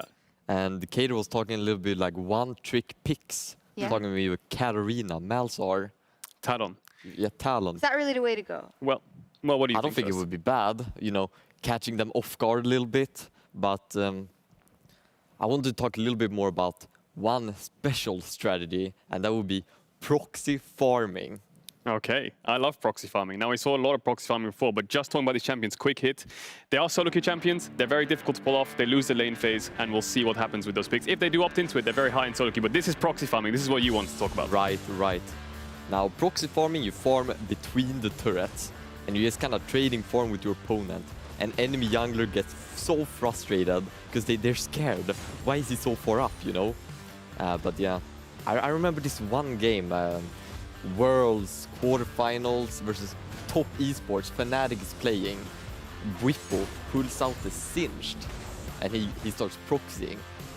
And well, they won that game. They won that game. We don't talk about the rest of that series. Oh yeah, we don't talk about the rest of that series, but I think the point stands to an extent where you have pressure in a lane, right? If you have losing lanes, proxy farming basically can enable like a Singed or a Sion. Basically means you have to send resources there if you want to shut it down, or the lane phase is nullified, which can always help SK in a sense, right? There's lots of different cheese strategies you can go for. Obviously, we're kind of going at an arm's length here to go to the extremities of how to win a best of 1. I think cheese is definitely where it is. I think there's many different types of cheese. We talked about one tricks, which are like high volatile champions, where if they can get some random kills out of nowhere, then there's a chance that they can just pop off and carry the game alone, but they'll struggle in lane phase. We talked about proxying. Also, level 1 invades, you know, all of these kind of things you can look for, you know, just level 1 invade, 5-man, take their buff. That's what happened to Treats against Fnatic. He died, I believe he died, or he lost his buff, and he was just out of the game from there onwards. Yeah, I think if we apply this to SK, and I know we're joking around just a little bit, but I do think when we look at kind of the profile of SK and what's going on, I took a look at kind of their early game and their lane performance specifically. Genak seems to be the only one that's keeping his head above water, and not even like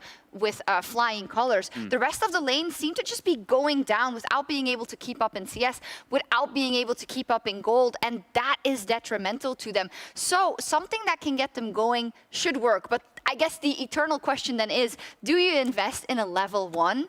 If you know that you also have, I wouldn't say a 50% risk, but definitely a high percentage of risk that your whole early game gets squandered. I mean, yeah, you're grasping at straws at that point, right? And I think that level 1s can kind of turn the tables in the early game, where I think SK, like we were just talking before the show, they're not roaming a lot, right? They're just sitting in their lane phases, they're trying to accrue CS leads, and that's about it. Not much cross-match, not much proactivity. Maybe that spark can actually ignite a fire, right? So if you get one lead on the jungle, maybe all of a sudden Treats is ahead, and he's like, okay, now I know where the enemy jungle is, which makes it so Gen X can play more aggressive, or Blue can look for more roams, right? It's all a snowball effect in League of Legends. So I think if you can transfer any form of pressure or find any kind of leads and just grabs onto that and use that as your advantage, then it's always good. There's many different ways to do it, but we'll see what SK can do, because I think playing standard is not the idea right now. No, unfortunately, because when we look at kind of the way SK have lost the games, when they have lost our games, unfortunately, and it's been many of them, they weren't able to do anything on the map, and that's unfortunate, because then you can't even find kind of a point of, okay, listen, this was working for us, the early game pressure or whatnot. No, nothing was working. In terms of if they do want to explore something like these strategies, like the proxy farming and whatnot, what do you do as an enemy team to counter that? Because you've had a lot of experience with it, but I'm sure it's not, it can't just be a free strat, right?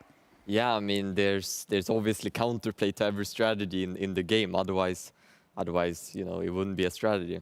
And well, the enemy team has a lot of options, right? Let's take this proxy farming, for example. So they could get the free kill on the top lane. It's isolated. They send their jungler, maybe their mid laner, pick up the free kill. But then it's up to SK to kind of work as a team and counter that. Pick up a dragon, gank bot lane, and you know, SK is statistically the worst team. So I really think going for some kind of cheese strategy is their play to maybe get a win. Yeah, it's the snowball effect, right? It's a good death, you know, get something on the other side of the map. I'm drawing pressure, the enemy team comes up, try to do something somewhere else. These are very minute strategies, which are very champion dependent. You know, Sion and Singed, obviously well known for these kind of strategies. But cheese could be the aim of the game. I don't know, SK, I think playing standard is really going to be difficult for them to beat a team like Mad Lions, who are one of the best teams in the league. No, absolutely for Mad Lions. They are already on stage now, so let's see what happens. SK definitely have their work cut out for them versus the champions, but we'll see if they can secure a win. Statistically, the worst team, and I'm not sure whether or not the players will be able to be picked up on our microphones, but the Mad Lions are loud, are excitable, are having fun. Actually, it made me really happy because as they were taking to the stage, so were SK, and everybody was greeting each other. So good to see you, welcome back, welcome to the stage. It was good feelings. Unfortunately for SK, the only 2 games they've ever won is when I was casting the Trouble, and I don't see Trouble here. So odds are not in their favor. So the difficult thing for SK is, we mentioned it, well, throughout the day, 9 wins is normally enough to get you into playoffs. Not quite, not always perfect, but 9 wins is normally enough. How many wins do they have now? They currently have 2. Okay. So they need 7 more wins of, I believe, 8 remaining games. 5. Maybe even Is less that than 2, 1, 2, 3, 4, 5, 6, 7 games? No, they have 8 remaining games. Oh, they're playing this one, yes. Yes. Yeah. Yeah. 2 today, 2 next week, and 3. So why are we doing math? We should have planned this. We should have planned My this. point is, right, that getting to playoffs for them is a run of sorts that we will not name. But it's going to be extremely difficult. And I think that when you're kind of at death's door, I agree with what the analysts were saying. Just flip it. Just stop caring, you know what I mean? Just kind of like, what have you got to lose at this point? You may as well just do whatever you can to at the very least try and get some wins on the board. But it's so important to recognize if they do, if SK decide to flip it and throw some unique approaches or do something unexpected, they could be heartbreakers for everyone else near the top of the table. Mad Lions, of course, they come in today, the 7 wins, 4 losses. Last weekend was the first time that they went 2-0. Throughout summer, and they are ramping up as we head towards playoffs. And in a game where you have, let's say, you know, 3rd statistically or 3rd on the standings, but definitely one of the best teams here in Europe in summer, you actually expect them to have a strong performance against SK. Yep. Yes, I do. Is Ziggs meta now, by the way? Because are we 3 for 3 on ban? Didn't you watch the Flexia segment where he was talking about Flexplosions? Yeah, but I try not to listen that closely because he doesn't sound that smart all the time. I mean, clearly he's very smart. Let me rephrase this. Look how smart he is. Ziggs this level of ban worthy? Yeah. Good. Okay. Well, I think it's just a number of changes. He got buffed a little bit, and then also the champion pool mage elsewhere on the items. map. Yeah. Mage items were made cheaper, and his siege is like really OP because he just destroys towers. He's really safe in lane. He just kind of does everything. He's also a flex pick. Again, you know, Flexplosions, you know, the whole thing. So, yeah, he's good. Flexius is overrated as far as I'm concerned. Gwen and Viego are not. Both are still open. Both are available for selection. Thresh Engine's out. Diana, Ziggs, Viego, Gwen, the last one standing. The last time these 2 teams played, Alyoya played Rumble. Mad Lions destroyed SK in 31 minutes. And Alyoya's Rumble just melted SK everywhere they went. They lived inside SK's jungle in particular. Treats had a difficult time. So one of his earlier games on stage. And there's Gwyn in the ban pool. So, Lucian is a big pick that is up and available right now. We've seen a lot of Aphelios priority, but I don't think it's going to be first picked. Lee Sin is also up and available, which is something that Treats has been going to a lot recently. Genak's actually going to first pick Mundo. That is... Sorry, that was a little too real. But I actually said to Vedius coming into today, I just find comps built with a Mundo in them so boring to watch. And it's first picked, but, okay, hold on. We wanted a surprise, right? This isn't a surprise. This is just Mundo. I don't think Mundo really does a lot. I think that Mundo is like very safe in lane. I think that it can scale really well. I think it can do pretty well in the side lane. But like in terms of teamfight value, I've seen him be ignored more than I've seen him have impact. So personally, I'm still hesitant to be bought into the Mundo. I think it can make sense into certain comps, but you first picked it. So unless they have some creative plan with this Mundo, perhaps it's Mundo Jungle, maybe it is Mundo Support. There were some buffs to Mundo Jungle, I believe, on 11.5 that made his jungle clear a little bit better. Yeah, maybe there's something that we don't know yet, but we'll have to wait and see. In any case, Mad Lions will pick themselves Aggression. Kalista, Lee Sin, that should get the other game going. I'll hold my breath to see where this Mundo and SK comp go. Huge shout out to SK Mad Lions playing with the Scion Hovers. And that Kalista, been banned 2 games this time around, will land into Kazi's hands. Kazi's currently the Kalista player in Europe that, when I think of Kalista, I think of him more than a lot of bot laners. Really? I just remember. Over Hans? I really do. And I also just remember the performance they had against G2. And now let's see what's going to get paired with him. It's going to be a Tristana Leona on the other side. Alistair is available. Thresh is in the ban pool. It's probably Norless, but I think it should be Alistair. It's my opinion. He's going to be going for Solo Laner instead. So Humanoid will lock in his LeBlanc. That will be the first time that we've seen that in Summer for him. So, very strong mid-jungle combo from Humanoid and Elyoya.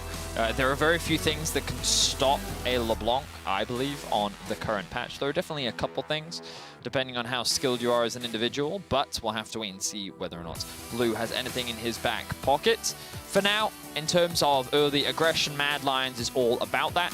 SK have a little bit more of a scaling teamfight comp with what they've got 2 very powerful frontliners in Leona and Mundo, with Tristana being a long-range hyper carry that can be a lane that you look to play through, and is also a pretty solid matchup into the Kalista, depending on what support gets paired up with it. What would need to happen for you to see the Mundo either jungle or top? Like, can you reveal that now? Obviously, I would need a top laner to be locked in, Trevor, and then that would... Okay. Woo, somebody's playful today. Okay, well, let's wait to see what SK lock in as Twisted Fate and Braum are removed from the pool. That Lucian, an unpicked, unbanned thus far. Obviously not high priority now, just highlighting it. And SK can remove at least one more support, which is about Alistair or Nautilus being one of them.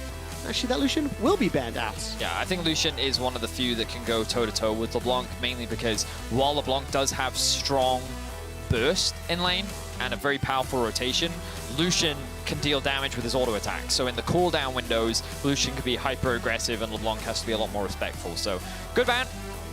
With the Braum removed and the Wukong also taken off the board, I like Alistair. I think Alistair's really good into Leona. I also think that it's just good engagement. Maybe they don't think Alistair's great into Tristana.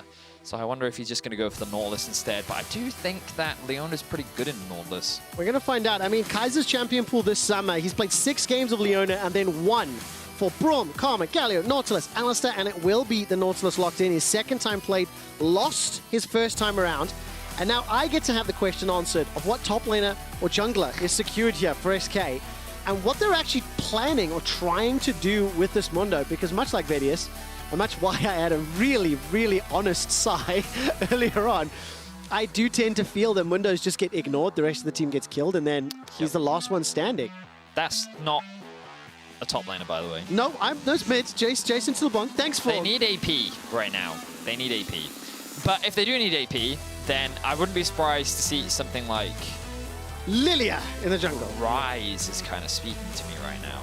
Ooh, let's see. What direction do they go? Syndra, also good, yeah. Okay, so there you go. Mundo Jungle. Syndra mid, Jace top, Mundo Jungle. That explains the first pick, because they wanted to lock in their jungler early. I have never seen a new Mundo jungle. So this will be learning for me, because I honestly don't know how strong he is or really how he functions. I imagine that his clear speed is still very fast. And again, he did receive some buffs on this patch to his jungle clear. I believe he does a little bit more damage to monsters now. I'm just trying to check what skill specifically it was. It was his E. His E now does more bonus damage to monsters, so his clear speed is that much faster. Okay, cool. So yeah, SK Gaming's comp is... Well, I really like their initial core of the Mundo, Tristana, Leona, because it kind of had that strong front line, reliable back line. I understand why they picked Syndra. Does have single really strong burst damage, and I think against the Kalista, it's actually pretty prevalent. Your E can actually be very good against champions like Lee Sin, LeBlanc, and Kalista, and the amount of burst potential that you have onto a Kalista is very real as well. Jace is the slightly weird one for me, and like where it fits into this composition. Of course, Jace is still just generally a very strong top side of the map. But yeah, I think that their comp is a little bit more on the scaling side. They're a little bit more about team fighting later on, whereas Mad is all about early game. They want to try and use their very strong mid jungle. They have put the Lee Sin top lane, but even paired with the Volley Bear, LeBlanc Volley is still very powerful, and I imagine that they're going to look to use that mid prio to play towards bot, try and get Kazi ahead, and then look to snowball this game. So it's very much about, can SK weather the storm? Can they get to the late game fights? Can they hold on? Or will Mad simply take over the game? Can Mundo actually have an impact? We'll find out. Armored's first game on Lee Sin this summer. It'll be the third one for Alioya. It's SK taking on the Mad Lions.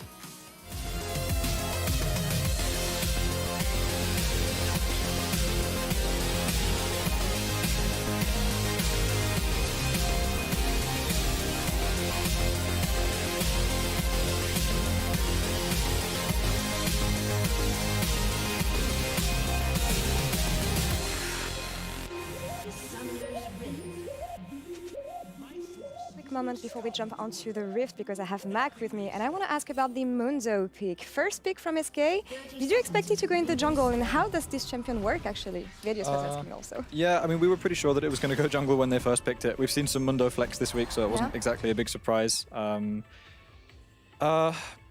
a champ that requires a lot of like priority and CC from his lanes, right? Because obviously he has no setup himself, and normally he works better against teams with like limited CC, I would say. I think SK's done a pretty decent job of pairing him up with the Syndra, pairing him up with the Leona to make sure that he has CC and engage. At the moment, I'll be honest, I'm not 100% sure how strong the champion is, so I guess we'll see. Well, let's find out. Back to the Rift. See, sometimes I get self-conscious about things that like, oh man, I don't know this, and as a caster I feel like I should, and then you talk to a pro player, and I'll never forget. I've asked so many pro players about certain champions, like, wait, that's a thing? It always makes me laugh. Yeah, so Mundo, jungle. It's going to be a learning experience for everyone here on the Rift today, especially me and Mac. I loved his point about strong setup in lanes. It's a really valid point for many junglers that don't have a huge amount of CC themselves, that they are reliant on setup, which suggests to me that Treat is not looking for really any top lane ganks, because Genex doesn't really have a lot of setup, and that also suggests that in his pathing. We'll be starting towards top side, pathing towards bot, and that gives him options to play through mid or bot lane, as Alioya is doing the opposite on his side of the jungle. If you'd added a little bit more, like if you look outside the western side of the airplane, you'll be able to see this, and this. You had that tone on your delivery and setup. When you have Business Mundo on the field, it is important that you replicate. I've gone far too, I don't even know what this accent I'm not is. sure either, but it was a good attempt. I quite like that. When Mundo actually starts putting down his ultimate and fighting, I'd like you to take over the play-by-play. Kaiser and Kazi shoving this way forward. Level 2. Able to pick up level 2 very early on. Dredge line will pull backwards onto Jezu. Tower shot traded onto Kaizen, giving a little worse for wear. He messed up the combo there, Kazi. Not only did he proc the rend on Jezu, but he also didn't kill the minion either. So, washed up. Nul point for Kazi. Not at all. Sorry, I should never do my French accent. Law gets extremely upset every time I do it. Yeah. I mean, I don't blame her. It's an awful accent. People say that, but I studied French for a really long time. It doesn't show. So, Mad Lions continue to put pressure down. And I'm going to go back to what Mac was saying as well as yourself. Tell me. We don't know how strong this Mundo is, and I am interested to see how it works. I'm a little more excited that it's paired with this Jace and this Syndra. The first wave starting to be cleared out, but Again, the pressure's here on SK. Junglers. Let's have a look. So Syndra actually got the early prio in this 1v1 in mid, so that is usually what you expect. Junglers now in bot lane. CC lands. There's the rocket jump forward. Kaiser gets the boop down. Kazi trying to use that martial poise to best effect. Alyoya's coming in from the river. That's a defensive flash as well as the Spider-Man pull. Treats gets first blood. Well done, Dr. Mundo. Teleport will channeling complete. Here comes Armored looking for the Sonic Wave. Counter teleport coming as well. Now Kazi's going to get taken down. It's a double kill to Mundo. Now it's turned around as Armored manages to get one back. More teleports complete. 2-1 SK. Everyone is bot lane. All of the TPs were used, and SK actually come out ahead in the early game. As you rightly said, well played, Mundo. Treats really stuck onto Kazi, made sure that the re-engage was not as successful as Mad wanted it to be. And they end up drawing first blood. So ultimately here, the Volibear is not in a position to cover for the lane that is very pushed up. Mad couldn't get this wave underneath the tower, so they get engaged on. Early sums used from Kazi, but then at this point Mad saying, hey, SK is overcommitted, and Treats has even burnt his flash. But Lilip gets in the way of Armor, prevents them from collapsing, and Elyoya and Armor, I think, make a mistake not collapsing onto Kazi, because if he gets that rend off, that's easy kill onto Treats, but because he gets left alone in the 1v1, remember he had 2 levels over Kazi, it ends up allowing him to secure another kill. So bit of a blunder there from Mad as SK get out to an early lead. Do you get the feeling that many people on the bottom lane weren't quite sure how much damage Mundo could have done? Like, you know, let's not help out. 2-1 to Treats in this bottom lane. Teleports blown across the rift. Summoners as well. Jesu's got his flash available to him. With a very interesting start. It's a small advantage here to SK. And honestly, on a champion like Mundo, that can be hugely impactful and be unkillable. This is a good place to be. You know, it's interesting. So I have this... I had this thing that I used to call the Victor effect, right? Okay. So when Victor was first released, a lot of people didn't like him. And they didn't understand what he did. The current Victor, for the record, is not what old Victor used to be, right?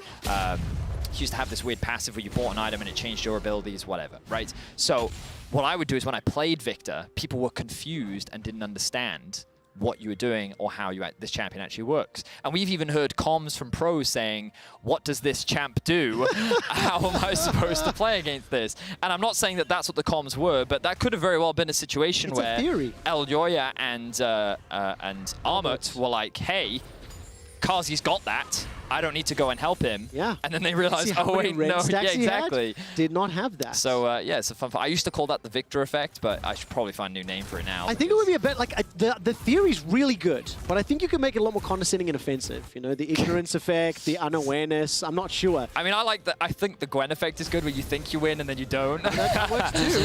Well, Lilip step forward, get caught out by the dredge line. Support is here from Treats. Checks out his fancy briefcase and steps away.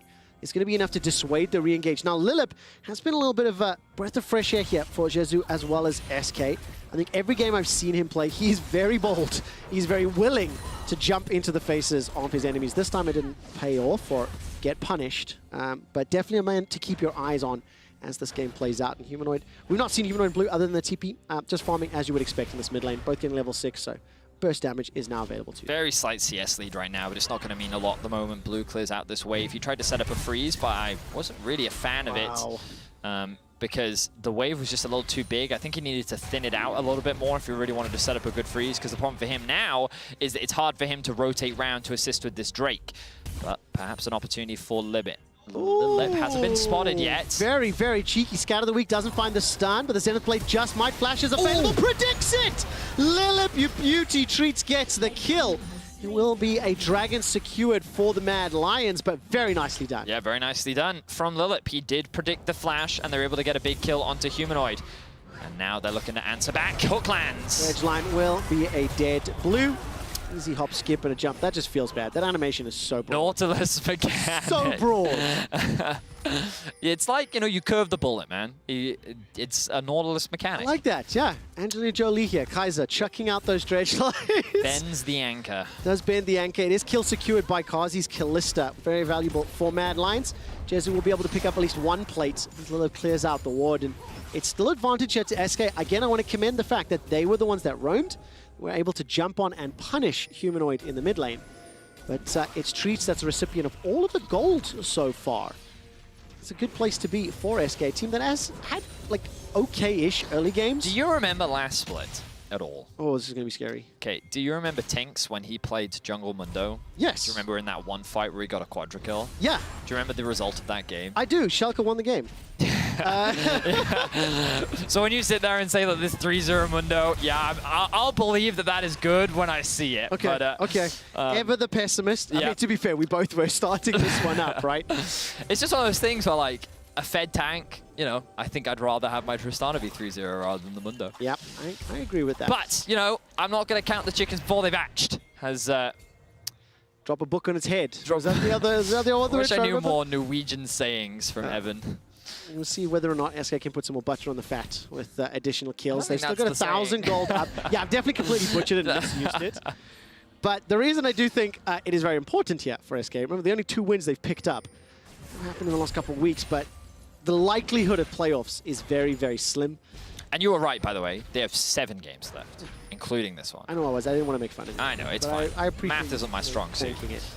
But that means that this game is so much more important, yes. you know, because for those that don't know, 7 plus 2 is 9, and 9 is the minimum that people normally qualify on. So if you can't get 9, then, well, 9 is even a rough. That's rough, You know what yeah. I mean? 9 isn't even guaranteed. Just usually, if you have 9, you generally make it to playoffs. But yeah, it's a very difficult road, and SK need to find a win here. They're in a great spot right now. The Mundo is in a very powerful position, has completed his first major item, which will be the Frostfire Gauntlet, keeping pace with Elyoya in terms of farm. And overall, SK is continuing to scale. Remember what we said in terms of win cons? Mad want to try and dominate the early game. They have a very powerful mid-jungle 2 versus 2. They have a bot lane that they want to try and snowball through. They have a solid, reliable top half of the map that they don't need to invest many resources in. But the reality is that the longer the game goes, they're going to get outscaled. Tristana is going to be a hyper carry. He has a really strong front line that he can that the Tristana can play around. The Syndra is going to make it difficult for champions like LeBlanc to be able to dive in, and then in the side lane, Jace is going to be a huge threat and can also itemize magic resistance. Dun, dun, dun, dun, dun. It's going to be difficult as the re-engage now comes out. Dun, dun. Kaiser's in trouble. No, Lilip is in trouble. Forced to flash away to safety. Kaiser down to half HP. Jesu's making his way forward. Blue flashes out. Scout of the week. It's not going to be used just yet. That's a double stun. Touches the minion as well. Nobody dead just yet. Solar Flare not going to be enough. Kazi escapes with his life. Forced to use all summoners. And Blue TP'd in for that as well. Yeah. So SK reclaim a little bit more control over the bot side of the map. And you can see how hard it is for Kazi to really find advantages in the early game. More gold just continues to go into Jesu's back pocket. Oh man, Kaiser and Elyoya are going to try clear this wave out while that's going on. Teleports in the top lane, big trade. Rift Herald is used. Treats will be donating some of this gold over. Jesu, flash available to him, no buster shot. And the tower's going to fall. Very, I'm kind of liking SK's proactiveness here. Let's not forget that SK, this split, have actually not been the worst at getting early game advantages. Where the real weakness comes from is their ability to convert it into a win. TP from Humanoids. Oh, Genax, very good shock blast in the face to the skies. Hammer comes out, knocks back, armored. Pick the right clone, Genax. Not going to be able to find it just yet. The shock blast, not going to be enough. Humanoid gets the kill. I believed for the briefest of moments. So, Mad answer back with a kill of their own. Still 1.5k gold down after losing that bot tower. And now SK can actually swap their bot lane up towards the top side of the map. Keep Genax in the bot lane where there is no tower, but crucially, keep the Kalista down. While Kazi does have a slight level advantage, the gold definitely not in their favor, and Jesu is just going to continue to be the recipient of so many resources. SK in a good position right now. They just need to maintain this trajectory and not overforce any plays. Well, keep your eyes on Lilip. He'll be the man that'll start so many of them. Hex flashed over, trying to dance around Vision quite a lot, actually. It's been a pleasure to watch how he's moving around the Rift, trying to avoid as many wards as possible. And while the duo in the top lane is now going to be joined by Treats, multiple members of the Mad Lions are converging. Elyoya is being left alone on that dragon for now, and it doesn't look like the tower pressure will play out. So Mad Lions, 2 dragons, they're still down 1,000 gold, but starting to stack towards that soul, starting to stack towards that big team fight. They certainly are. Ult comes through, the stun gonna land as well. I think the clone blocked the slow, but the flash. Yeah, it really did. Tree's not going to be able to find the kill just yet. While that's going on in 2v2 in the top lane, Armor's going to join the fray. Solar Flare comes out, stunned, locked down onto Kazi. He can't find the Rend. Lilith's able to escape with his life. The CC stun lock managed to make it so. Not done yet as SK are throwing Treats as well as Blue towards the top lane. No flash, no ulti though. All of a sudden, now Genex is in trouble. Here comes Alyoya.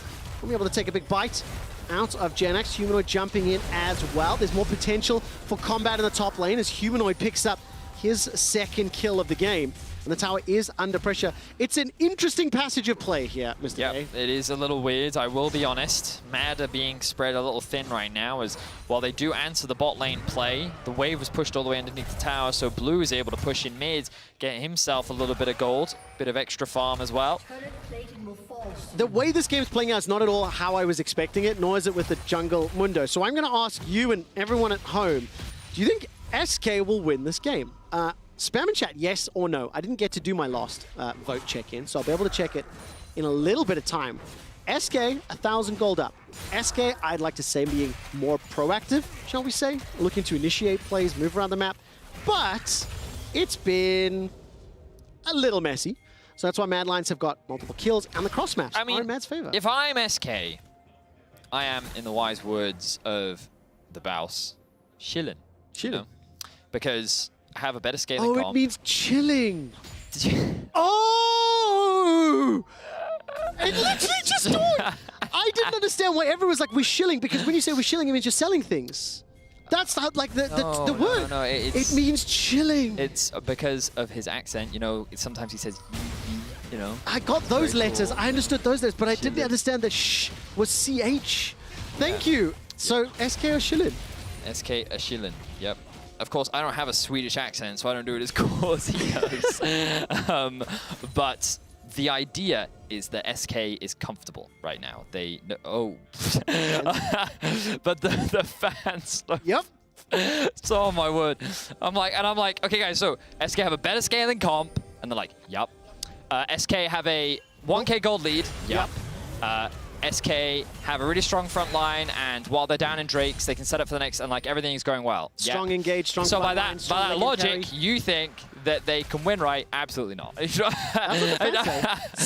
Patrick meme. It's literally that Patrick meme with the card and the...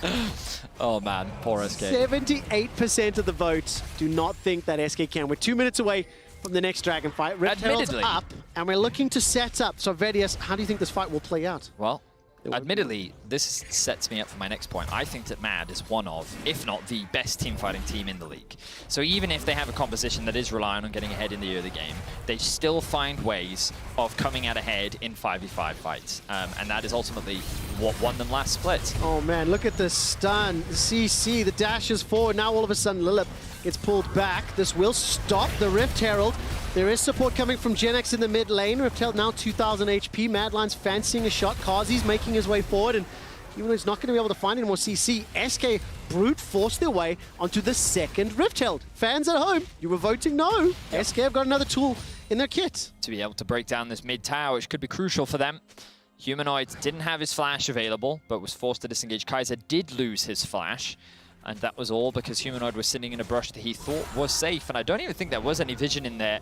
But Lilip went for the engage and the follow-up. Blue would have gotten that kill had it not been for the fact that Humanoid's passive procs and Blue couldn't actually get a target. So good stuff there from SK. They get themselves the Herald and they find themselves still at a gold deficit. 45 seconds to Dragon. Lilip is already moving into the river.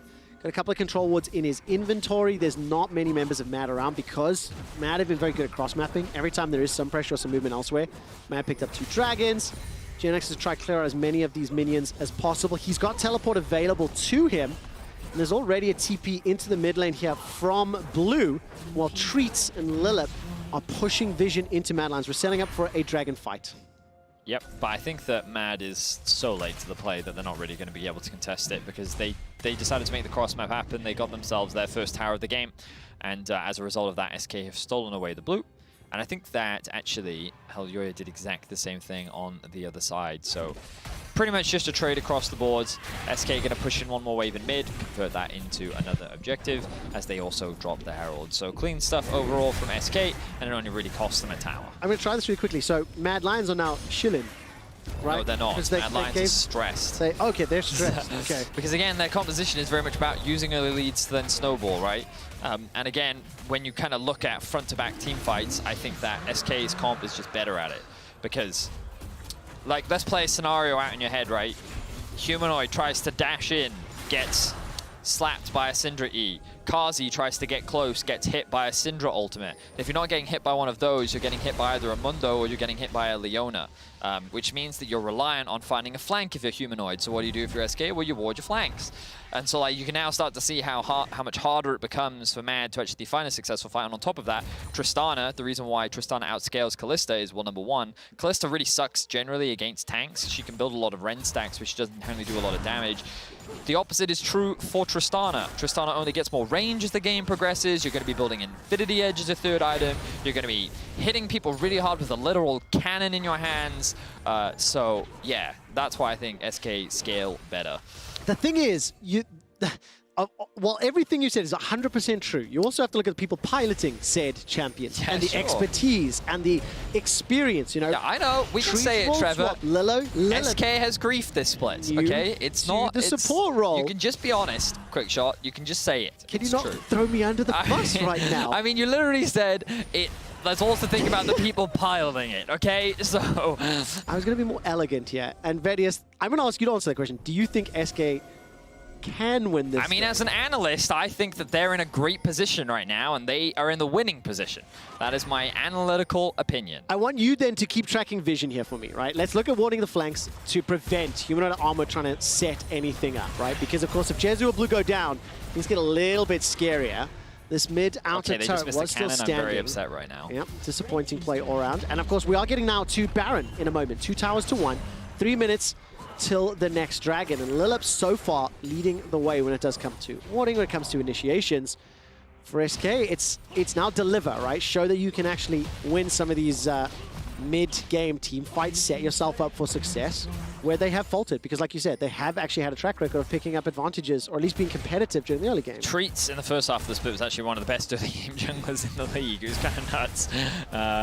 But then they could never really convert that into actual wins. They always made huge blunders when it came to the mid-game.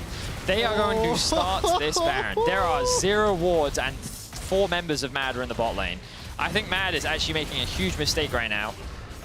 They must know, they have to know that something is going on. Getting a little too late to this one. Humanoid stepping all the way forward, chucks out the chains, 3,000 HP, dashes backwards to the clone. Baron is secured. Production not ready for this, but I'm going to need to ask, can SK win this game?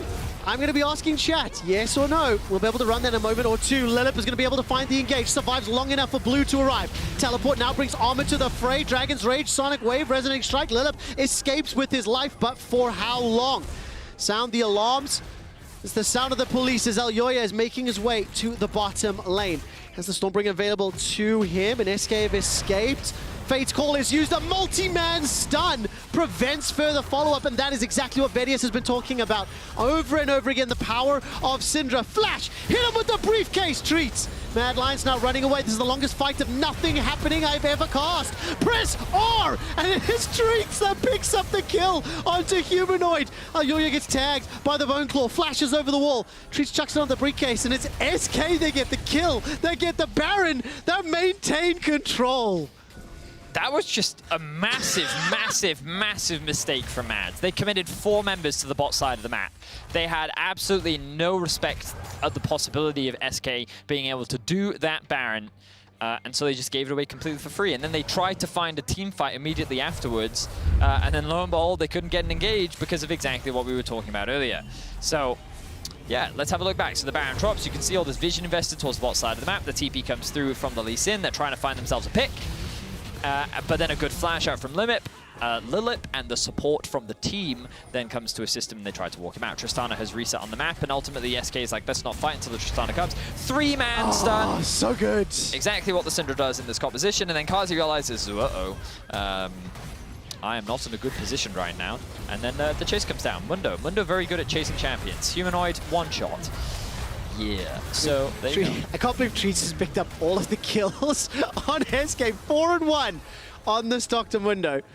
And SK Gaming, they've got a 1,000 gold lead. Spam in chat. Will SK win this game? Yes or no? I got a funny feeling that it's going to happen. And SK, I mean, again, I said before that they were in a winning position. If you don't believe me now. It's just when a team is 2-9 versus 7-4 after the performance Mad Lions had last weekend, right? Yeah. Shock Blast is coming up. Baron empowered minions. Humanoid's got teleport available, but he's pushing the top lane. Mad Lions are now being pushed further and further back. The various inhibitor turrets are now being pressured. Yep. And SK Gaming are in a very, very good position. Correct. I agree. Would you like to contribute more to the story? I think you summed up the story very well. I like that Mad aren't really coming to a fight because they know that they're not strong enough to fight right now, especially into that giant stack of minions. So they're just trying to trade on the other side of the map. The good news for Mad is that they secured 2 Drakes early, so they're not really in any danger of a soul point right now. The biggest problem for Mad is that they're only going to continue to get outscaled. While the gold gap isn't that big right now, it actually is very big. So I don't think they really have any champions that can kill Mundo. Like, Kalista can't kill him, LeBlanc can't kill him, and maybe Lee Sin could kill him, but I don't think he could kill him yet, and I also don't think that he could kill him. Maybe he could kill him with this build. 57% of you still say no. Oh, but again, it's a 10th place team. You can understand this. And I think Mundo being first pick, and the way we set that up a little bit, maybe myself especially, it leaves you with doubts. You still have to get over the final hurdle. The Baron is now timed out. It's 2 dragons apiece. I think we're going to be in for a few more long team fights. And as long as Blue and Jezu can land the skill shots and the damage like they did, SK are in a good spot. Banshee's Veil on Syndra as well. I love that. Anyone playing against LeBlanc would recommend. I think it's a really good item. Banshee's now coming out for Humanoid. Never really what you want to see as a second item on a LeBlanc. Very defensive. I understand why he's doing it, because Syndra E-stun is very annoying. But yeah, a lot of props needs to go to SK. They're playing this other game well. They have good control. They had themselves the Baron. While the goal gap isn't that big, trust me, it's bigger than it looks. Yeah, the ceiling, the room for growth, right? The thing I want to quickly highlight again is the standings, because not only is SK poised in a position to push this, right, and let's live in the world where they win the game. At 3-9, they also put the Mad Lions at 7-5. So not only does it make that 6th place a little bit more believable, but it hurts Mad Lions in terms of, season endings and championship points. Now, Genax is going to be flashing over the wall. Jezu finds Alyoya with the help of Lilith. Solar Flare locks him down. Teleport completes from Blue. Armut's the next target. He's scattered by Weak. There's not an ultimate just yet. Genax running for his life. Blue as well as Jezu will be able to run him down. Armut's just hunting for Genax. Shock Blast connects. Now Armut starts to peel away. The rest of the Mad Lions just trying to challenge Vision. Armut gets a hammer to the head. Skelevic doesn't find its target, and for the first time, we see a kill there secured by Jezu. Blue got the previous one, and that gold lead's gonna, or the impact of the items and the scaling is gonna be more prevalent as time goes on. I'm telling you, there's no way the Mad win this game. That's just no way. I can't see how they do it. I just can't. Mundo will never die. I think that the disengage, even if like this is a really good example actually. So they try to engage onto Genax, and obviously he flashes in this situation, but he also has his E. Then the re-engage from SK is just so strong. Like, Mad can't just stay clumped together because they just lose the straight up front to back. And while the idea is good here from Mad, they're trying to find a pick onto Genax so they can create a 4v5 situation, convert it into one fight.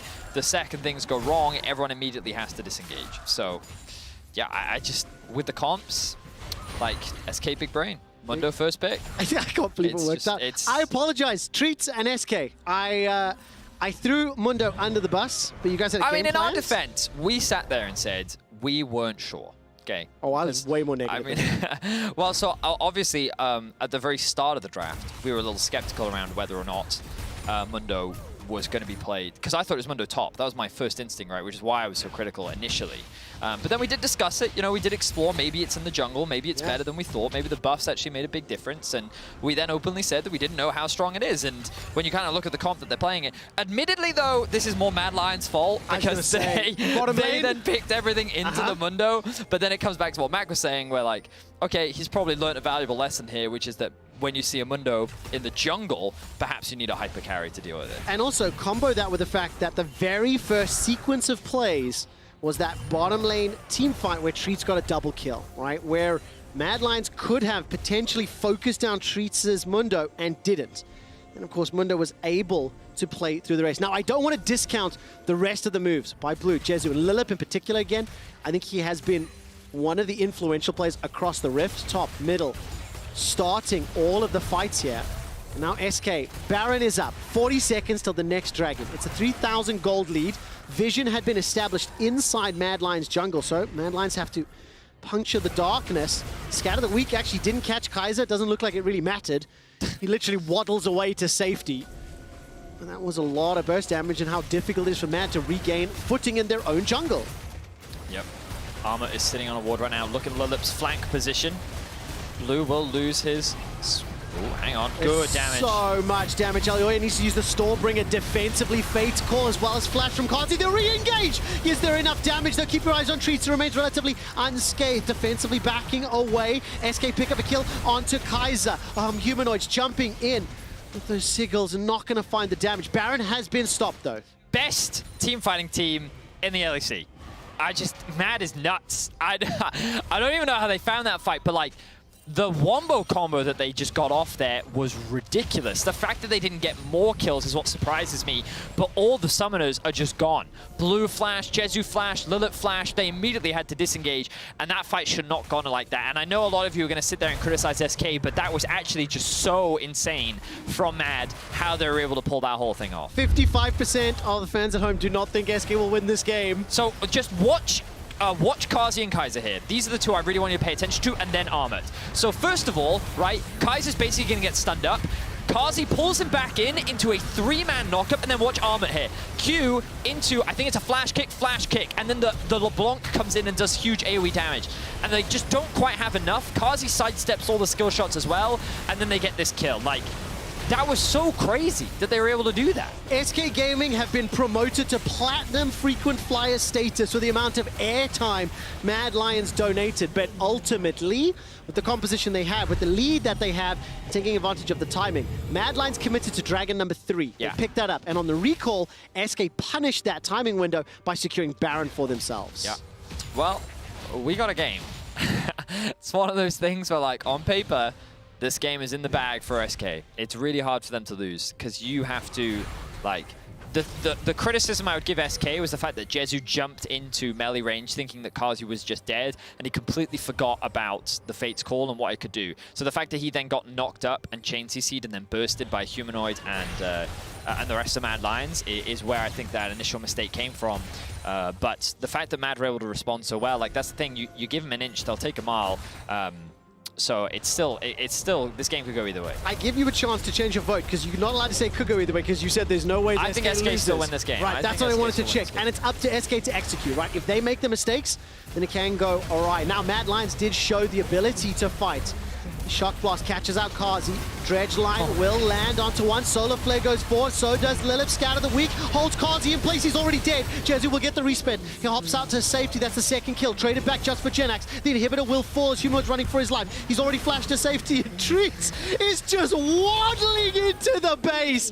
He manages to take down Humanoid, and this could be the final push. 50-second death time as they're on the Nexus turret. SK, they're going to do it. SK are looking to upset the apple cart. They will take down the LEC champions and make their way to stand a chance at playoffs. Naysayers be damned!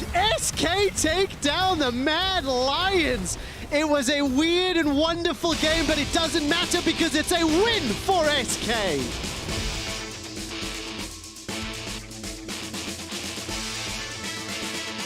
Let it be known that all 3 SK Gaming wins were with Quickshot at the helm. And while we thought Trouble may have been the good luck charm, it is in fact me. Okay, somehow you've made this about you when SK, well, it's still really hard. It's so difficult. Remember that generally 9 wins is the number that you need in order to make playoffs. That's not always the case. That is not a dead set rule. It is generally what happens. 3 and 9. They need to win basically the rest of their games. 9-9 is the goal, and getting a win over Mad is the beginning. And props, the first pick Mundo was big brain. The fact that they flexed the jungle, the fact that Mad then picks LeBlanc, Callista into it, Well, I have learned something very valuable today. You need a hyper carry when dealing with Mundo. I didn't think a Mundo could 1v9. Turns out Mundo can 1v9. It can indeed. Here, player of the game votes at LEC on Twitter. Treats, Blue, and Lilith. Mad Lions are now 7 and 5 on the standings. G2 Esports 6 and 5. You have Schalke and SK at 3 and 9 apiece. Like, this bottom of the table is going to be very, very crazy as we continue to play out games for the rest of summer.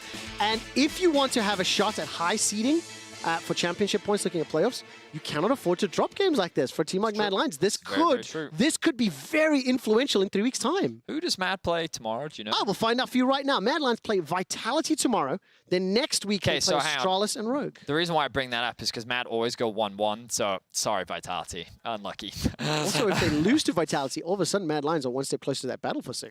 Potentially, right? Because Vitality is in the race there. Don't say it. Quick shot. Okay, I'll have you know, the scriptwriter made me say this. Is this the start of the miracle run? For more, let's send it over to Law with Treats, who I apologize. Mundo was awesome. I kind of flamed it. Well played. Thanks, Quickshot. And thanks for the apology. We'll touch on the Mundo pick a bit later. But to follow up on what Quickshot was saying, is it the miracle run for SK now? Do you feel like things are changing? I mean, that's definitely what we're hoping for, right? Yeah. We had a slow start, but I think we're getting some momentum now, and the stage is helping us, so we're definitely aiming for the miracle run. Yeah, tell me about the stage experience, because you also have young players who never played on stage like this. So how are you helping them? Can you feel that something is different? Yeah, how is it helping you? Yeah, I mean, I think in general, especially for Lilith, I think he's really excited to play on stage. I think everyone is excited to play on stage, and it feels really natural for all of us. So I don't really think we're thinking too much like, oh, we're rookies, so we can't play on stage. We're just having fun on stage in general. You were telling me before the interview that this game was fun. What made it fun specifically? I mean, I was playing Mundo and I got early kills and I was unkillable, so it was kind of fun from that perspective. And other than that, I think we just had a good comp scaling, and it felt great to play, yeah. Yeah, the casters were mentioning the fact that you had a good scaling here in this composition. Yep. So were you worried at some point that Mad could? No, I think in general we gave them like maybe one too many dragons in early game, so we kind of had to have that in the back of our minds. But other than that, it was kind of smooth sailing. I think we just had to make sure we get some barons and get some towers, and we did. So yeah. Right, well, talk me through the Mundo pick now, because Mac was telling me that it's something that he's seen in scrims, especially. Why the pick, why the champion, and why is it so good? I mean, first of all, it's a flex, right? Top jungle, so I think it has a lot of power there. And in general, it's just a really annoying champ to play against because of the CC block. So if they don't have a lot of CC, I can just run around and do my thing, like this game, for example. So it's just overall strong and a flex pick, so it makes it a good pick overall. Now, last question for you. You won against Mad, a top team, the spring champions, actually. Does it mean anything special to you to realize you're able to beat these kind of teams now? No, I think Mad just play worse against us. We always win against them almost, so yeah. Wow, so comfort win here. Yeah. Great. Well, Treats, thank you for the interview. Congrats on taking them down today. Thank you. And good luck tomorrow. And we're going to take a last one break, and we'll be back in a couple of minutes. Astralis versus Fnatic, playing the 4th game. See you soon.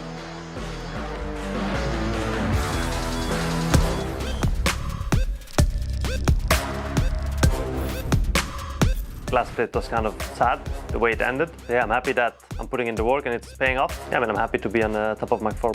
Him in the Hexa ultimatum, and you saw Markoon diving in, but perhaps you didn't know Vedius. Fnatic, that was beautiful. I think versus Fnatic we have like more chances. So if we get like a little bit luck, a little bit good draft, Fnatic is like an easier opponent than Rock for sure.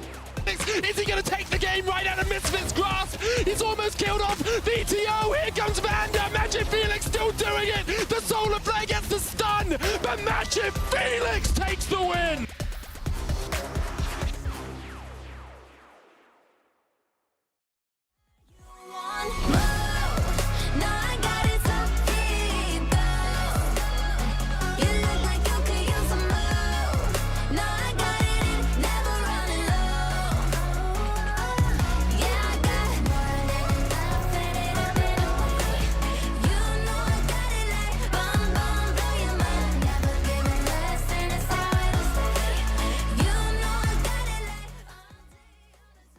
Come on, be a man about it.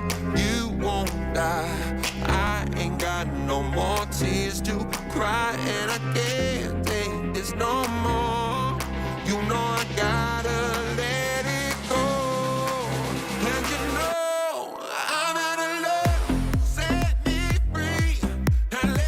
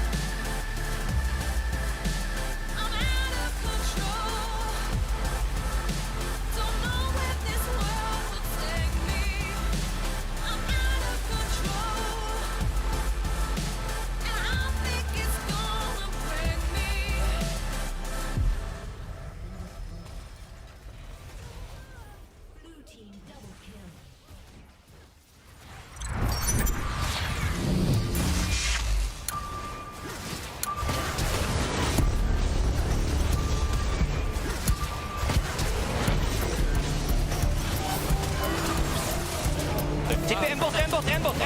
Yes, good. Tipping bot, they're tipping bot. Someone has to base. We can end maybe, no? Yeah, but I can defend. Silence is center. Akali is recalling him. You have 8 seconds. I will run at him.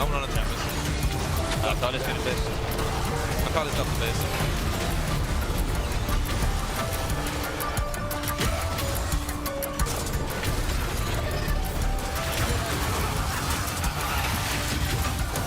Magic Felix is in the base. Can he do it? Magic Faker with the back door. Nice, Felix. You can win.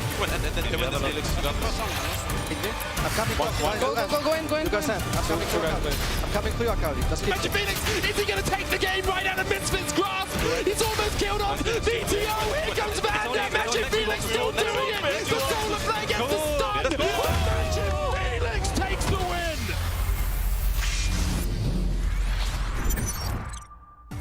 What an ending to Misfits versus Astralis. I am actually going to take a little bit of time to break down some of the decisions that went into that. Just before I do, though, the player of the game from our previous matchup was Treats with 64% of the votes.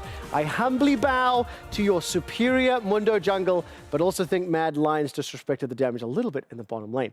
Very quickly, before I jump into the play, I want to take a look at the standings for a brief moment and highlight the fact that with the fact Mad Lions just lost, as well as Excel, when you look at the race for playoffs, Astralis, Vitality, Excel, Schalke, and SK with 2 wins separating them. It's going to be a very tight race for that 6th and final playoff spot. That's if you assume that all 5 of our top of the table teams already secure them. We'll keep you updated with the changes to playoffs as they happen. Now, the ending to Misfits and Astralis was incredible. I wanted to break down some of the factors that led to that Magi Felix backdoor play that you saw just a moment ago. So in preparation for this, Vedius schooled me, talked to me a lot of the decision making, some of the thoughts that went into it, and I get the honor of presenting it. We're 42 minutes into the game.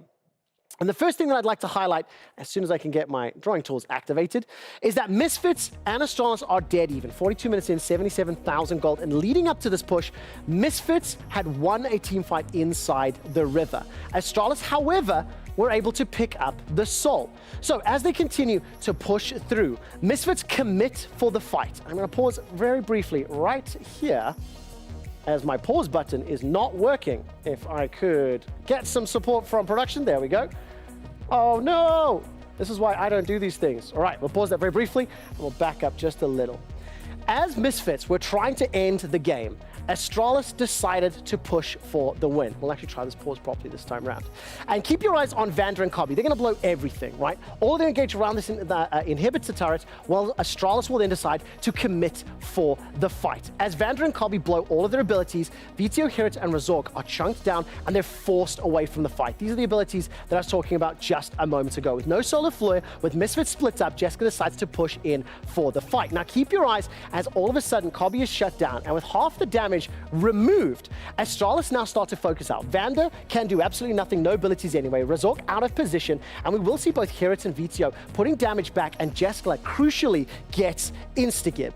As we look at the timer here for Magi Felix, you'll see that the observers are going to start zooming out, and at this exact point in time, Astralis have 2 options available to them. Magi Felix can either join the team fight and see how much he can help to figure out what will happen in those 3 seconds though. Will the rest of his team get destroyed? Or can he go for the backdoor play? Now again, I want you to keep your eyes on how Hirit with the stolen Tristana is going to start dealing damage, and very importantly, Promiscu immediately starts to push onto Vander. As I roll the clip out, you'll notice that the teleport is channeled, the comms and the communication are 100% clear from Astralis. Go for the backdoor, interrupt the recalls, and stop them at all costs. As I pause the play here, White Knight will start instantly beelining for the rest of the Misfit members. Now, if you were watching Rewind and you heard the calls, they were communicating it, they were talking about it. As this plays out now, we'll turn our attention over to Magi Felix. And Magi Felix starts to hammer down the Nexus turret. And this is where an interesting question is posed. Could Misfits have won the game if they just pushed mid? If they left Magi Felix alone to apply pressure on the Nexus, could Misfits have won?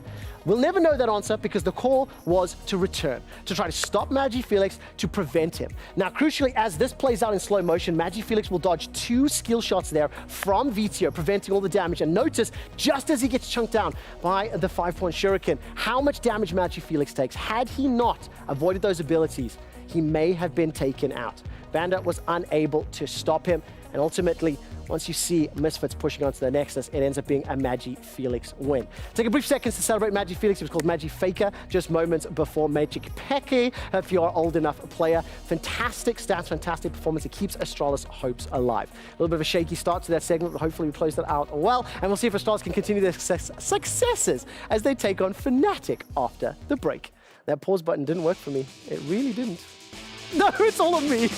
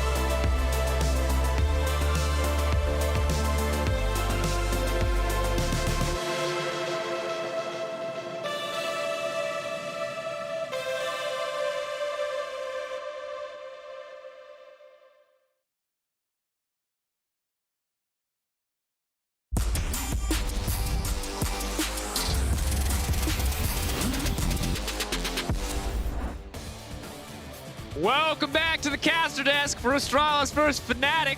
I'm Dracos. Joining me is Kadril and our very special guest for the day, none other than the boss himself. Yeah, normally we try cast with Ender. He was Weird Champ, now we've got Pogo. Yeah, that's me, guys. The boss is going to be bringing his special brand of analysis and humor to the desk for this one. Of course, it is a game that is very much favored towards Fnatic. We'll see what Astralis can do after a miraculous comeback in their game versus Misfits. All eyes on these lineups to see what they will bring to the table this week. We saw spicy picks in earlier games today. I hope we get some more. Yeah, I think the biggest question for me is Astralis in the early stages of the game, right? They need to start bringing it in. They need to start being able to match these teams in the early to mid game if they want to start contesting to playoffs, because I think these miraculous comebacks won't last forever, and it's not something you can really rely on the longer the split goes, especially when teams get better at closing out and they make less mistakes. We are now just going to get to the start of things and see what Fnatic wants to bring to the table. Now, after the Mundo jungle performance we got in the previous game, I would not mind seeing more Mundo jungle Boss, how has the solo queue experience been against that champion? I actually never played against him jungle, but I have played against him a bunch of times top lane. And that champ, probably the strongest tank in the game right now, in my opinion. Has a lot of good kit, kind of stick on the AD carry if he can land the slows, and has the healing, of course, as well. So quite beefy indeed. Doesn't have as much engage, but we'll have to keep our eyes on Whip, because Whippo is not a shy person when it comes to innovation. When it comes to new champions, new stuff, patch changes, he's always the first one to pick it up. So maybe we'll see a first big Mundo, and it probably will go towards the jungle, I'd say. What is his Trundle ban? Is that targeted towards Zanzar, or what are we thinking? That is targeted towards Zanzar. He's a very notorious Trundle player in the LEC. I think Zanzar are kind of a player that struggles a little bit, I think, in the current meta. But he's found his way. He's more of like a Skarner, tank, Trundle player. And in a carry jungle meta, doesn't fit in, but he's found his style. He draws bans, so... Draws bans. Look, if you're drawing bans, you must be doing something right. And at the end of the day, even if I'm not the biggest fan of Trundle jungle, he's always a guy that makes it work. That said, it is a Viego locked in, traded for a Xin Zhao and a Tristana. Fnatic taking their time debating what the option should be here for their second pick. Yeah, Xin Zhao, very powerful jungler, and obviously this Viego can kind of flex the 3 roles, I'd say more towards top jungle, so they still have the option to just keep that flex alive until floor 5 and pick full bot lane here if they want to. Alternatively, can go for something like a solo lane. There's an Alistar lock-in immediately for Hylissang. Blind pick Alistar into Tristana. Maybe we'll see a Braum on 3 here to match it if they go for the Kai'Sa Alistar. A little bit dangerous, especially seeing as you can get counterpicked in the support, but does give you that solidified engage, and it's a Hylissang classic. And certainly if anyone is going to understand a good death bouse, it is going to be Hylissang. The man is the mid-max king. More often better than worse this split, something we do have to give him credit for. He has been having a phenomenal split so far. Ooh, Sylas. Now that makes a lot of sense, right? You can take away the Alistar ult. Sylas ult and Alistar ult is very, very scary. Running into your team with a huge damage reduction while also one-shotting your backline. So, can remove CC. Big pickup there from Magifelix, who actually backdoored Misfits with it. So, no stranger to that champion at all. And now he'll have mid-bans to invest already, now that Irelia's taken off the board. Now, what are we thinking here for mid lane for Nisqy? It's a hard option. I mean, you're up against the Sylas. There's a lot of potential things to come in. Nisqy himself has been playing pretty well recently, so normally I would be like, hey, something a little bit more defensive, but I feel like this man, if anyone's going to pop off in this game, I feel like Nisqy has been Mr. Reliable for the side of Fnatic. Yeah, definitely. I think things like AD mids do really well in Sylas. You know, something like a Lucian could do perfectly fine. Maybe Astralis want to ban that away, and then for Fnatic, I think taking away Braum makes a lot of sense. I think the bot matchup, Kai'Sa into Alistar, which is kind of Braum is a bit struggling, I'd say, but no, they're just going to opt out of it. They're going to take away the Renekton. So, covering Nidalee when they have Xin Zhao. Yeah, the Renekton ban is just interesting. I wonder if they're just trying to shut down some kind of combo from the side of Fnatic. But now, Astralis, do you pick your support here and save counter pick for top? I think that's probably what you're going to go for.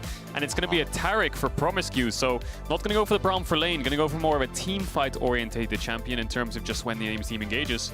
You just press R, and Hylissang was the same man to do that. I believe he's the only Taric player we have in the league.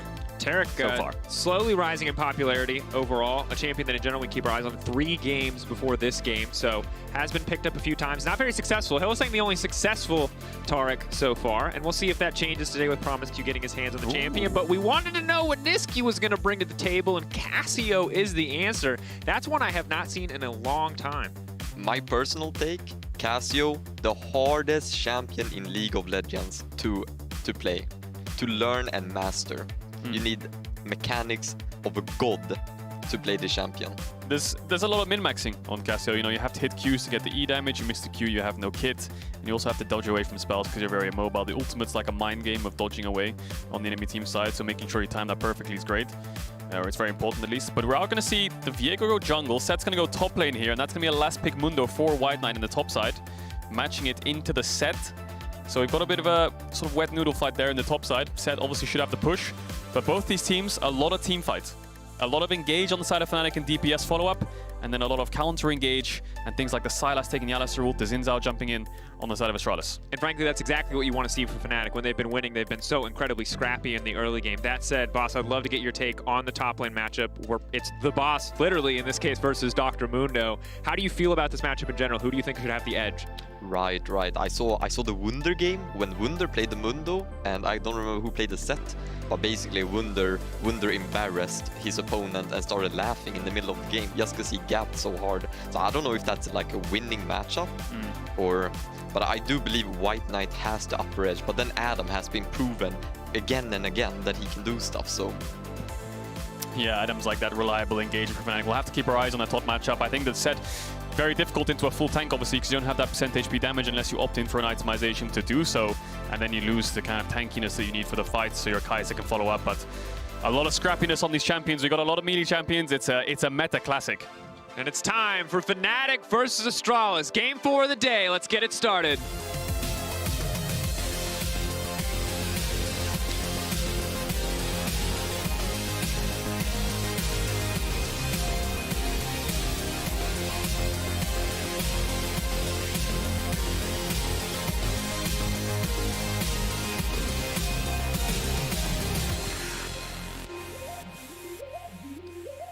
And on to the Rift we go. Zoom Zoom is the corporate Mundo and all 4 of his friends. Got a little bit of a level 1 here, just trying to control the bot lane brush. Obviously that second brush gives the melee, if you have a melee support matchup or a range into melee support, that second brush can be really important when it comes to the lane phase itself. But Astralis are not going to stop there. Jessica jumping in. There's no ward, but they don't know that, so they're just going to assume that it's warded because no one's standing there. Would make sense. It's not a very good idea to go for that risk when the enemy team has things like, you know, an Alistar that you could face check. And we heard earlier today, Boss, you were talking about it. When you're the team that's not necessarily favorited in the games, a lot of time these more creative level 1s can do a lot to get early advantages to throw the opposing team off. Yeah. I mean, I think something more interesting is Mr. Jeskla and Promisq have matching color on their skin. Both went for green chroma. That's pretty cute. Okay, yeah, I like that a lot as well. I think Zanzor and Magifelix have purple matching as well.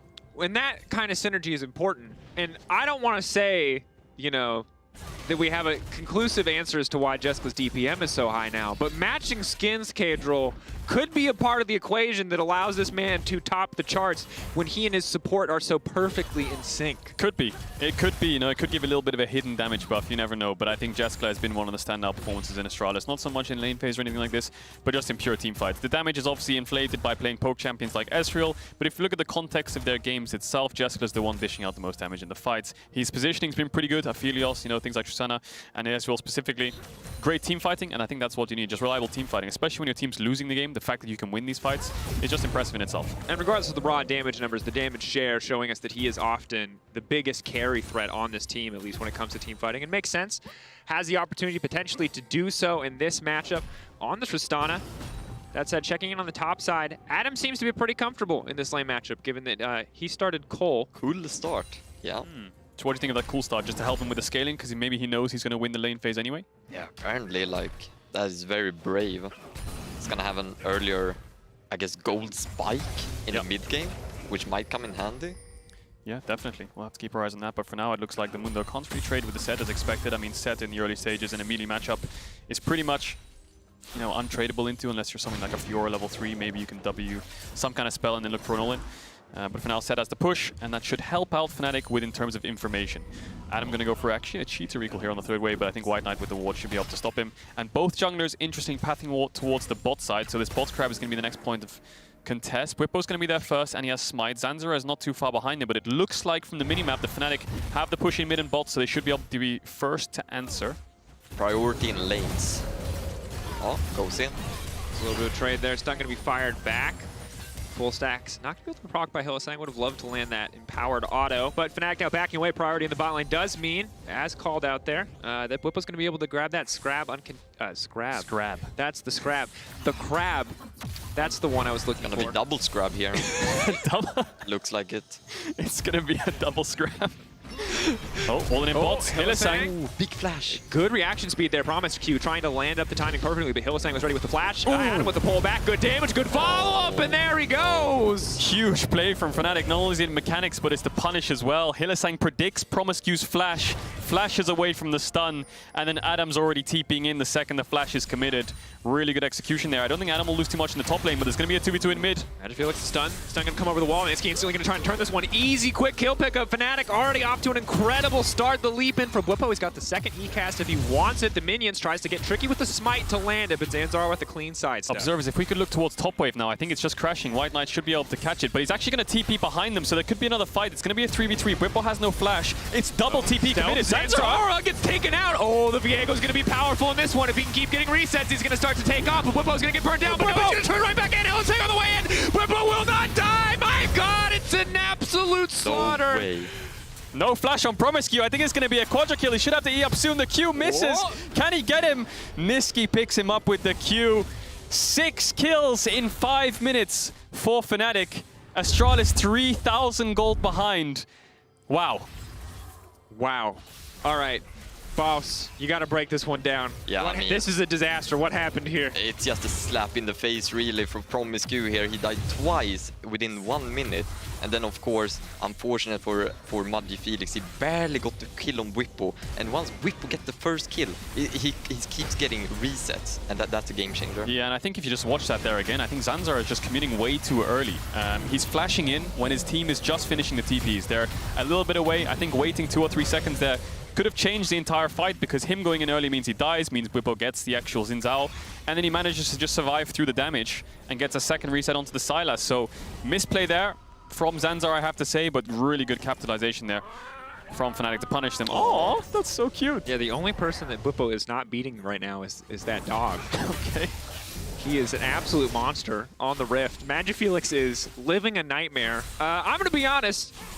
3,000. I'm not as good at solo queue as the two of you are, but this is where I would normally say it to myself and not type it in all chat because I'm a good person. Sure, it's man. doomed.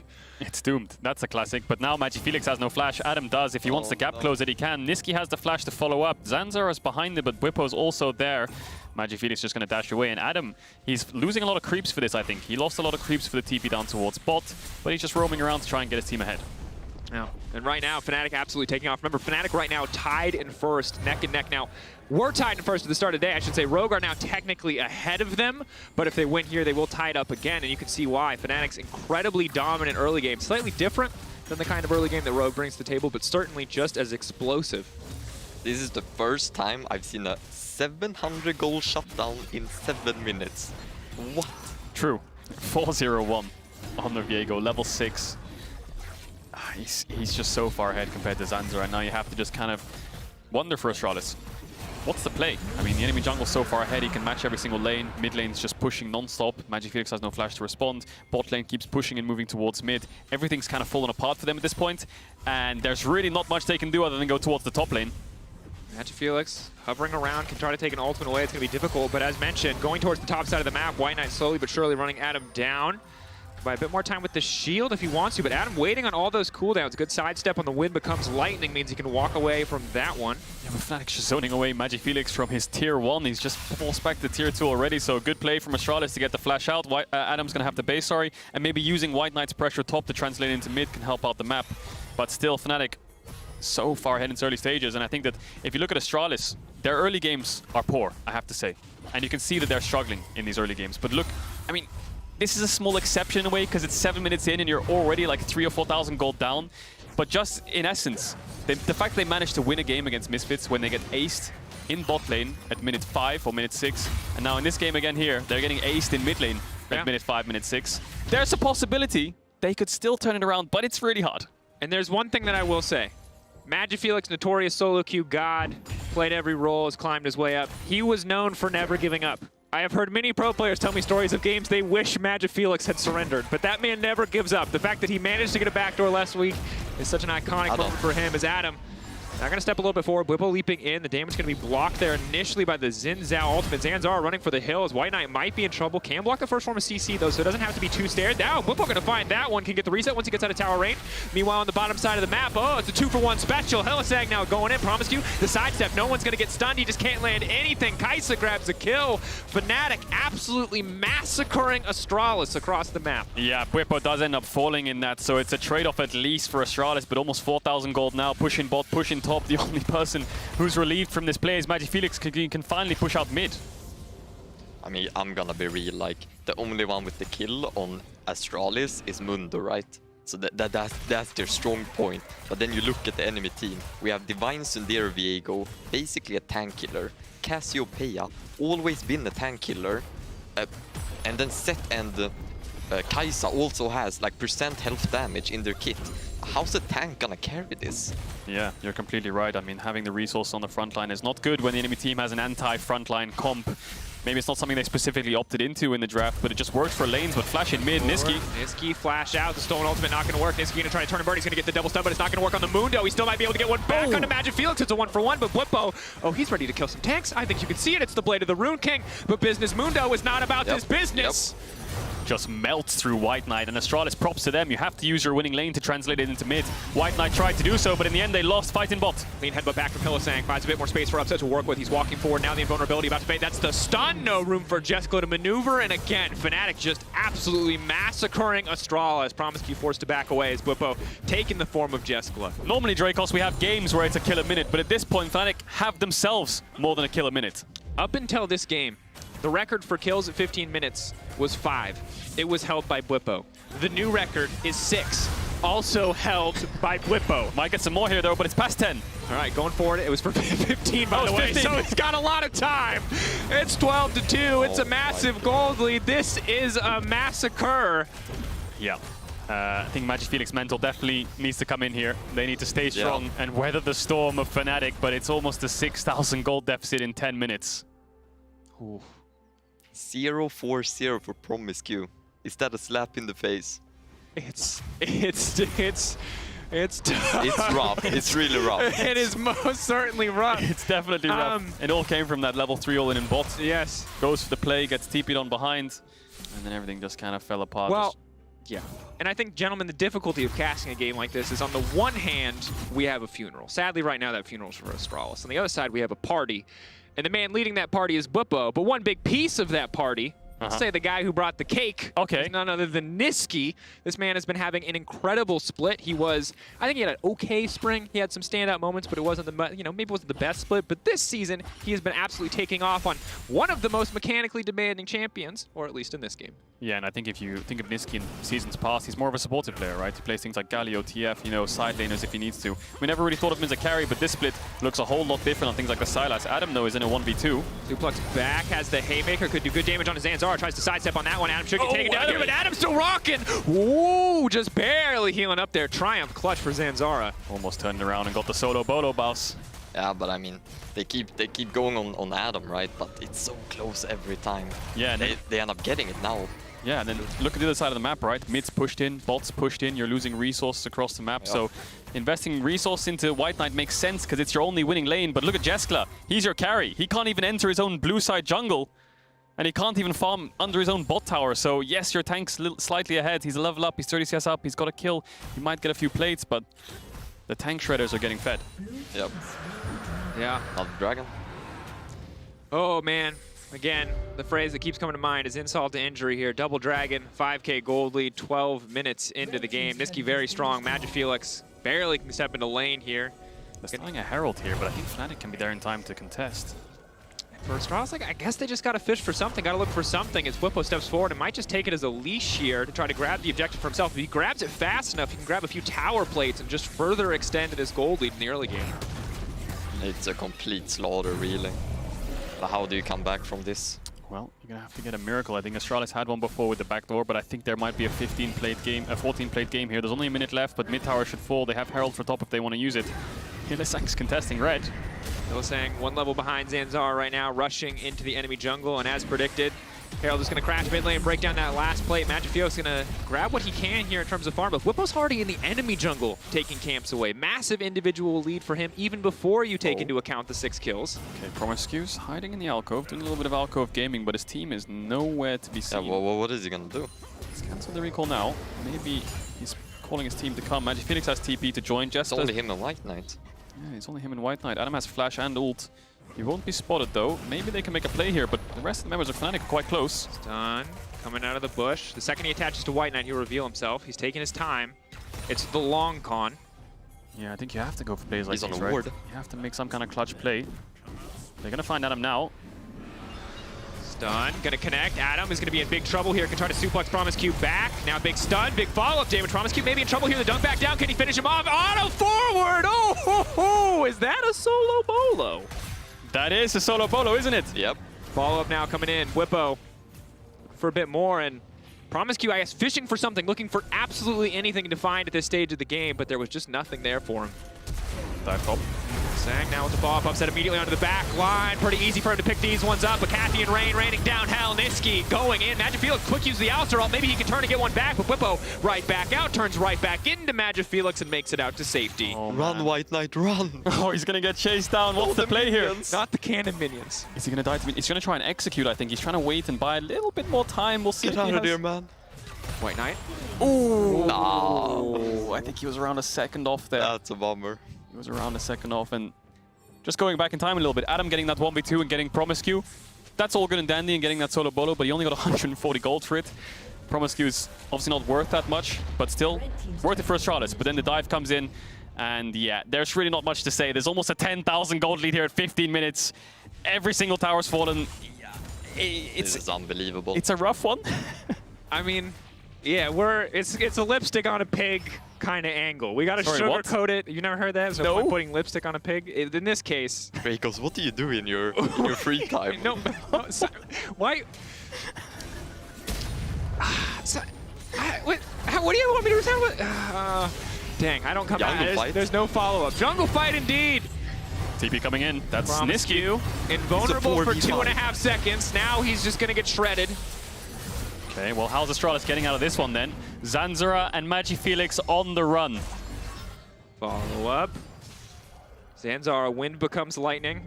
And Zanzara... Is he going to try to execute? Becomes dead, it would appear. He's going to get the execute. Oh, man. All right, I figured out how this is the kind of game where we cheer for executes, which is definitely an indicator of how rough it is. And again, we showed the graphic once. Remember, Astralis had been in big deficits before. Now, admittedly, it was 4K at 15 minutes, not 10K. But yeah, if they're going for the best comeback team in the LEC, I almost said the LCS. Why did that come to Dracos?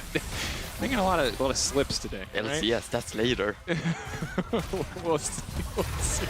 Niski fighting in bot. Follow-up. Flash forward for Magic Felix. Niski now trying to go for the sidestep. His mechanics are clean, but potentially not clean enough. Adam trying to find somebody that he can suplex in the midst of the team. He's going to now knock him back.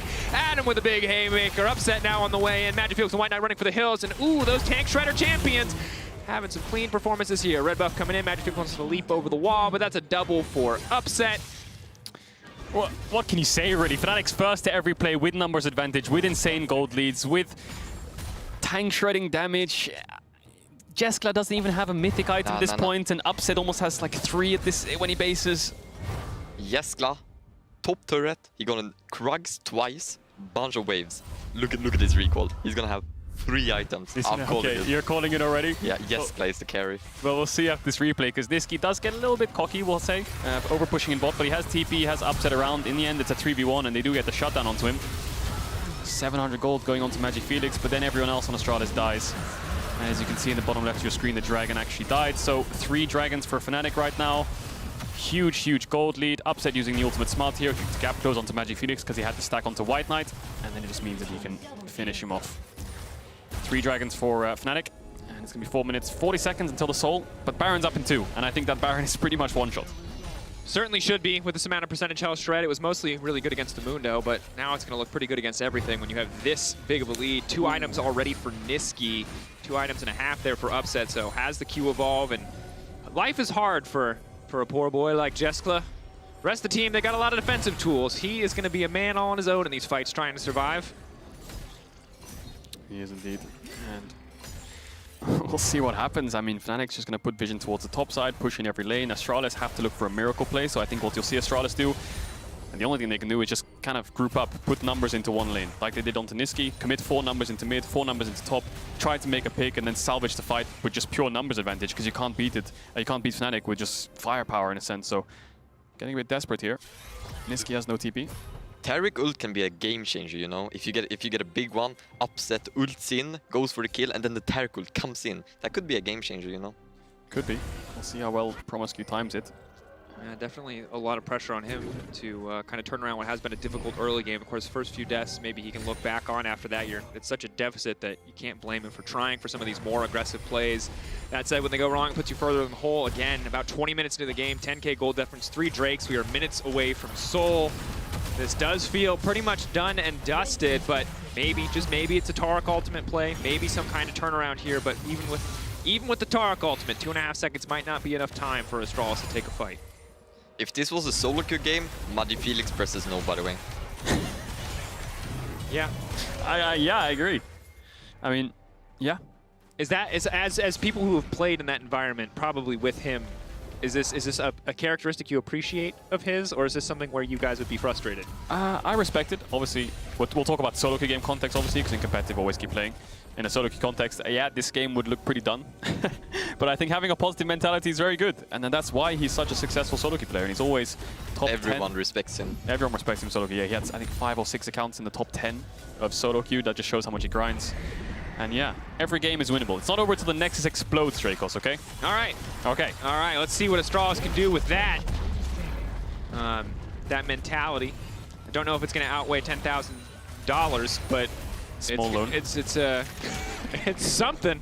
But again, Baron going to be the big objective that we keep our eyes on. Normally, 20 minutes would be a bit hard to pressure, but with a Viego, with a Set, a Cassio, who is one of the OG Baron shredders, Kaisa as well, Fnatic are basically just built as a team to murder the big purple worm. Yeah, I think all you'll see here is now that Niski's base, he's got his 3 items. Upset's probably clearing out Gromp and Wolves to get the gold for his 3rd item, heal base, and then I think Fnatic are just going to start forcing in the end. Both tier 2s are down, top and mid, which means you can push waves into tier 3. Upset probably basing out to collect his 3rd item, and then they're just going to probably set up on this Baron and just start it. I mean, Astralis is going to have to be forced to walk into them when they do. Fnatic will turn, and Astralis need to pray. Good Taric ult, maybe some kind of mistake from Fnatic. There's a world where they'll kill 1 person. Not sure about 5. So you saw the Niski build, right? You've got to buy boots. Is that something you would recommend, K-Roll? Okay. Yeah, all right. I wasn't Twitch sure, chat loves it. Yeah, I wasn't sure how we were going to fit the boss into the cast, but it appears that baiting K-Roll is the #1 strategy. Should have bought boots. Huh? Hey, look. You got to get faster to these plays sometimes. Flash promiscue. Wait, Zanzara, if he gets spotted out, did Bwipo see him? I think he did. Now going to step forward. Zanzara trying to do the best he can. The knockup now coming through. Maybe that's the follow. Bwipo flashing out to safety there. Now going to try to turn, but they're going to be empowered by the Taric. That's 5 members standing in the midst of Hylissang, but Hylissang also very tanky. Astralis, it looked so good to start, but they cannot find a kill. Oh, Upset. Upset might be able to, though. He's sleeping in. He's sleeping out. That's the ulti from Zanzar. The rest of the team now buying space. Hylissang going over the wall. It's an absolute fiesta in the jungle, but Magic Felix holding his ground. Okay, Astralis. No one dies in the end, but a lot of summoners and ultimates used. No one's too chunked out. Zanzara did heal up on the jungle camp, so they're not going to have to be forced to base, which means Fnatic can't force the Baron. But 20 seconds on the Ocean Dragon. That's the Ocean Soul for Fnatic. I think Astralis, no, they can't contest this. Maybe they just want to go for Baron. Just 5 minutes and flip it. Sometimes you just got to do it. That's going to be a disaster. You have to do it. No. I think they have to. If you lose this Dragon, it's over. You have to get a Baron, but Fnatic's just going to walk in. Oh no, Astralis, this is going to backfire so hard. Promiscue, the stun not enough. He wants the ulti too, but he doesn't have time to get the cooldowns up. Magic Felix needs to back away, but it's the dunk back down to the backside. Adam coming in big, massive haymaker across 4 members of the team. Now Bwipo coming in, stolen Taric, and a leap in, going to step forward on his Zanzara. 1 member going down, just Promiscue. The rest of Astralis is going to be able to escape, but with those blinking health bars, it means Fnatic get key access to the major objective here. Yeah, White Knight no TP, Magic Felix was chased away, and he's going to TP back himself, though. It's a 4v5. Zanzara has Smite. If he can land W on the Baron, he should be able to E it. There's the W. Now Fnatic have to wait out the E. There's the ground as well. I think he can't get in the pit now, unless he wards over and E's onto Hylissang, but Hylissang can knock him away. Zanzara not able to take it. Hylissang. That was close. Finding the kill, right, as Bwipo is going to secure the Baron. Fnatic. Baron and Soul. Baron and Soul. And it all comes off this fight. Adam, I mean, regardless of them being so far ahead, great engage, you have to say. We're zooming on Hylissang, just clearing out the ping. What are you doing, man? He knows the fight's won. He's just getting his vision score up. Respect. Respect. It looked a little bit shaky in the Baron pit, I have to say. It looked like Hylissang wanted to Hex Flash over, but by the time he did, Zanzara was already E-ing through the pit, so there was a slight split second there where maybe Zanzara could have stole it, but the Baron wasn't low enough. But look at the vision score. #1, Hylissang. Wait, Upset tied. Does Upset have Zombie Ward? I wonder, because Zombie Ward boosts your vision score so high. I mean, it's possible. I think that might be the reason. I mean, we talked to Upset. He does really love stats. So if anyone was going to abuse a Keystone for stats. Yeah, but you know, Taste of Blood is quite a nice rune in lane. But we'll see. Anyway. We'll find out. We'll keep you updated on the rune He does have Zombie Ward. I just told him in my ear. There we go. So that's how he keeps up with Hylissang. Do we have any stats? Highest amount of deaths in LEC? Marcus, The boss would like a stat, please, when you have a moment. Oh. Highest deaths in the LEC this I meant season. eyeball collection when I was talking about that. Oh, you meant eyeball collection. I didn't mean taste, but yeah, of Exactly. course. So Zombie Ward 4, over the vision score. Hillesang fishing for a big engage, but White not going to interrupt him. Promised you in the midst of the entire team, but he's going golden. He's holding on this time. Magic Felix can try and turn. Magic Felix can try to turn. He fires back. It's a 3-man ulti. Maybe, just maybe, Zanzor in the midst of the entire team. Now unstoppable. Bwipo goes down. My God, Astralis. Have they found the fight? Upset still a touch on the backside. There's no way they can come out on top, but Jeskla also still standing. Upset going in. It's a mad play, but it just might work. Upset going in with the triple. Blood in the water, and he makes it work. I think they're just going to be able to end in 30 seconds on Astralis. They have their Baron buff 25 minutes in. Upset just ults into the backline. They had nothing left. It was a nice try by Astralis to turn the game around. Magic Felix 3-man stun. Zanzara knocked away key members to make sure Astralis could single out a target. Hillesang engaged a little bit too early, but Upset was there and ready with the killer instinct, and I think that's going to be it. Fnatic closing out the game in just over 25 minutes. Fnatic looking real clean right now. Absolutely are. That's the biggest goal lead I have seen in a long time. Very fast, very controlled, very confident game coming in from the side of Fnatic. Now, I'll be honest, in those last few moments before Upset ulted into the backline and killed 3 people, it looked really good for Astralis. Oh, yeah. I thought, again, maybe there was a chance that there was a miracle, but Fnatic still had a lot left in the tank, still had a 3-item Kai'Sa, and that's all it takes to finish it out. And now, again, Fnatic tied for first with Rogue standing at the top of the table after some crazy, crazy offseason roster changes. Yeah. And you, of course, can let us know who you think had the biggest impact in that game. Key player of the game, Bwipo, Niski, or Upset. Those are your options. And that's their 9th win out of the last 10 games for Fnatic. So pretty much looking unstoppable. That game, you can attribute it to a snowball effect from mistakes from Astralis, but really good punish from Fnatic. Absolutely can. Boss, Bwipo, Niski, Upset. I don't want you to Where's my manipulate the mark? vote too much. I mean, you got I'm surprised Adam is not there. I thought Adam played really well Soaking that the game. pressure. Upset kind of just took every kill, but Bwipo. I think Bwipo is the obvious answer here. He was He's- clutch in the he's early game. skirmishes. 4 He was- kills. He did make Viego's passive look questionably designed. I'll give you that one. Very powerful once you find a kill. I think that's something that we got to give him credit for. But that said, the boss wants you to vote for him, and Lore's going to talk to him. It's time for an interview with Bwipo. Thank you, Dracos and Bwipo. Thank you so much for joining me. Dominant win once again from Fnatic, and 4 wins in a row now. Last time we talked to you was in week 3, I think. So I want to know, tell me about this new dynamic for Fnatic, because it feels like you clicked right away. And I'm wondering if it's maybe one of the strongest iterations of Fnatic you've been playing with. I mean, I don't know.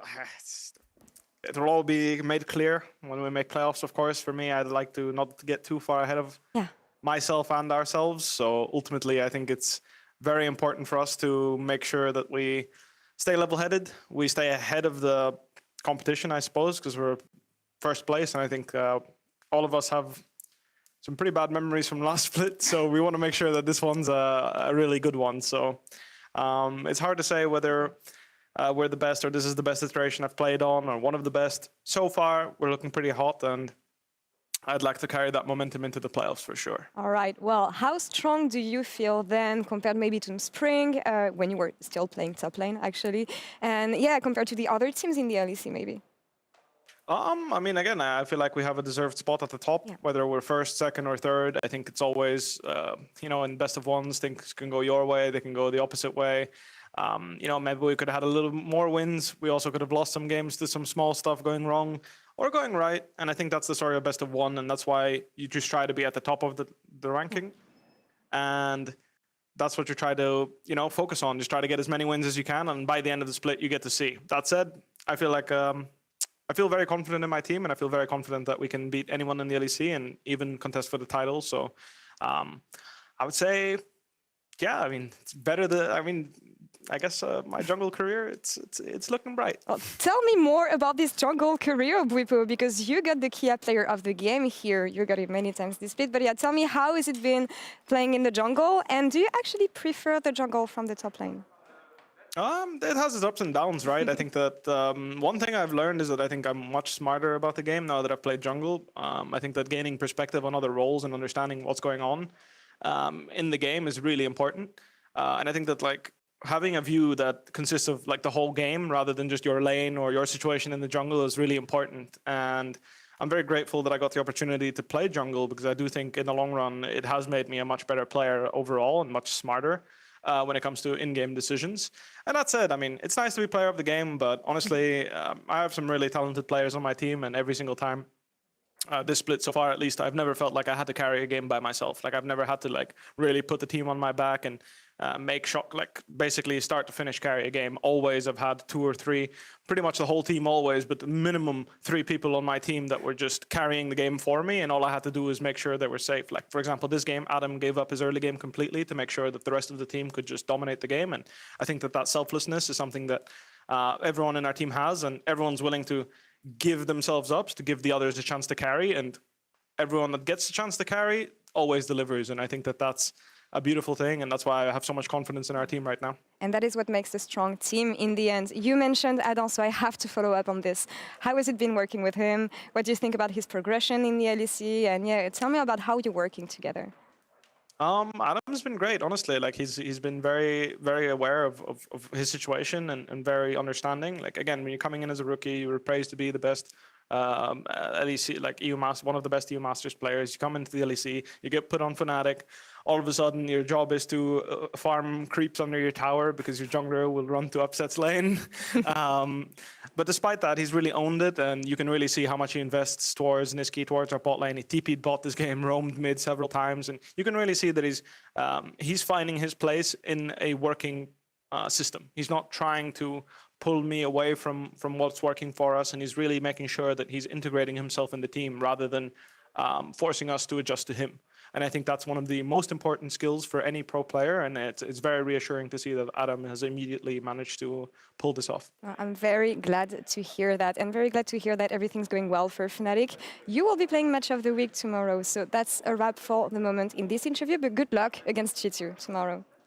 Thank you very much. You're welcome, and we're going to take one last break, and we'll be back in a couple minutes with Vitality and G2 playing on stage for the last game. See you soon.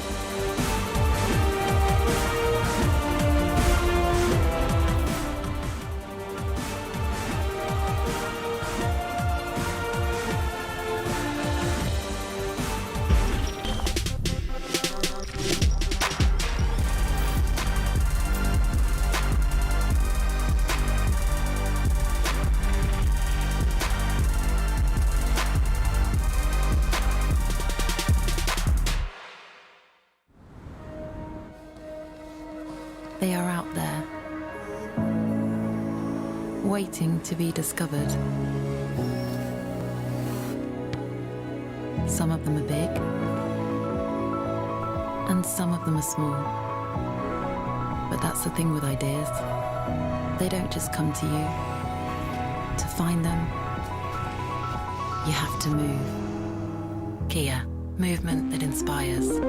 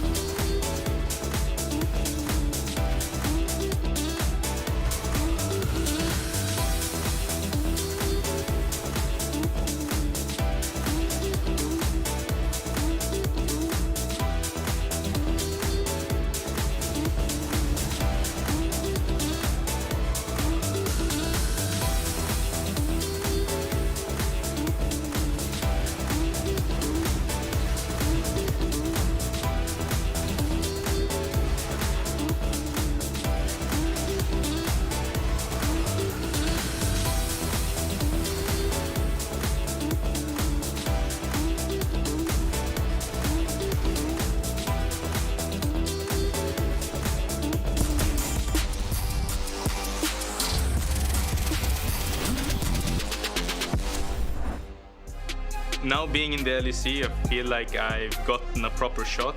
I always thought I was good enough. When I started playing professionally, then obviously it was my goal to play against the best always. Leader den Stun. Besser Tor ist es klar. Oh, wichtig!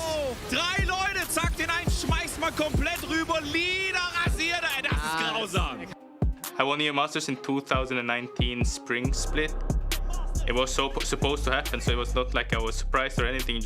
Misfits showed up to play today. There's a lot of pressure on this roster because of other big names on my team, like 3 people that has to prove themselves, I guess, and I'm one of them. The bigger goal is always to be the best. That I'm undisputed the best, honestly. So the goal feels closer than before. That takes down Caps. There's a follow-up there as well, as now Jankos has dropped down. Vitality inside the pit as Wonder's running for his life. The round warp will send 2 members of Vitality, and they represent to pick up a triple kill for Leader. Right now, I would like to achieve playoffs at least.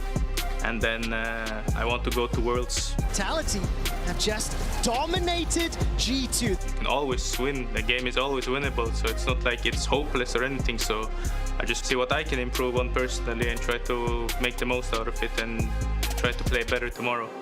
Hopes for Leader and big pressure on his shoulders. Welcome back to week 6 of the LEC, where Leader and Vitality had a monstrous performance in week 3 when they faced G2 Esports. And tonight they look to repeat that versus the 8-time champions. It was an absolute shocker. There was only 1 death for Vitality and on the side of Labrov, but overall, nobody expected them to come out as they did versus G2 in week 3, and they need to do it again. They absolutely do. The thing is, between then and now, the teams could not look any more different, right? Vitality, at the debut in week 1 of Summer, they popped off. They showed exactly what we were expecting, the self-made and Leader show. Now, week on week, they have not been able to find the same level of impact, and frankly speaking, because it is a relatively telegraphed play style, multiple teams have shown that they can counter it. But the thing that you have to respect is if Self-Made get an advantage, they are good enough to close the game out. And this game, as you said, 28-minute victory. They got sold. They only conceded 1 death. It was really impressive outside of them. And as you say, it was one of those scenarios in which they got the plan that they liked and they were able to play to their strengths and play it out versus a top team. That's great, but you can't copy-paste that every single game. No, you cannot. And also, Caps sucked that game. Like, there's no way to phrase that nicer. His Gwen performance was simply not up to par. Self-Made and Leader shut him down and punished every single mistake. And I think it is fair to say that Caps has had a difficult opening to some of the first 3 or 4 weeks. Now, however, especially with last week's performance, he's hitting back, he shaved their head, and he's coming with a different approach. Absolutely, and let's highlight a particular performance from last week, being that game, the match of the week versus Rogue. They had a 2-0 overall, but it started in the bottom lane, and it just bled into the entire map. Reckless over the whole weekend, by the way. Not that I'm a KDA lover, but 17-1-5. I mean, you can sometimes say the man's playing for KDA, but he absolutely carried G2. The rest of the team also carried. It was a great week for them. It doesn't matter how many years, Ifya, you and I have had the pleasure of shoutcasting and commentating and interviewing Reckless, the narrative of KDA player. He won't cost you the game, but maybe he won't win you the game. Well, yes, he bloody well can. Yeah. But you do need to enable him. You do need to play around him or get him into a position where he's comfortable. G2 last weekend looked absolutely terrifying and dominating. I'm interested to see if it can continue, because the thing is, there's no margin for error. Against Leader and against Self-Made, these players have punished. They're on the stage. They've got something to prove. They are on the stage indeed, and I think it's important to state that for both teams, there is so much on the line. You may say G2, they always bounce back. They have, again, 2-0, but you want that number 1 or number 2 spot going into the playoffs. And for Vitality, anyone you ask, say, if you have to pick someone in the bottom half or the middle of the table who will make it to playoffs, Vitality, and it has to happen. It absolutely does, especially with the fact XL just dropped the game a little bit earlier. Mad Lions just dropped the game a little bit earlier. That bottom of the table, the race for 4th, 5th, 6th is spicy right now, and Vitality are within touching distance. They are. G2 and Vitality are closing out the day. We'll be back with Game 5 right after the break.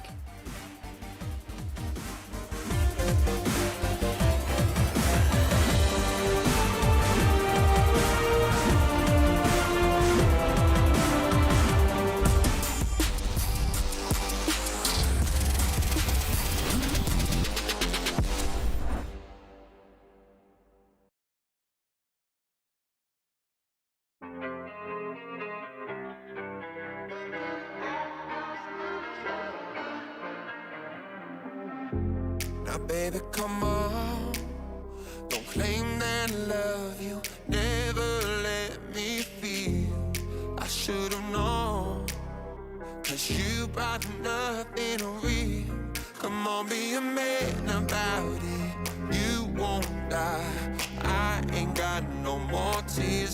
cry and I can't take this no more. You know I gotta let it go.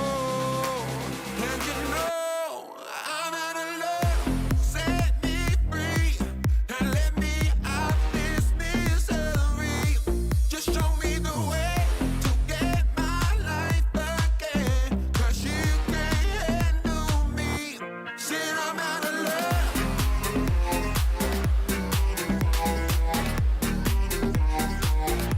Said I'm out of love.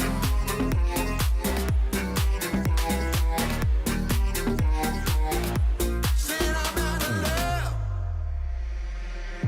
Said how many times have I tried to turn this love around? But every time you just let me down. Come on, be a man about it. You won't die. I ain't got no more tears to cry, and I can't take this no more. You know I gotta let it go. And you know I'm out of love. Set me free and let me out this misery. Just show me the way to get my life again. 'Cause you can't handle me. Said I'm out of love. Set me free and let me out this misery. Just show me the way to get my life again. 'Cause you can't handle me. Said I'm out of love.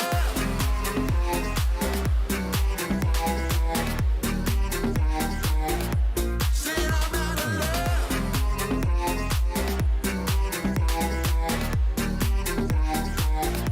Said I'm out of love.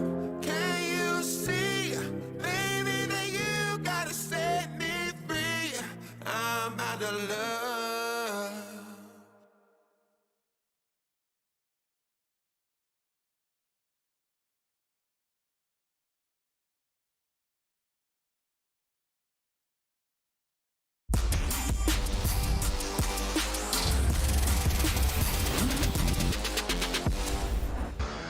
Welcome back to the Caster Deaths for Vitality versus G2. I'm ready for an absolute banger. Definitely has the potential to be, especially after G2's explosive last week.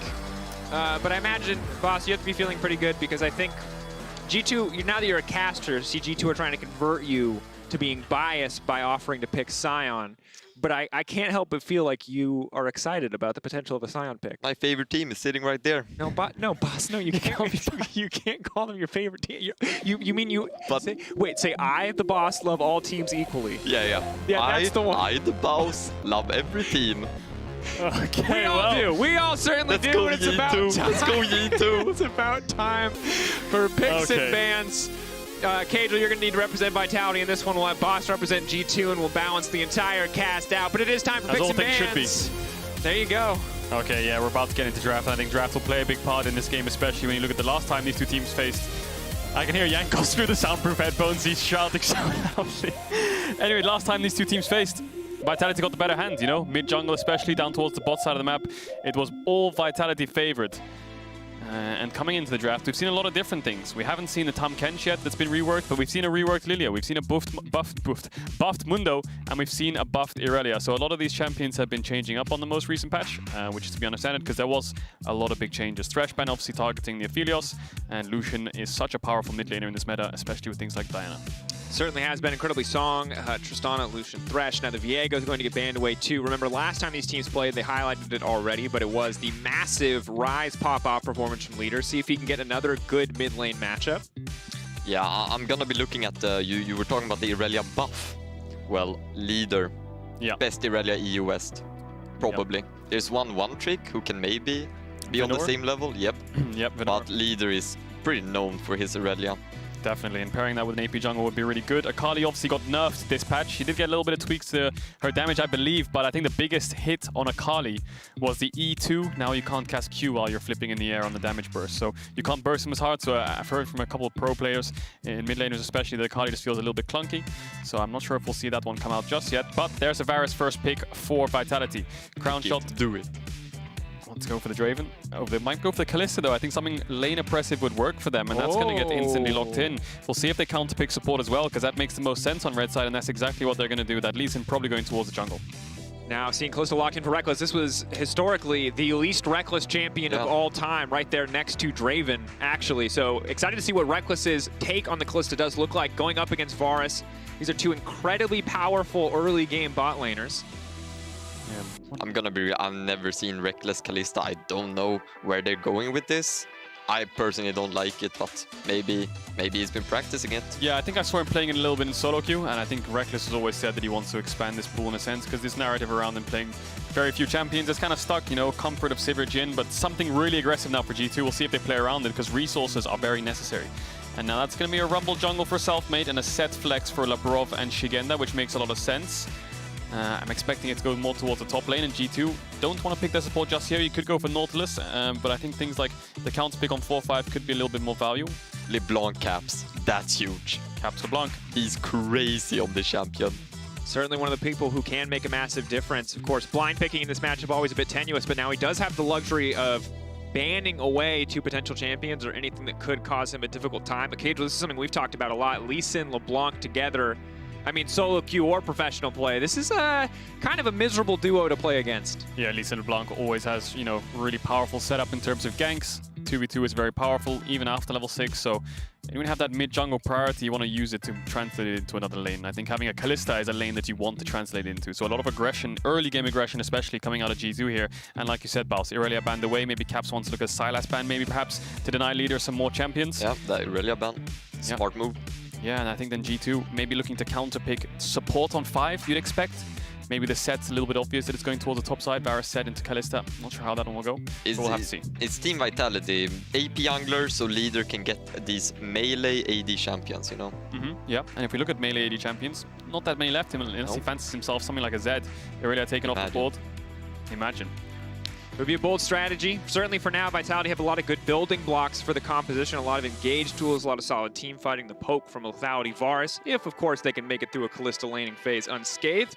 Still remains to know what? Sejuani top. Sejuani top. Sejuani top? It's solo queue. It's a solo queue thing. Is it the Anathemas Chains Rush Sejuani top with Ignite TP? Yep. I remember seeing that a few times as well. I played against it. Either that or Nelson, who I believe is on stage for the first time this week, has successfully beaten Jankos into submission. We'll find out as we get closer in the game. Right, it could be a Lee Sin solo lane Sejuani jungle, but I doubt it. I highly doubt it. I think this is a Sejuani top support flex. And now I think G2 could last pick something like a Braum and just have that comp going. Doesn't scale too well, but I can see how the composition makes sense. Yeah, there's the AD melee mid. Yeah. Iconic. I like that you have incredible synergy across the ultimates, across the engaged tools. If all of Vitality get to push their R buttons, it certainly should look like an easily won team fight. That said, how is it going to work out against G2? We're going to learn a lot about this composition depending on what gets locked. This is a very personal message. Hovering it for the Baus. But you're right, Baus. You said AD mid, melee mid, and there it is, Yone locked in. Now G2, where's that Sejuani going? Kalista Sejuani makes sense. I think it might be support. But Sejuani top also makes sense. I think maybe they're hovering tops here to bait you as well, Dracos. Gragas. Ooh. So I think it could be Kalista Gragas bot here. Yep. Yep.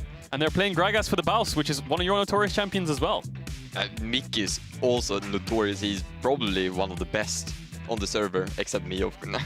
Okay, yeah, well, Mickey, fantastic. You're also a fantastic Gragas. I've seen your highlights. But I think also, just looking at the draft, I think Gragas makes sense into Alistar, right? It's one of the biggest counters to Alistar alongside Braum, because the second he combos in, you can just body slam him, cancels the pulverize, and then you can't actually get the engage. So if he stays next to Reckless, he can cancel every combo. And in essence, they should win out the 2v2, because he can also poke you down. Certainly, and if Crown Shot does get rolling as he has in previous games, if he is that Lethality Varus that is very strong while he is a threat, the incredibly long-range engage of a Sejuani, of a Gragas with something like the flash body slam could make it hard for him to play out some of these team fights and sit back like we've seen so many of these Lethality Varuses do before. That said, it is two incredibly explosive team comps. So, Boss, I gotta know from you, you have to take one of these comps into solo queue. Which one are you taking? Yeah, I mean, Wunder, he always brings out these unique picks. He's always the first one to take them out, you know. Sejuani top, I'm gonna be real. It's pretty bad in my opinion. It's gonna backfire, you think? I won lane versus Sejuani. If you lose lane to me, then the pick is terrible. Well, you heard it first. I mean, Vitality's got a lot of team fight, and G2 have lanes to play around. They have LeBlanc, Lee Sin, and a Kalista lane to play around. So early game is the name of the game for G2, and teamfights is the name of the game for Vitality. Have to see how it unfolds. Landing advantages have been the end of so many of these games. We'll find out who can come out on top. It is time for Team Vitality versus G2 Esports.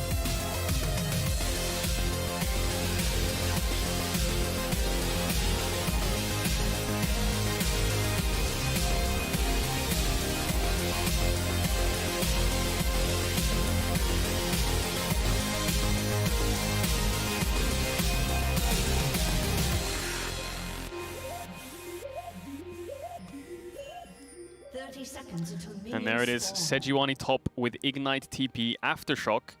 And he's going to be rushing Anathema's Chains, I expect. Last Kalista game for Reckless was in the EU LCS Summer 2017. That was 4 years ago. So he's been playing it a lot in solo queue, as far as I'm aware. I've been seeing his solo queue account, you know. He's also been streaming while playing it, but this is his first competitive game on it for 4 years. Gragas support, there's 2 ways you can go. You can go Aftershock, you can go Phase Rush. Mickey opted into the Phase Rush here. More getting in and then running straight away when your spells are on cooldown. I think that's because he's against the melee support, so he can just use his spells and then get out before Alistar can re-engage. I think that's probably a good reason, K-Roll. Makes a lot of sense, makes a lot of sense. Ooh, I like the adaptation here coming in from Crown Shot, though. Seeing kind of what would appear to be a very scrappy team from the enemy composition, has opted to go for the lethal tempo. We may see the first on-hit Varus in a long time. It's been almost exclusively lethality Varus for all of Summer Split. That's interesting. I think maybe it's because they have Sejuani, Lee Sin, Gragas, 3 melee engages in a sense, and maybe he thinks he can't actually get onto LeBlanc, and Kalista will lifesteal through his poke. So going on hit.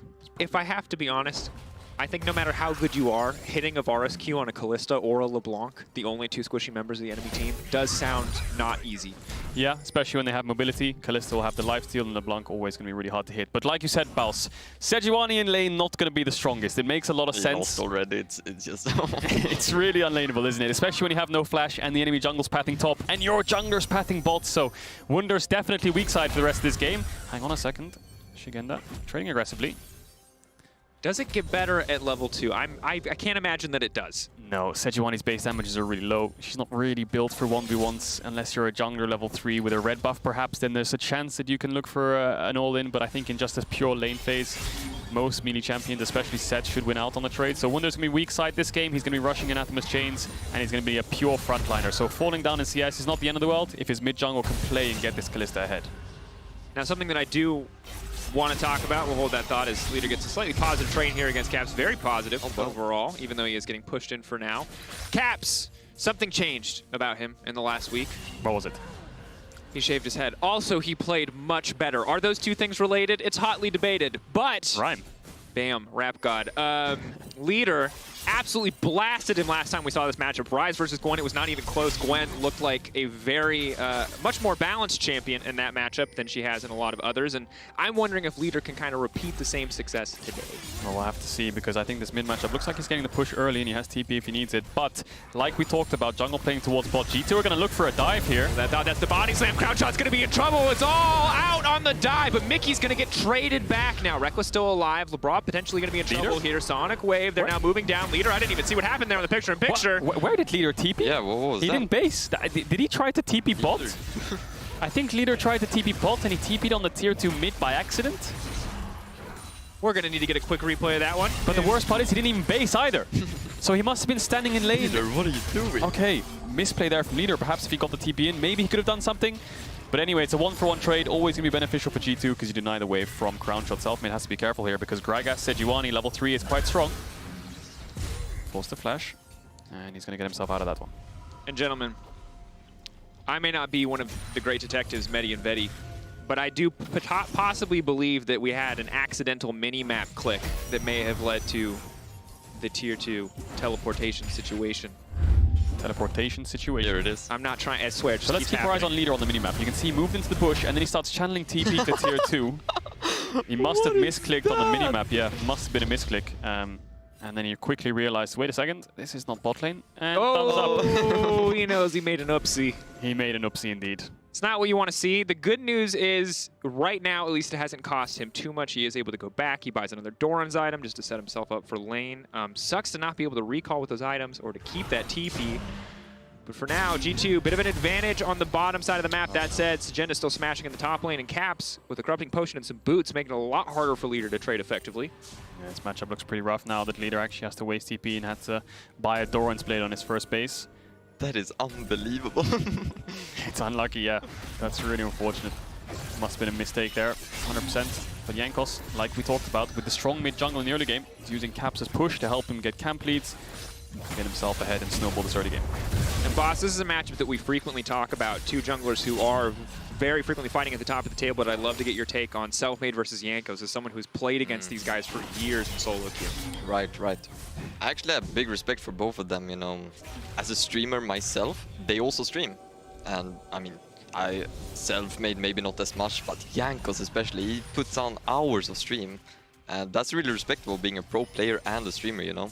Yeah. I don't watch them personally, I prefer watching good players. But yeah, they seem to be doing fine. You're just gonna roast them like that? Did you? We can't. Okay, you're not allowed to do graphics anymore. We can't. You're not. They're banned. They're our best junglers up there, alongside many others in the league. Sure. I respect the shamelessness. You were one Twitch link away from the most shameless self-promotion of all time, but I respect that you held back there, Boss. For now, though, your predictions have been coming in solid.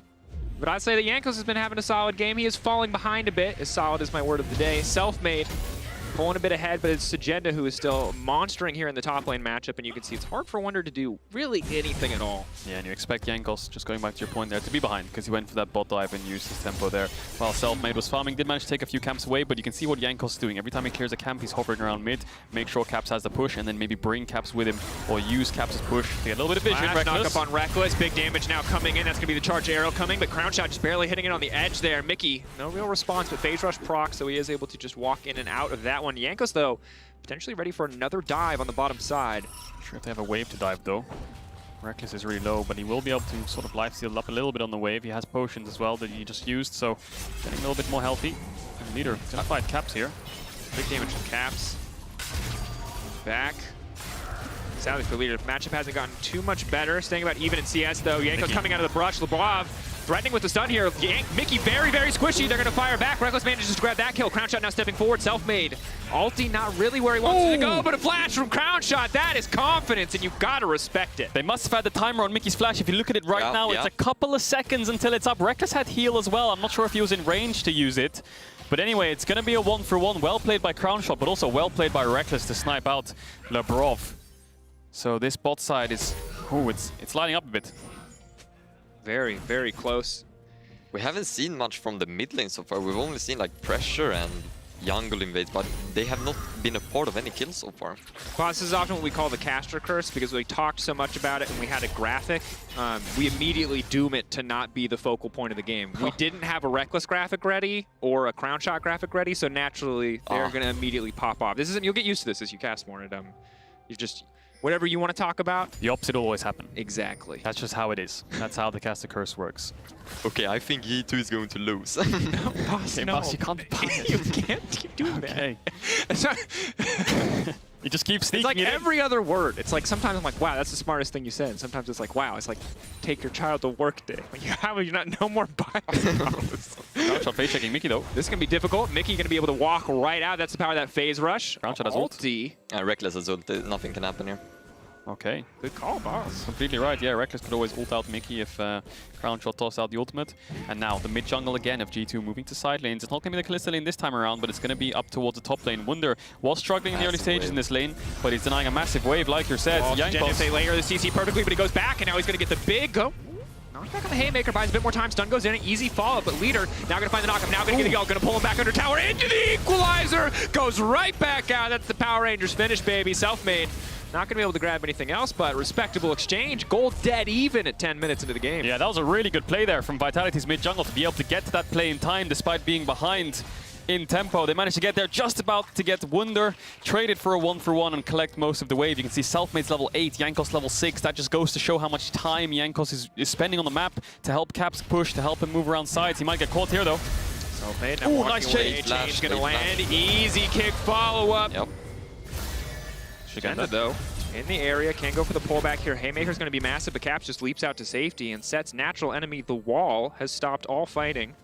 Leader waiting over the wall, though. Leader has flash. Leap forward, has the W as well. Third stack on the Q could allow him to finish this, but he does get chained up. Does he kill him? Caps. Oh! Shigenda has flash as well. He could flash E here. Oh, W flash. W flash is definitely looking clean. Haymaker coming up. That's red buff proc. Did he Oh, he's gonna die to red buff. That's a double. But now a fight on the bottom side. Instantly, Crown Shot now getting aggressive. The knockup coming in, but Reckless is going to go down before anything else can happen. Mickey, the last man standing, but he's going to need to phase rush his butt out of there if he wants to survive this one.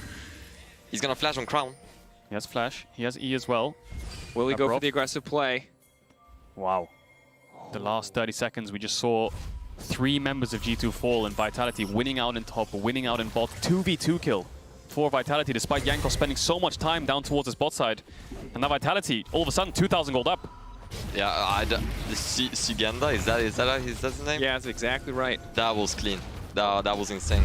That was really well played. He ends up getting 2 kills from that. So we did see the top fight in live action, but as you can see it on the minimap happening, Labrov sidesteps the body slam from Mickey. Does he Q flash Reckless? Oh, Mickey misses Q flash onto Reckless and gets the stun knockback. Wow, Labrov played that so well with the E first to make sure he Q flashes, hits him with the stun, and then knocks him back. Wow. Mickey trolling a little bit. Yeah, it's a difficult game. You miss all, I mean, if you miss all your skill shots, it's kind of hard to win the exchange. And now bot lane slightly favoring to Crown Shot, but both players still working towards their first items. Looks like we're going to have some shield bows coming in. Look again, G2 mid-jungle back towards his bot side, trying to move around side lanes like they need to do in this early game. Maybe they can get Crown Shot. He has flash coming up soon, but I think he's just dead to tower. Dead here. Chain's going to connect again. Easy follow-up. So much damage here in the early game. Leader on the way. He's already used Soul Form. Has to now back away. At least Leader TP'd bot this time, but this time he won't be able to get anything forward. There's too many members of G2, and nothing will come of it. We'll see if G2 can get some plates in bot side. Reckless is pushing in. There's no neutral objectives up just yet, but there is actually, as I say, that Dragon's up. First Dragon is still up. No one's taken it, but G2 not even bothered about it just now. Jankos still 2 levels down, but he's using his pressure on the map to get his team ahead. Gold very close. Of course, interesting game. Normally Vitality, they either come out swinging or they immediately start to fall behind. Very, very big differences between their wins and their losses. As we see Dragon getting taken down, a potential tower dive set up on top, although looks like Selfmade will walk away. You can see here the stark contrast, minus 3K in a loss, plus 4.3K at 15. So hugely swingy team. That said, in this game, here in the LEC, it's dead even coming into mid game. Very uncharacteristic of Vitality. It's pretty much dead even. Normally Vitality are explosive. You know, they're really far ahead, really far behind in the early game, and that can either come from plays backfiring or just really good proactive plays, especially through the mid jungle of Vitality. If you ever talk about Vitality, it's always mid jungle. They're the ones kind of looking for plays, making them around the map. But this game, it's different. Vitality bot lane getting a 2v2 kill. Shigenda managing to pull off the 2v1. Really flawless mechanics. And now Vitality and G2, it's neck and neck. G2 have the Dragon, but Vitality have Herald. 1 minute left on the plates. Where will they use it? Yeah, Wunder has been looking for this recall for a while now, for like 4 waves, where he can recall and not waste his TP. Now we got the chains, right? So I do believe he can hold his own on top lane. It's going to be... That's a huge item. Yeah, big difference. Looks like he's already marked out his nemesis. Most likely going to be the set still at this stage of the game, but crashing in there does mean now we're finally seeing Vitality pull ahead when it comes to gold. And overall, I think when we talk about this game, obviously Leader and Selfmade had that pretty sweet ultimate combo on the top side, but it feels like Labrov and Sigenda, often the not the players that we highlight or look at, have been the ones really popping off in this matchup. Oh yeah, definitely, especially in mechanics itself. And just like you said, Wunder managed to base, he got that item, he didn't lose any plates for it, and he was looking for that base for quite a long time. I wonder if he does put it on Shigenda though, because Shigenda can obviously get the true damage out of the W, so the Anathemas won't do too much against that. Perhaps he wants to target Leader on the Yone. We'll have to keep wait and see, but Crown Shot is going on hit Varus. He has the shield bow. Caps has found Selfmade, so is Mickey. Selfmade moving in. Oh, there's just no room for him to maneuver. Yeah. Mickey just shows up, Caps lands the chains, and it's easy for G2. Selfmade is flaming Leader right now. That's a mid gap, straight up. That's a mid gap straight up. Yeah, Caps managed to walk in, finds him with the chain. Mickey's there, really, really good setup. And G2 might find Crown Shot here. They're looking for Mickey. Mickey has flash. Use Mickey! Clean mechanics, making up for earlier, but Crown Shot gonna flash out to safety. Immortal shield bow by coming in clutch as Leader Now potentially gonna be in the trouble. That's the kick coming back. Leader, no room to maneuver, but he has the ultimate, which means he can dash out to safety with the Q3. Now leaping over the wall with the form unbound. Now trying to step back, walking away, but he has to come back at some point. A few more seconds, he goes in. Jankos finishes the job. Caps still waiting over the wall, and G2, just like that, fire back in this game. Unreal mechanics from Mickey. Not only to get the engage first off in the bot side jungle, but Flash E-ing over the wall to land onto Leader. Oh, clean knockup from LeBron. Caps goes back right into the hands of Selfmade. Ooh. Oh, he gives the kill over grab to it. Oh, really smart play from Capside to just teleport back to give the kill over to the Broth. That hurts. That was a shutdown. It could have gone over to Selfmade. Lots of fighting in this early game. 14 kills, 15 minutes in, but Reckless has just been farming up on bot lane, and he does manage to pick up the first tower of the game. And that's why Mickey's Gragas is feared. It's his pocket pick. He played that super well. First the ulti to get crown shot, and then the flash body slam. Yeah. Amazing stuff. Over the wall, onto Leader. And first of all, the ulti as well, and into the double body slam, right? To see some bot lane and Vitality. So great mechanics from all players in this game, it feels like, in every single skirmish. And we've seen, just so many tight technical exchanges here. We look back on this specific instance, clean knock-up coming in from Lebrov. Crown shot a little bit faster on that ulti. Caps flashed. Yeah, he did. What are you doing, Caps? Caps tries to flash away, but have to give props to Lebrov with the reaction time. Queuing the second, Caps jumps over the wall. This game's still neck and neck. G2 have that dragon, and the gold lead is about even. Shigenda did manage to make those plays top, but he has been a bit quiet. I would like to see him join fights more. Certainly going to be pressure on him to outperform in team fights. Sejuani obviously very easy for her to impact just with the E alone, especially when you have a Gragas and a Lee Sin alongside you. But of course this game, very tense and very important. While G2 obviously historic fan favorites, these teams are neck and neck in the standings. If G2 win here, they'll be tied at 4th with the Mad Lions. Vitality losing will knock them down, keeping them in 6th, or 5th, well actually, I guess 6th, tied with Astralis. Difficult place to be. And crazy to think that if Vitality actually win this game, they're tied with G2. Week 6, day 1, they're tied with G2 in win rate in the regular season. But it is neck and neck on the standings, it's neck and neck in the game. Dragon spawning in 40 seconds, and Herald won't be up for a little bit, but I think these are the 2 neutral objectives both teams will want to contest, depending on where the push is. Winner obviously playing weak side still on this top side, has the TP to join his team, whereas Caps can push in bot, so G2 have a lot of bot side control. Maybe they want to transition towards the top side, because mid-tier 1 is still up. Mid-tier 1, the most important tower in the game. Whoever can crack that open should get a lot of map control. Go stepping in here, G2 collapsing now. No one really has a big lead, so K-Roll, who do you think outscales here? Outscale, ooh, good question. I think Vitality probably have slightly better scaling when it comes to the late game. I mean, Yone scales quite well, you know, on-hit Varus scales Infinity as well, it feels like. Kalista, Gragas, LeBlanc, Lee Sin, these are all early game champions paired with just a frontliner, so I would say in a vacuum, 6 items, Vitality probably would come out on top, but G2 have a lot of playmaking. They have kicks, you know, they have the Kalista, Gragas, they have Sejuani, so catching someone out could take all of that away, so it all comes down to player, but in a vacuum I'd say Vitality. I think it's going to be a team fight on Dragon here. Definitely might be. Lebrov getting chunked out already. Leader walking down, a lot of cooldowns. Again, they're just going to TP right into the pit. He's going to grab some Dragon aggro here in a moment. No way for him to get back over the wall unless he's willing to burn Flash. Vitality have committed to this fight really before even G2 tried to. Shigenda out. Mickey gonna walk away. Stridebreaker gonna pull Mickey back. Mickey's gonna be in trouble. Ulti should come out in a moment from Reckless. He's trying to hold on to it as long as he can, but it's actually Shigenda who's now gonna be in trouble. Kicked over the wall. Big haymaker, the flash back over the wall. Shigenda's still alive. Mickey taken down. Leader on the backside, doing good damage to Caps, but that's the shutdown. Now we have the 4v4 on our hands. Support for top laner taken out, though. Overall positive trade for G2, especially with Caps on the back line. Raining hell down on the ground shot, but he's still getting burned. Lee Sin able to grab that one. Leader now trying to make it out to safety, but G2, they're just too clean in these fights. They refuse to get knocked down. Yeah, they win out on the 4v4, and Jankos steals the Dragon away from Selfmade. So not only they get the Dragon, but they win the fight. Really good mechanical execution coming out from G2, and it looked shaky at the start when Mickey got instantly taken out. I was running while Reckless didn't use the ult. He was holding it for so long. So massive props to Shigenda to go for that play, but then you have to question Reckless, why don't you use ult, but still makes up for it, takes down Shigenda, they win the 4v4.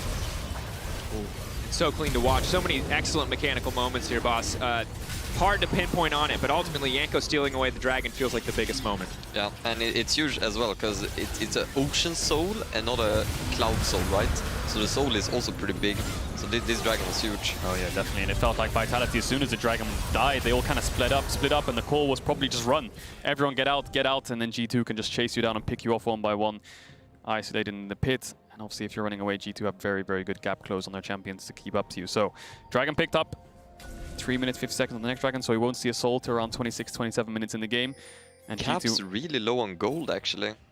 Overall, 2, 2, and 4, you can see he's actually falling behind in CS a little bit, maybe because he was roaming so much or caught out at inconvenient times, but as much as Caps is struggling, Reckless is thriving, kind of building success from what he saw last week. Really explosive performance from him in the previous week. Of course, it's 1 week, and it's G2's best week, so you could say, you know, cherry-picked a little bit in terms of the stats overall, but now that he's also 3-1 and 2 on a champion that he has not played since 2017, I would say things are looking up for Reckless. Yeah, definitely, especially when it comes to, you know, if they win this game and Reckless continues on this path, then confidence can play a big part. You know, if confidence was the issue when it came to Reckless kind of picking champions that he preferred or didn't really feel comfortable on, then being able to pull out a Kalista, you know, and have a great performance, play through bot, get yourself ahead, and be one of the carries, then, well, next time it comes playing Kalista, maybe you have more confidence to go for it. So, great step forwards. And Reckless playing fantastically last week, of course. You can see it in the stats, you can see it in the gameplay, you can see it in the lane phase and the team fight. So, see if he keeps it up for this game. He's 2 items down the Kalista, building towards that Rage Blade, and he's moving towards mid. So G2 want to group up and contest division around Baron. Mickey makes a big mistake. They get caught out now. Flash over the wall, but it is going to cost him flash. But it's Crown Shot actually who's getting caught out. Quick Q comes out with the Sonic Wave. Will not connect. They're now looking to turn and burn. The kick back from Jankos buys a bit more space from Wonder, but it's just too easy for them to follow up. Crown Shot going to grab that kill onto Wonder. Vitality making good on the punish. Yeah, the second Wonder Q's in and hits the ultimate. He has no escape. So yeah, Crown Shot flashes away, but then Vitality collapse. Wonder has no escape. Ends up falling. So Mickey has to flash, Crown Shot has to flash, but Wonder gets taken down. G2 still having pressure in mid. Maybe they have to be a little bit more careful here, because Vitality have the numbers advantage. But Shigenda has no TP, so Caps can move up whenever he wants. Caps waiting in the darkness always feels like a big threat while he is, you know, 2, 2, and 4. He's a bit behind in CS. He's still a LeBlanc, still can do a lot of damage to his isolated targets. And obviously Caps getting enough respect that it looks like he is going to force Crown Shot into Wit's End second. Now, Hansama is the only other on-hit bars that we've had this entire season, but feels like a big sign of respect to not go for another crit item, not go for something like a Rage Blade or anything else here. Hold that thought is now Mickey going forward. Selfmade actually going to be the one who gets caught out. He has no chance to use the ultimate, and now Leader going to get knocked away here. Dash out with the ultimate. He's going to make sure that he makes it to safety, but G2, excellent team for taking and contesting the Baron if they get the space to do so. Yeah, that's a massive pick. They should start this up. I think Caps can base and TP if he needs to get the mana up, but it looks like he's just going to run there instead. Wonder needs to make sure he's in the pit to tank it, and they should have a lot of damage with the Sejuani E and with Lee Sin around. Mickey's just trying to spot them out. There's no smite for Vitality, and more importantly, they don't have Leader's ultimate on the Yone, so if they want to contest this, it's 4v5 at an ultimate disadvantage. And they have the Kalista secure it. Shigenda might just have to find an angle and go for it. Fishing for a good angle from Sagenda, trying to find a way to throw someone else into the pit. Caps on the backside. Crown Shot going to be in trouble. Has a bit of MR and has the heal coming out as well, but I don't think it's... Ooh, it might just be enough. Buys a bit more space. Leader in the pit. Leader, is he going to be able to make it back? No. Wonder manages to grab the kill, and that should be Baron taken down by G2. Massive advantage to the team. Oh, Lab Probe. No way. Next flash over the wall. That's the ultimate, but I think that's pretty much it. Step. No flash. Knock up.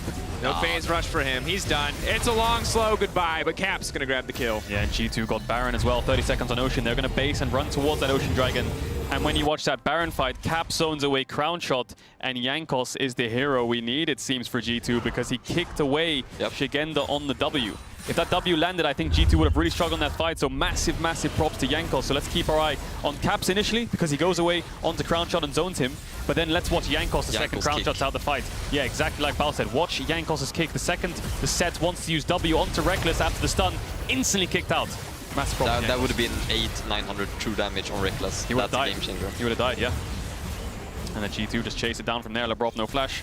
Tries to get out, but ends up falling. So now G2, lots of kills. Should be able to pick up this dragon as well. Jankos moving towards it. Caps pushing in top. He needs to be careful. He's playing the side lane with TP. Was the win the 1v1 now? Stepping forward. Hard for Sagenda to get much done here. Wonder is just incredibly tanky. The passive just now falling off on top of the Anathema's chains here. Mickey now going to try to find the knockback as well. Played, but the ultimate from Crown Shot stops any potential follow-up. Unlucky there. Mickey tried to knock him into himself, but the wall just about blocked it. Little edge of the wall. Now Cap should take this mid tower. The map's falling apart here for Vitality. The only pushing lane they have is top. Maybe they can get a top tier one, but Labrov's going to have to use ult. Locked up, holding on for now. No ultimate available, so just barely able to make it out of that one. Another weird Leader TP. TP'd in. This guy. Very committed. Trying to find the fight, trying to find the angle. It's a similar story for Shigenda, but he does just get locked up and taken down. Reckless now on a rampage. 5, 1, and 3. Selfmade needs to be careful. And I can see what you mean there, Baus. Maybe Leader could have looked for top tier one because Labrov had already flashed away, so he ended up TPing just to kind of watch his team fall apart, and he's going to have to give up this mid-tier 2 anyway because Shigenda's down. Maybe if Leader didn't TP there, he could have got a top tier 1, but still, the situation would be same, just a slight gold lead, or gold, you know, comeback for G2, you know, for Vitality, sorry, what word was I looking for there? But anyway, this mid-tier 2 is going to fall, and G2, only 1 tier 2 left, and that's in top lane. Cap's already going there to push the wave in. And just minutes ago, before this Baron, it was only about a 1.5k, maybe 2k gold lead for G2, but a massive explosion of gold as they not only are starting to break down all these tier 2 towers and the massive gold that those bring on the latest patches, but also taking the major objectives. Now looking at a potential Ocean Soul in 4 minutes. It's going to be an incredibly difficult game for the side of Vitality, and I think while I do love the on-hit Varus, one of the downsides is you got to stand in range to auto-attack. You don't have all that extra range that the luxury of Lethality Varus brings for you, so going to be difficult for Crownshot in these team fights, especially when Caps is only getting stronger, only getting scarier, and yes, that's a wit's end, but Blightning Jewel Death Cap, I would say, feels a little bit stronger. Yeah, one combo and Crownshot will get taken down. Also has no QSS, so Wunder hitting ult on him, he's also dead, so he has to be really careful in these fights. I mean, it's Caps LeBlanc. I told you, he's so good on this pick. I've never seen him do bad on LeBlanc. In solo queue? Everywhere, really. Yeah, Caps. I mean, Caps in solo queue is a different story. Yeah, I've heard the legends. Let's not talk about that one. Yeah, Caps in solo queue, not the same as Caps on stage, but speak of the devil, Caps able to find the solo queue. Leader fishing for something here, is going to pull back Unstoppable on the back end of that E animation, and Sigenda standing forward, trying to body block. Reckless now in the midst of the entire team. Mickey has been thrown in. The knockback on the crowd shot is clean. The mechanics are clean, but the suplex is better. Sigenda pulling back. They buy themselves a bit more space, but it's only 3 members standing under this tower. G2 have already picked up 2, and they're looking for a few more. Sigenda, the lone frontliner in the area. W not nearly big enough. Haymaker not getting anything done, and G2 going to look to break the base. Yeah, Vitality have no point in click CC to deal with Caps. He can dash in and dash out as much as he wants. He's so fed, he can one-shot basically anyone apart from Shigenda, who walks up. And Mickey, the engage was great. He forced both summoners out of the Varus, out of Crown Shot. He ended up dying, but it was a 1-for-1 anyway, so he was just trying to buy time regardless of the engage. And you can see Caps, there's no point in click CC. He can just dash in and dash out. He can dodge away from anything. Reckless. Pulling back. Haymaker it's a chain here. Caps can kill Lebrov. Has the minions to block. Distortion. There is the fear in Vitality right now. When you have Caps on LeBlanc, gonna have 3 items now, level 16. Like the fear, I can just imagine it, you know. Yeah, it's scary when he dashes forwards. You know you're pretty much dead if he lands a full combo. It's the horror movie situation, right? You don't know who's getting taken out first, but someone's going down. In this case, it was Self-Made. He drew the short straw. Self-Made, why did you go check the barn outside, you know? What are you doing? Well, I think the follow-up from this was Mickey. Yeah. Mickey's engage here was excellent. I think the instant flash E onto Crown Shot with the knockback forced out both his summoners, and while all that's happening, I know it looks like Mickey's dying here, but so is Leader. Mid lane for support and forcing out the enemy AD carry sum, so the next fight will be even better for G2. And I think there's an Ocean Dragon spawning soon. That'll be Ocean Soul Caps. Ooh, if he hit that chain, maybe he could have taken down Selfmade, who has no stopwatch. Like you said, the Varus flash down for next Dragon, and that is soul point. Yeah. Oh, Caps, not again. He's Caught out the chain, gonna connect. They're gonna try to lock him up. The suplex comes up, but he just goes right back. Distortion. Oh, what an ability. Wunder tried to queue over there, but he got blocked, so he didn't go over the wall. And G2 have a bot wave to work with, 50 seconds on the Dragon, and Dragons and G2, they should definitely pay for it, but they're going to try to poke for more. Caps, got out. Good damage again, looking for the shutdown. Caps still over the wall, the ulti now coming in, but it's going to get body blocked still. Leader into the backside, he just wants to finish the kill, but Caps is still standing, Caps is still alive. Reckless though, will get taken down. That's stun coming in, Reckless still alive. Reckless resurrecting now. Can they just get the kill on anybody? Vitality, they just want to find a kill. They'll get the shutdown of the Reckless. That's the 2-man knocker for Leader. That's the double kill coming in for Crown Shot. And G2 now on the run. Flash forward, the pull back on the Facebreaker. Caps waiting in the darkness, but they spot him out with a trinket. It's a triple kill for Crown Shot, and Vitality are fighting back. Caps has TP, Wunder's alive, but it's 5 members of Vitality strong, and this Ocean Dragon spawning in 10 seconds. That means Vitality should be able to deny the soul. Yes, they're still down so much gold, but they've stopped this Dragon win condition of G2 because they get greedy, they overextend, they try to get more kills, and they didn't just take the objective that was free to them after getting that initial pick onto Selfmade. Wunder's going to try to TP out here, Labrov. He's going to stop him. Now Leader's on the way too. The Fish going to grab the knockup. Ulti coming down. Wunder very, very tanky, but eventually they should be able to burn through him. No one else on G2 is here, but manages to finish off Labrov. Not a bad way to end that exchange for G2. Yeah, but that was an 800 goal shutdown. Wunder. That was unnecessary. Huge shutdown indeed, and Crown Shot got a lot of the kills as well. So let's look at that again, because Dragon's spawning in 30 seconds, but Caps fancies himself more. Selfmade's dead. This Dragon's 100% free, but it's here where Shigenda lands the stun from one minion that followed him through that choke. And then even though Caps lives, well played by Leader to try and EQ flash to try and finish him off. Caps is out of the fight, so it's a 4v4 anyway, and Reckless is the one who's caught. Yeah, Reckless gets caught, gets knocked into the tower, and even though he has GA, can't move. And Shigenda's W here, watch it. Watch the damage from Shigenda. Instantly kills Reckless. Massive wombo coming out. And this is part of the reason why when we talked earlier, the potential for Vitality to outscale the sheer amount of AoE CC present on this team is staggering. Triple kill for Crown Shot. So much money to his back pocket. Immediate Rage Blade alongside a stopwatch. But it's Shigenda. 5.4K. And yes, that is zero for Selfmade. 0 for Selfmade. He did not get to play in that one. He didn't get to play in the last fight either. I feel for Selfmade. He is clearly priority #1 for Caps. But I will say, 5k plus damage, you never really see that from anyone barring a mid lane or a bot lane or maybe a Diana jungle or something, but it looks like we're trying to get a replay here. Beefy set. We're going to get a replay here of... Well, I'm holding that thought. Something. But anyway, right now we're in the live. Baron is up. Dragon's on up for 3 minutes.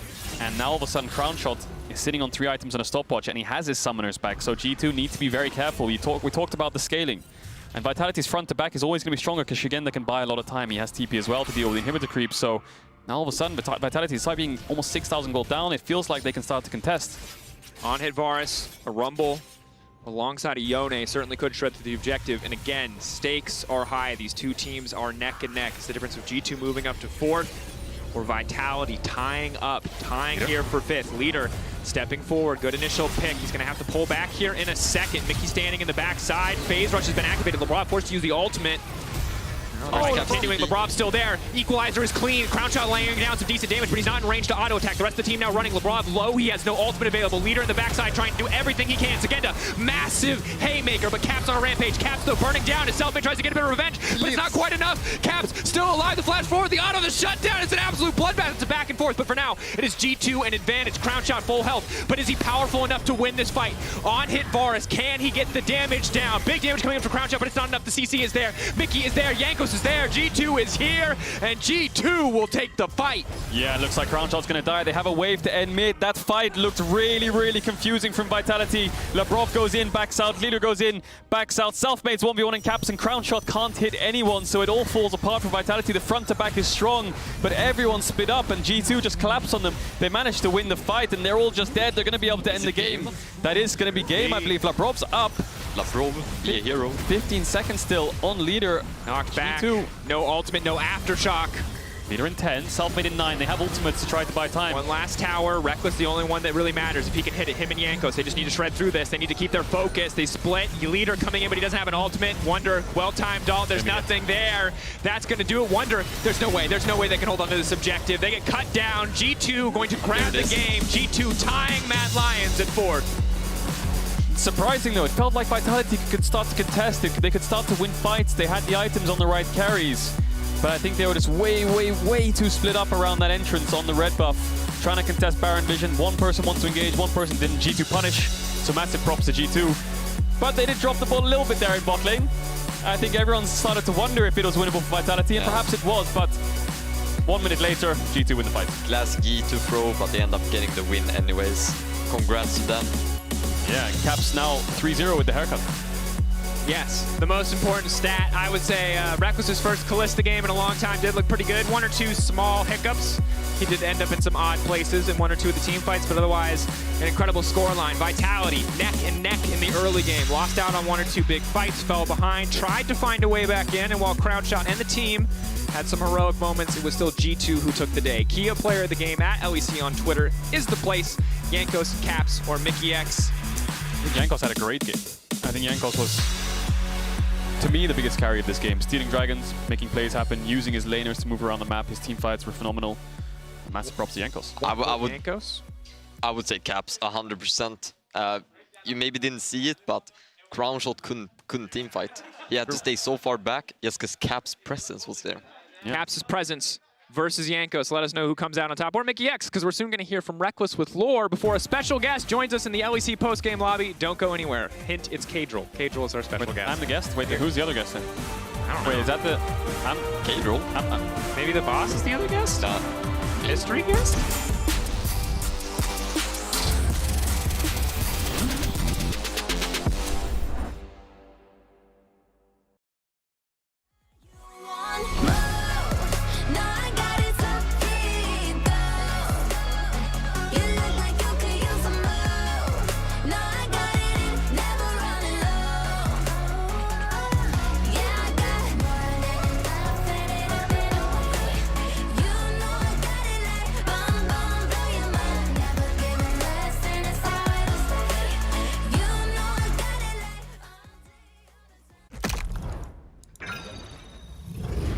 The systems are overloading. We can't risk another game. We need to take a break and regroup. We're starting to lose our mind. Captain, we cannot go back to Elo Hell. Last time it took us months to get out of it. Initiate break protocol. Hurry up!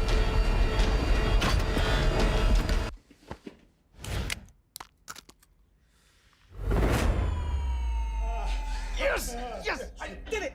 We did it! We did it! Even the biggest champ needs a break.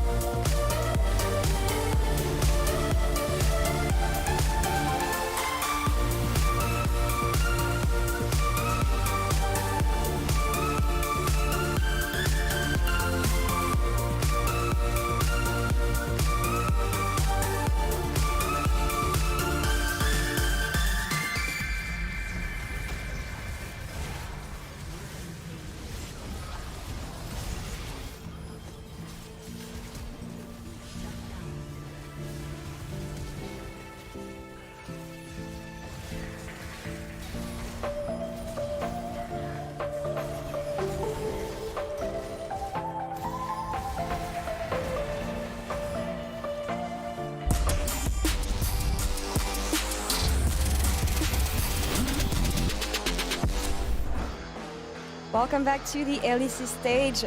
G2 take down Vitality in an intense game. And Reckless, thank you so much for joining me. I'm glad because last week in PGL you were talking about your champion pool and different champions. You played Kalista today. The last time Medic said it on Twitter was July 22nd, 2017 versus Yoel. So yeah, a while ago. How was it playing this champion again? It was quite nerve-wracking because I knew regardless everyone would judge me. So yeah, I was quite just maybe even too aware of what I was doing, and sometimes I felt like that locked my play in a way. Okay. but I think my team really smurfed it, so it didn't really matter in the end. I was just a little bit sad that I couldn't have a better game, because I think actually I'm pretty good Kalista, but I'm a bit sad I couldn't have a better first game where I knew everyone would watch and judge me, so maybe tomorrow, we'll see. But I think I'm pretty good Kalista, so I'm happy that it's once again a champion we play, because I actually think back in like 2015 when I played it the most, I would say, Yeah.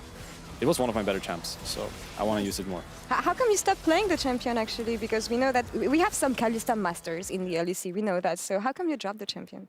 So I think Kalista wasn't really meta for a long time, and then the few times she had some stints in certain matchups, or some players just played her anyways, I just didn't play her, and then that kind of became my thing of me not being able to play Kalista, which I think can't be true, because anyone that watched back in 2015 knew or knows that I can play this champion just fine. So again, it was kind of just like a demon to slay for me a little bit, and I wish I had a better game, but in the end, it doesn't really matter because we won, and now once again, everyone will have to fear it in some way or the other. So it's a good step in the right direction, I would say, for G2 Reckless. And a new tool in the box. Actually, I have a question about this, because I'm wondering, do you have some phases as a player? Like at some point you're gonna like playing some champions and then you're just gonna drop them?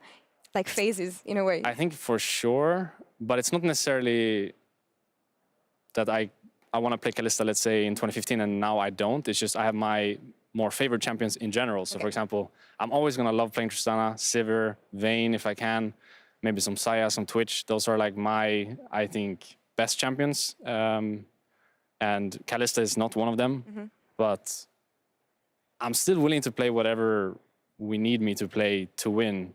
And that's why I'm gonna try to get really good at Draven. That's my next goal, just get like really good at Draven. So tying into what I said earlier, this whole G2 Reckless thing has been for me a good setting to just improve on everything.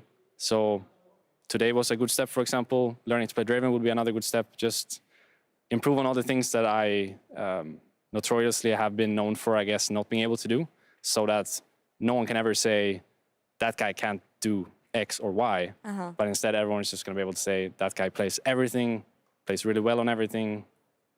That's what I want to be. And that's what the best player should be, actually. Draven Reckless, I'm excited, actually. Looking forward to seeing this one on stage maybe soon. I'm wondering if it's also confidence in the fact that you won games recently that maybe pushed you to try some new things? No, actually, we had the Kalista prepared basically since I think we had the Kalista prepared the entire season, actually. It's just never been, in my eyes, at least a good matchup to pick it. I think, I shouldn't speak too much. I think today was a good matchup for me to play it in. Okay. And even if I played poorly, I still had like a good stance in the game because of the matchup I played and because of them trying to dive me when I have shield bow and stuff. So I think today was like the perfect setting to pick it. But it's been something we played pretty much the entire season. So I don't think it's necessarily as simple as we're losing, so I just want to play what I want to play, and we're winning, I want to play everything. It's more like, regardless, I want to play everything, but maybe when we're losing, we try to get more comfort so that we can get some confidence somewhere, because when you're losing a lot, it can also be hard to find something that you really want to play because you're losing in everything. So then maybe picking a more favorite champion, like for me, Tristana is one of those. And not picking like Kalista in that scenario is better. But I think in the end, I have to be able to play everything, like I said. So just have to do these kind of games. And I'm happy that we finally did it, I guess. Yeah. And about all this, how are you guys feeling right now with the games you've been winning? I saw that Nelson arrived also. Yeah. Did it change anything? Yeah, for sure. Having Nelson here is good for us. I think if Duff could also make it here, that'd be great. Then we're a full team for the first time this season, which would be, for me at least, that's coming in and never worked with Duff, for example, in person, never worked with Nelson in person, like just a positive addition to the team, because I think I need as much help as possible. I think we need as much help as possible to become the best version of ourselves, so we can challenge Europe again, we can go to Worlds, challenge Worlds as well. So I just want everyone to be here and for us to try hard together. I think we have like all the chance in the world to do this. But I also think at the same time, I don't know, these games have been like really tough for us because everyone expects magic every time we go on stage. And sometimes it's hard to deliver magic when you're always delivering magic, if that makes sense. Like sometimes a game like this maybe doesn't feel that great because we're G2. We should be doing better. But the games have been tough. We're playing against good teams. We need every win we can get. So I think also to some extent we need to be patient with ourselves, give ourselves some, understanding that we can't just 20-0 every game in 25 minutes. We actually have to play the game properly. So I think also some patience here is good. Just give everyone, all the boys, some time to, get everything together and make sure we're in good shape for playoffs and hopefully Worlds as well. Yeah, and there were some expectations with this roster actually, and it feels like you're finally getting there. New challenge against Fnatic tomorrow. We'll see how this one goes. A quick words about the matchup, maybe? Probably the best team in Europe right now, so it's a mountain to climb for sure. But I think we're slowly getting there as well with what we want to do. I know they are really confident in what they're doing. It seems every game they play, they're so much on the same page in terms of what they're playing, how they're playing. It's just actually quite amazing to see, I think. Yeah. So we're still not quite there, but I think we're on the right path and we are sort of getting there as well. So maybe we can have a good showing tomorrow. I think that's more important anyways than winning tomorrow. Of course, we want to win. That would be great. I'd love to win tomorrow, but I think it's more important we have a good showing rather than we win. So we take it from there. A win would be a bonus. All right, win will be a bonus. We'll see about that tomorrow. Reckless, thank you so much for the interview, as always. And we're going to take a break now. And we'll be back in a couple minutes for post-game lobby with Shox and Leader. Stay tuned.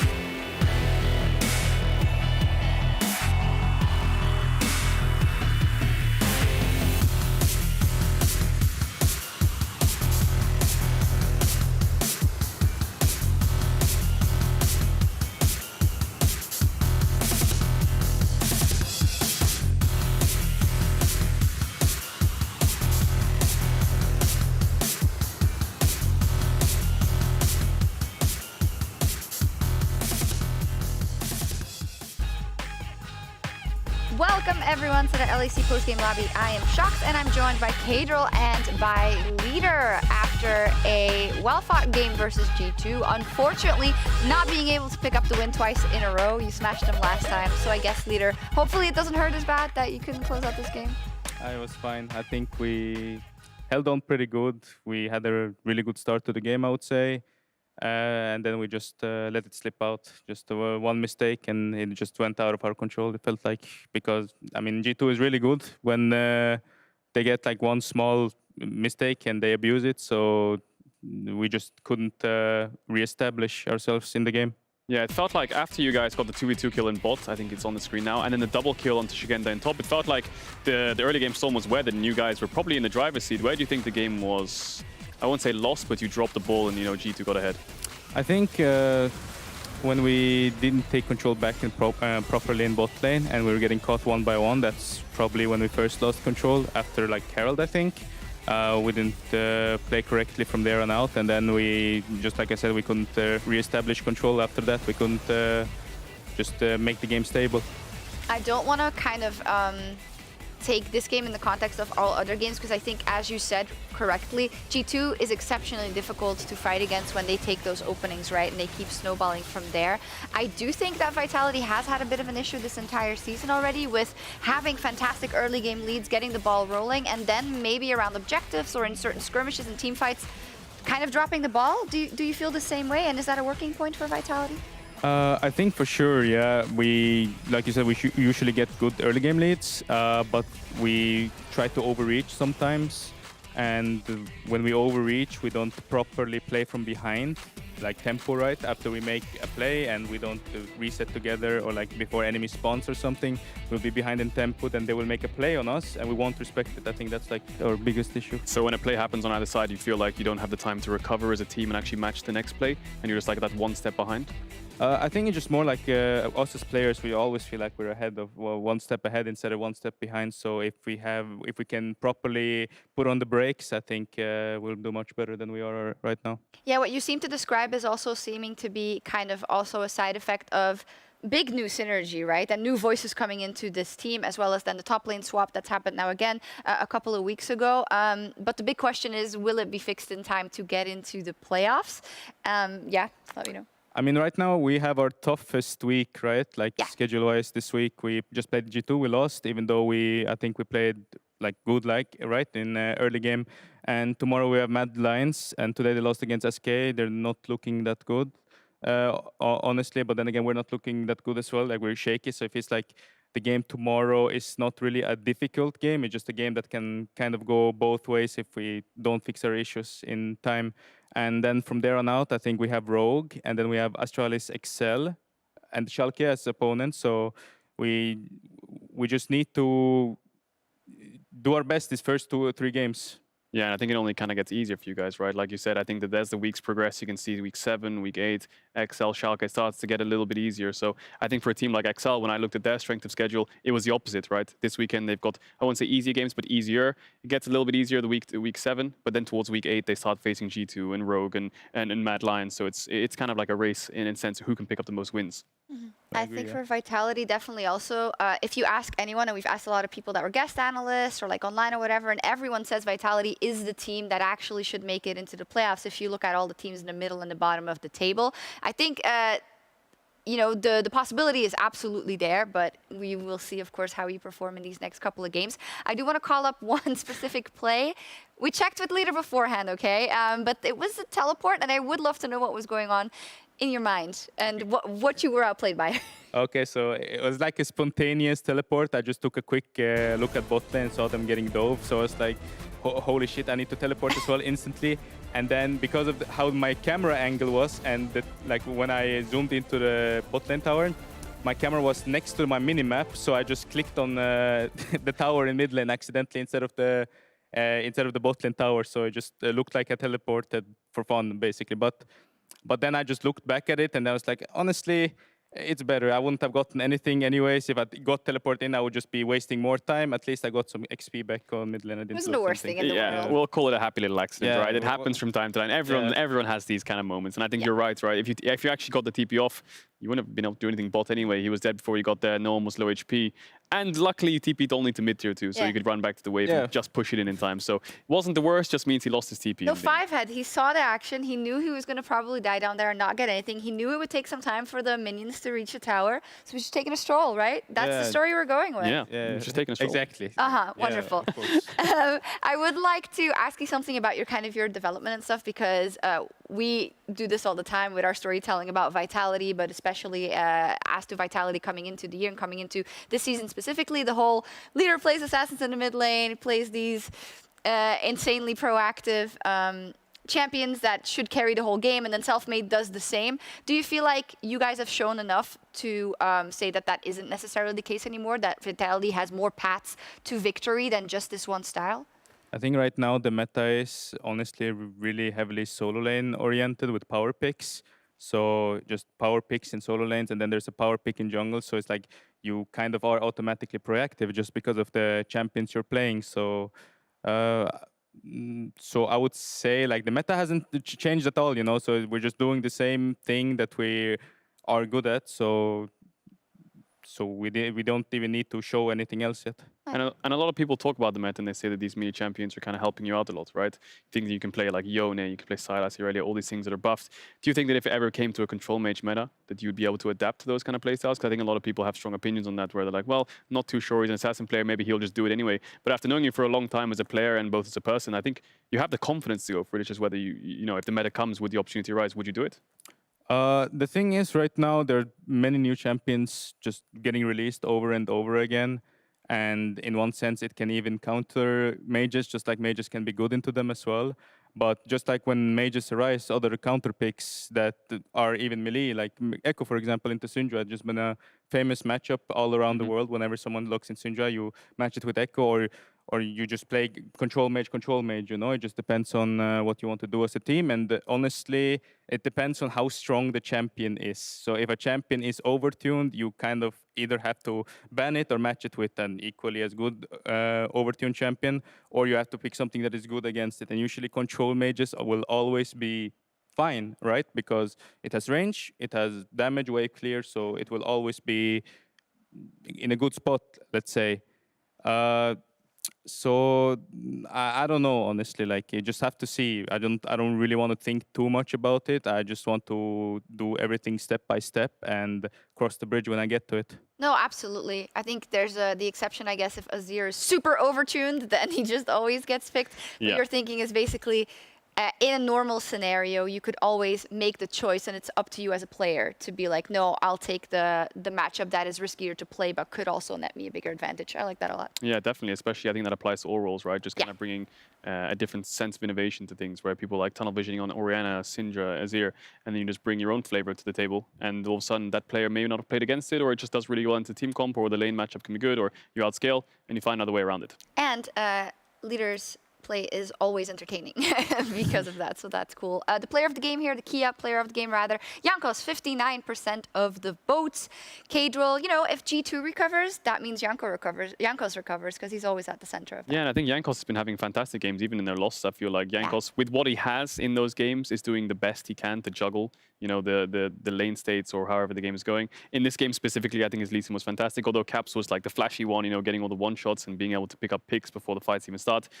Jankos' mechanics in the fights themselves are just flawless. They were. One final thing I want to say before we move on to kind of the schedule is I want to ask you about Lebroff, because I feel like Lebroff doesn't get talked about a lot, because we always talk about leader and self-made and then the change in the top lane, whatever it is, crown shot also.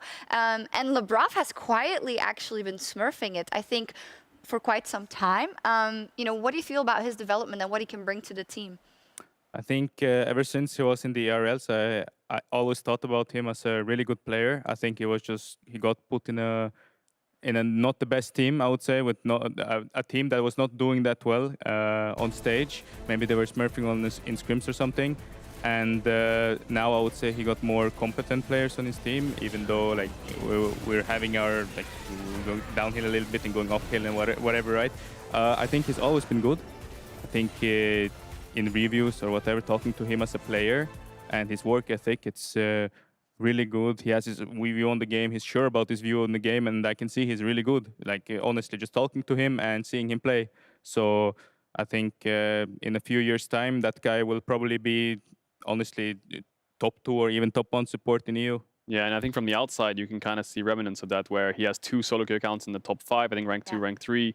In competitive games, his mechanics and fights in 2v2s and skirmishes just look absolutely insane. Even in that one where he presses E on Alistar, saves it for the stun, then Q flashes Reckless and then stuns him and knocks him back. So yeah, it's just beautiful to watch. I think that as time goes by and he learns more and gets more experience of how the team wants to function and maybe become more of a voice in the team, perhaps if he's not already, then I think he'll grow into a great player. Yeah, it's been a bit messy, I guess, as you say, like the changing of the teams and this and that, but now he's kind of found his home. On this lineup, let's take a look at the state of the league and the strength of schedule. Actually, we took a look at Vitality strength of schedule already, but this is the standings as they are today. So Fnatic and Rogue are in shared #1 spots, and then we have Misfits G2. G2 is on the same line as Mad Lions and Astralis and Team Vitality. So if you look at it, I wouldn't say everything is possible, because unfortunately I think for Schalke and SK Gaming it's going to be hard, but nothing is impossible really if you look at the scoreline. Yeah, I think if you look at the standings, I think the thing that stands out to me is there's a clear top 5 right now. Now Misfits is up for debate. I mean, I think they're having ups and downs, but despite that, their early start to the split has picked them up a lot of wins, so they deserve to be there, right? So to me, there's a clear top 5. I just feel like leader, it's between, from my perspective, you, Astralis, and XL, how do you see that kind of 3-way battle for 6th place going? Is there any favorites? Do you think that you guys are perhaps stronger than these teams? I think honestly, looking at how XL is playing, they have their own style right now that they figured out. I think in all honesty, they're looking like a good team. I think it's for sure a playoffs team even. But looking at the standings and how today went, I think honestly anything can still happen. Like Mad Lions lost today. And then there's like Astralis, us, XL, everyone lost basically today, and SK won, right? So just looking at that, it still feels like anything can happen, especially if we win against Mad Lions. Even they maybe need to be a little bit more stressed out in the upcoming weeks. I don't know how their schedule is looking, honestly, if it's harder or easier. I don't know. I'll have I think they still have some top teams to face. But I do love that you brought that up, because I think we very easily always go when it's a G2 or even a Mad Lions because they are the reigning champions, like, well, they'll probably make it. But you're right, it's only a 2-game difference and you're playing them tomorrow. Yeah. So if you beat them, that's huge. And they lost to SK, right? Yeah. It's so nuts. huge upset, I want to say, even though it's a best of 1, but SK played well, I think so. Absolutely. Yeah, you're right. I think it's all up in the cards, really, isn't it? Yeah, I think so. Like it feels like Mad Lions honestly can be fighting with us, like for the other teams for the spot. It's just how the schedule is looking like as well, because I think Mad Lions still has to play G2 and Rogue, right? I think they do. Yeah, so it's like Mad Lions can honestly like not even make playoffs if you think about it. If we and the XL do good, like that's nuts. I mean, it's a bit of a crazy saying, but I don't think they're it's not that looking like a clearly good team. Like honestly, the only good teams right now, the way they're playing is like Fnatic, Rogue, and G2. I think like I'm super confident in these teams with the way the stuff is going for them, but everyone else, it feels like it's us included. Yeah, it's like it's a bit of a coin flip. I like it. It means we're going into a crazy 2 weeks and tomorrow as well. So tomorrow is also the match of the week between G2 and Fnatic. So I'm going to ask you guys for a cheeky prediction. K-Droll? I think you asked me to top the show. I did, and you said Fnatic. I'd say Fnatic, yeah. I think there's a lot of context as to why I'd say Fnatic, but for now I'm just going to say Fnatic. No, give me some context. Well, I think Fnatic, okay, well, I think G2 still have a little bit to prove to me, despite their win against Rogue, which was so dominating, where I think there was a small draft diff in a sense, and then the level 1 in the bot dive, and then just kind of snowballing from there, and G2 obviously playing fantastic and having a great weekend. I just need to see more from them, but Fnatic, 9 wins in the last 10 games. I think this team looks probably, I want to say, the strongest team in the league next to Rogue right now. Yes, they're the top of the insane. standing, so obviously it's very easy to say that, but I think, yeah, Fnatic to me look like the stronger team right now. Leader? I can agree with what K-Droll is saying. I think Fnatic is looking like the best team, but I'm just looking at the teams that they kind of played against as well. So it feels like they are doing mistakes, like clear mistakes. And I think it's punishable. And right now, the way G2 is looking like, I think if they get their comfort, what they want to play, I think G2 will take it away. Okay. Didn't mean to rhyme. Okay, Rap awesome. Thank you so much, Leader, for joining us after that game as well. The best of luck tomorrow. For us, we're going to sign off for today, but you can stay tuned because in 1 hour, Immortals versus Cloud9 kicks off in the LCS. Perk's got a shiny new car. I'm so jealous. But we'll be back tomorrow for more League of Legends. See you then. Bye-bye.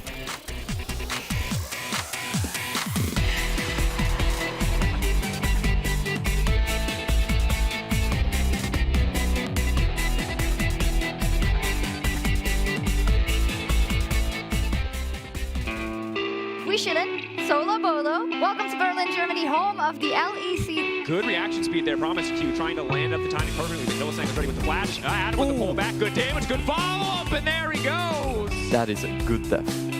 There's the teleport from Hirit as well. This is a 3 versus 4. The burst damage needs to connect. Not enough just yet as Avian flashes to safety before the hammer comes down. 1-2 quick kills for Hirit. Countered back by Patrick. TP flank now coming in from Larson. He's got himself the Gale Force picked up already.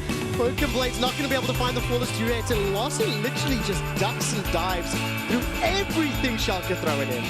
Could be another fight. It's going to be a 3v3. Whipple has no flash. It's double TP committed. Zanzara gets taken out. Oh, the Viego's going to be powerful in this one. If he can keep getting resets, he's going to start to take off. And Whipple's going to get burned down. But no, he's going to turn right back in. He'll take on the way in. Whipple will not die. My God, it's an absolute slaughter. Underneath the dragon, it's secured by Marcoon at the cost of Advian's life. Razo continues to chase. The kick backwards into the Sonic Wave, concluded by Kobe. Oh, there's the jump forward. Kaiser gets the boop down. Razo trying to use that martial poise to best effect. Alyoya's coming in from the river. That's a defensive flash as well as the Spider-Man pull. Treats gets first blood. Well done, Dr. Mundo. Counter teleport coming as well. Now Kazi's going to get taken down. It's a double kill to Mundo. Now it's turned around as Armand manages to get one back. More teleports. Completes 2-1 SK. Has stopped all fighting. Leader waiting on the wall, though. Leader has flash. Moving forward. Has a W as well. Third stack on the Q. Quick around to finish, but he does get chained up. Does he kill him? Oh! Again, that has flash as well. He can flash E here. Oh, W flash. W flash is definitely looking clean. Hammer coming up. That's Red Buck proc. Did he got just in time? And he's ticking. That's a double. 9-4. I think that they have shown some good things, but right now their base is being sieged on and people are dying. It is indeed. Cool! Not mental at all. Larson with the help of Inspired. Pick up 1, 2, 3 kills. That was the funniest caw I've ever heard. I made an executive decision that I wasn't going to have a powerful voice, so I went comedic.